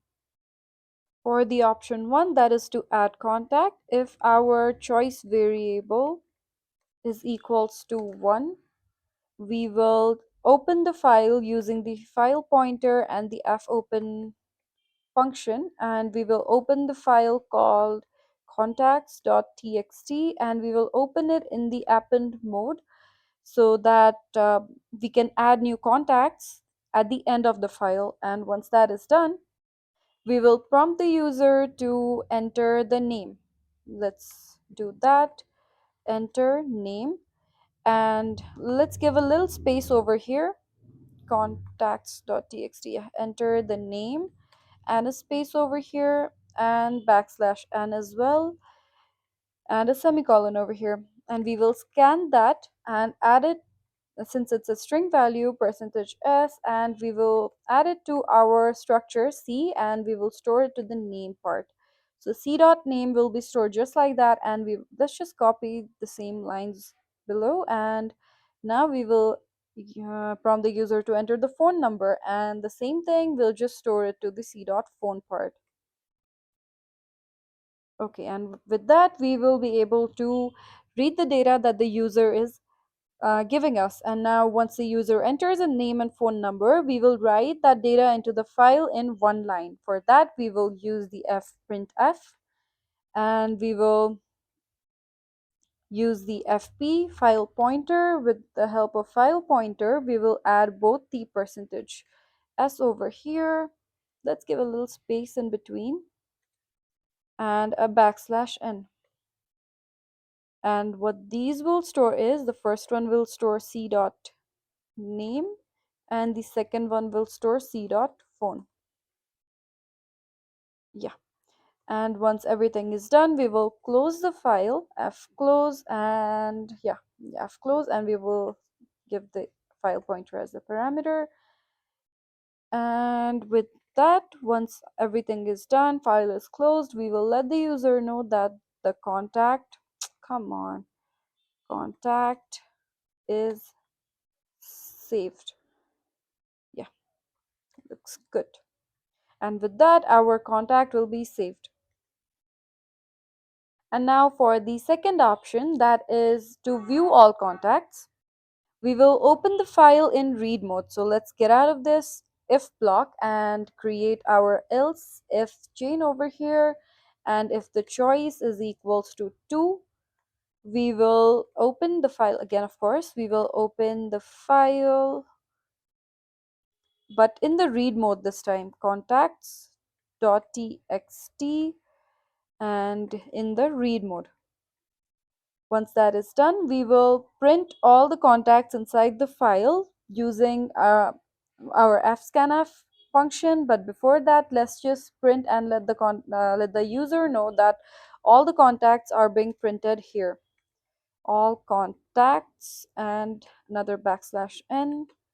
And once that is done, we will use a while loop to scan all the characters inside, scan all the scan all the characters and strings inside the file and print them out for the user. For that, let's use the fscanf, the file pointer, and again, since we are going to be printing two string values, let's use two %s format specifiers, and they will store the values like cname and c.phone. And we will do this until we reach the end of file. Yeah. And while we are reading this, we will be printing them simultaneously. That name is something and the phone number is something. Phone is something, yeah. And now this will store, let's add a \n, and this will store c.name and c.phone. With that, our reading and writing part is mostly done. And now the third option, or the search contact option, we will, once this else if, okay, so else if block, right after the else if block, we will add another one, and if the choice is equals to 3, we will do something like this. Again, we will use the file pointer and fopen to open the file contacts.txt, and from this file we will again be using the R mode to search the contact.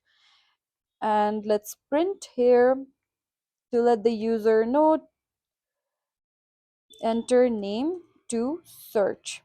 And once the user enters the name, we will scan it and store it into our search name variable, the one that we declared right after the beginning of our main function. And search name should be right here, yeah, search name. And once that is stored, that now that the user has entered a name to look for, we will start with our loop. For the loop, we will start with a variable called found and initialize it with a 0. And using a while loop, we will again use the fscanf to help us search through the document, and using the file pointer and again our two parameters, %s and %s, and these will contain the value of c.name and c.phone. And yeah, once we and we will use this loop till we reach the end of file, and an if block and the string comparison function. Now, this is why we included the string.h header in the first place. And for that, we will again give two parameters to this one, the name and the search name functions. And if this is equals to 0, if any of these are equals to 0, then we will simply print Oh, so yeah, okay. So once the string comparison variable gets the name and which is equals to the search name, or let's just say that we read each contact from the file and we will compare it with the search name over here. And if they match, which is equals to 0, if they match, we will display the details. And this is the condition where they match because the comparison is giving the result 0. And once we get that result, we will print the same thing over here. We will print found name, and we will print the name using a percentage s, and then again we will print the phone number as well, percentage s and a backslash n over here. And now these will contain, the first one will hold the c dot name, the second one will hold the c dot phone values. Okay, yeah, and once that is done, we will change the variable found to 1 from 0, and we will end the loop right over here using the break statement.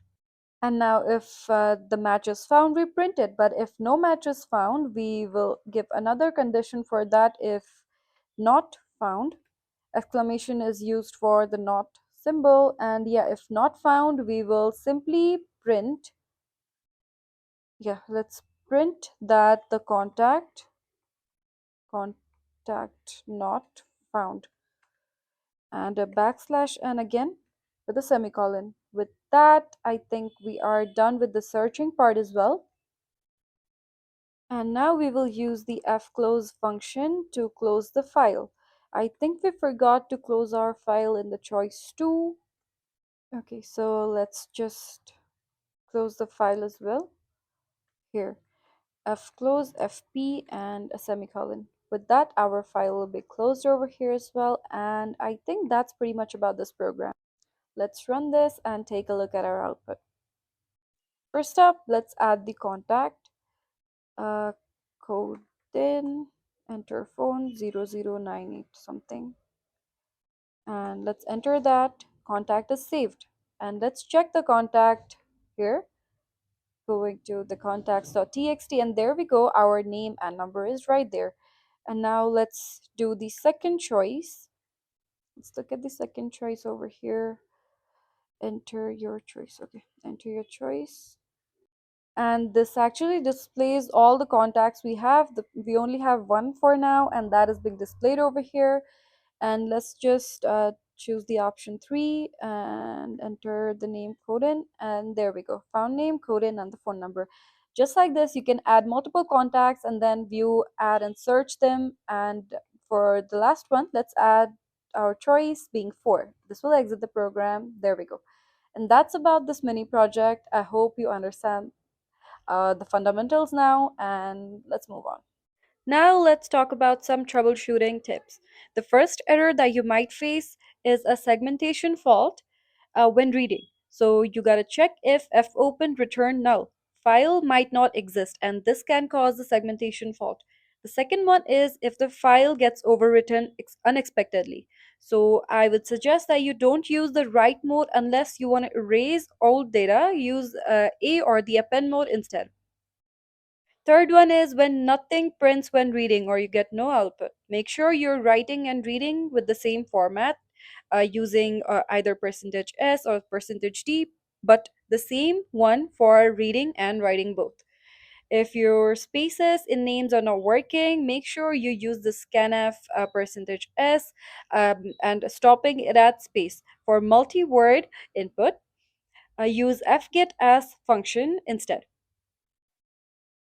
Today you learned how to open, read, write, and close your files in C. You practiced with student records and then built a mini contact book that actually stores data permanently. That's a huge step. You just moved from temporary in-memory programs to creating real-world applications that remember information between runs. That's it for today, guys. Happy coding!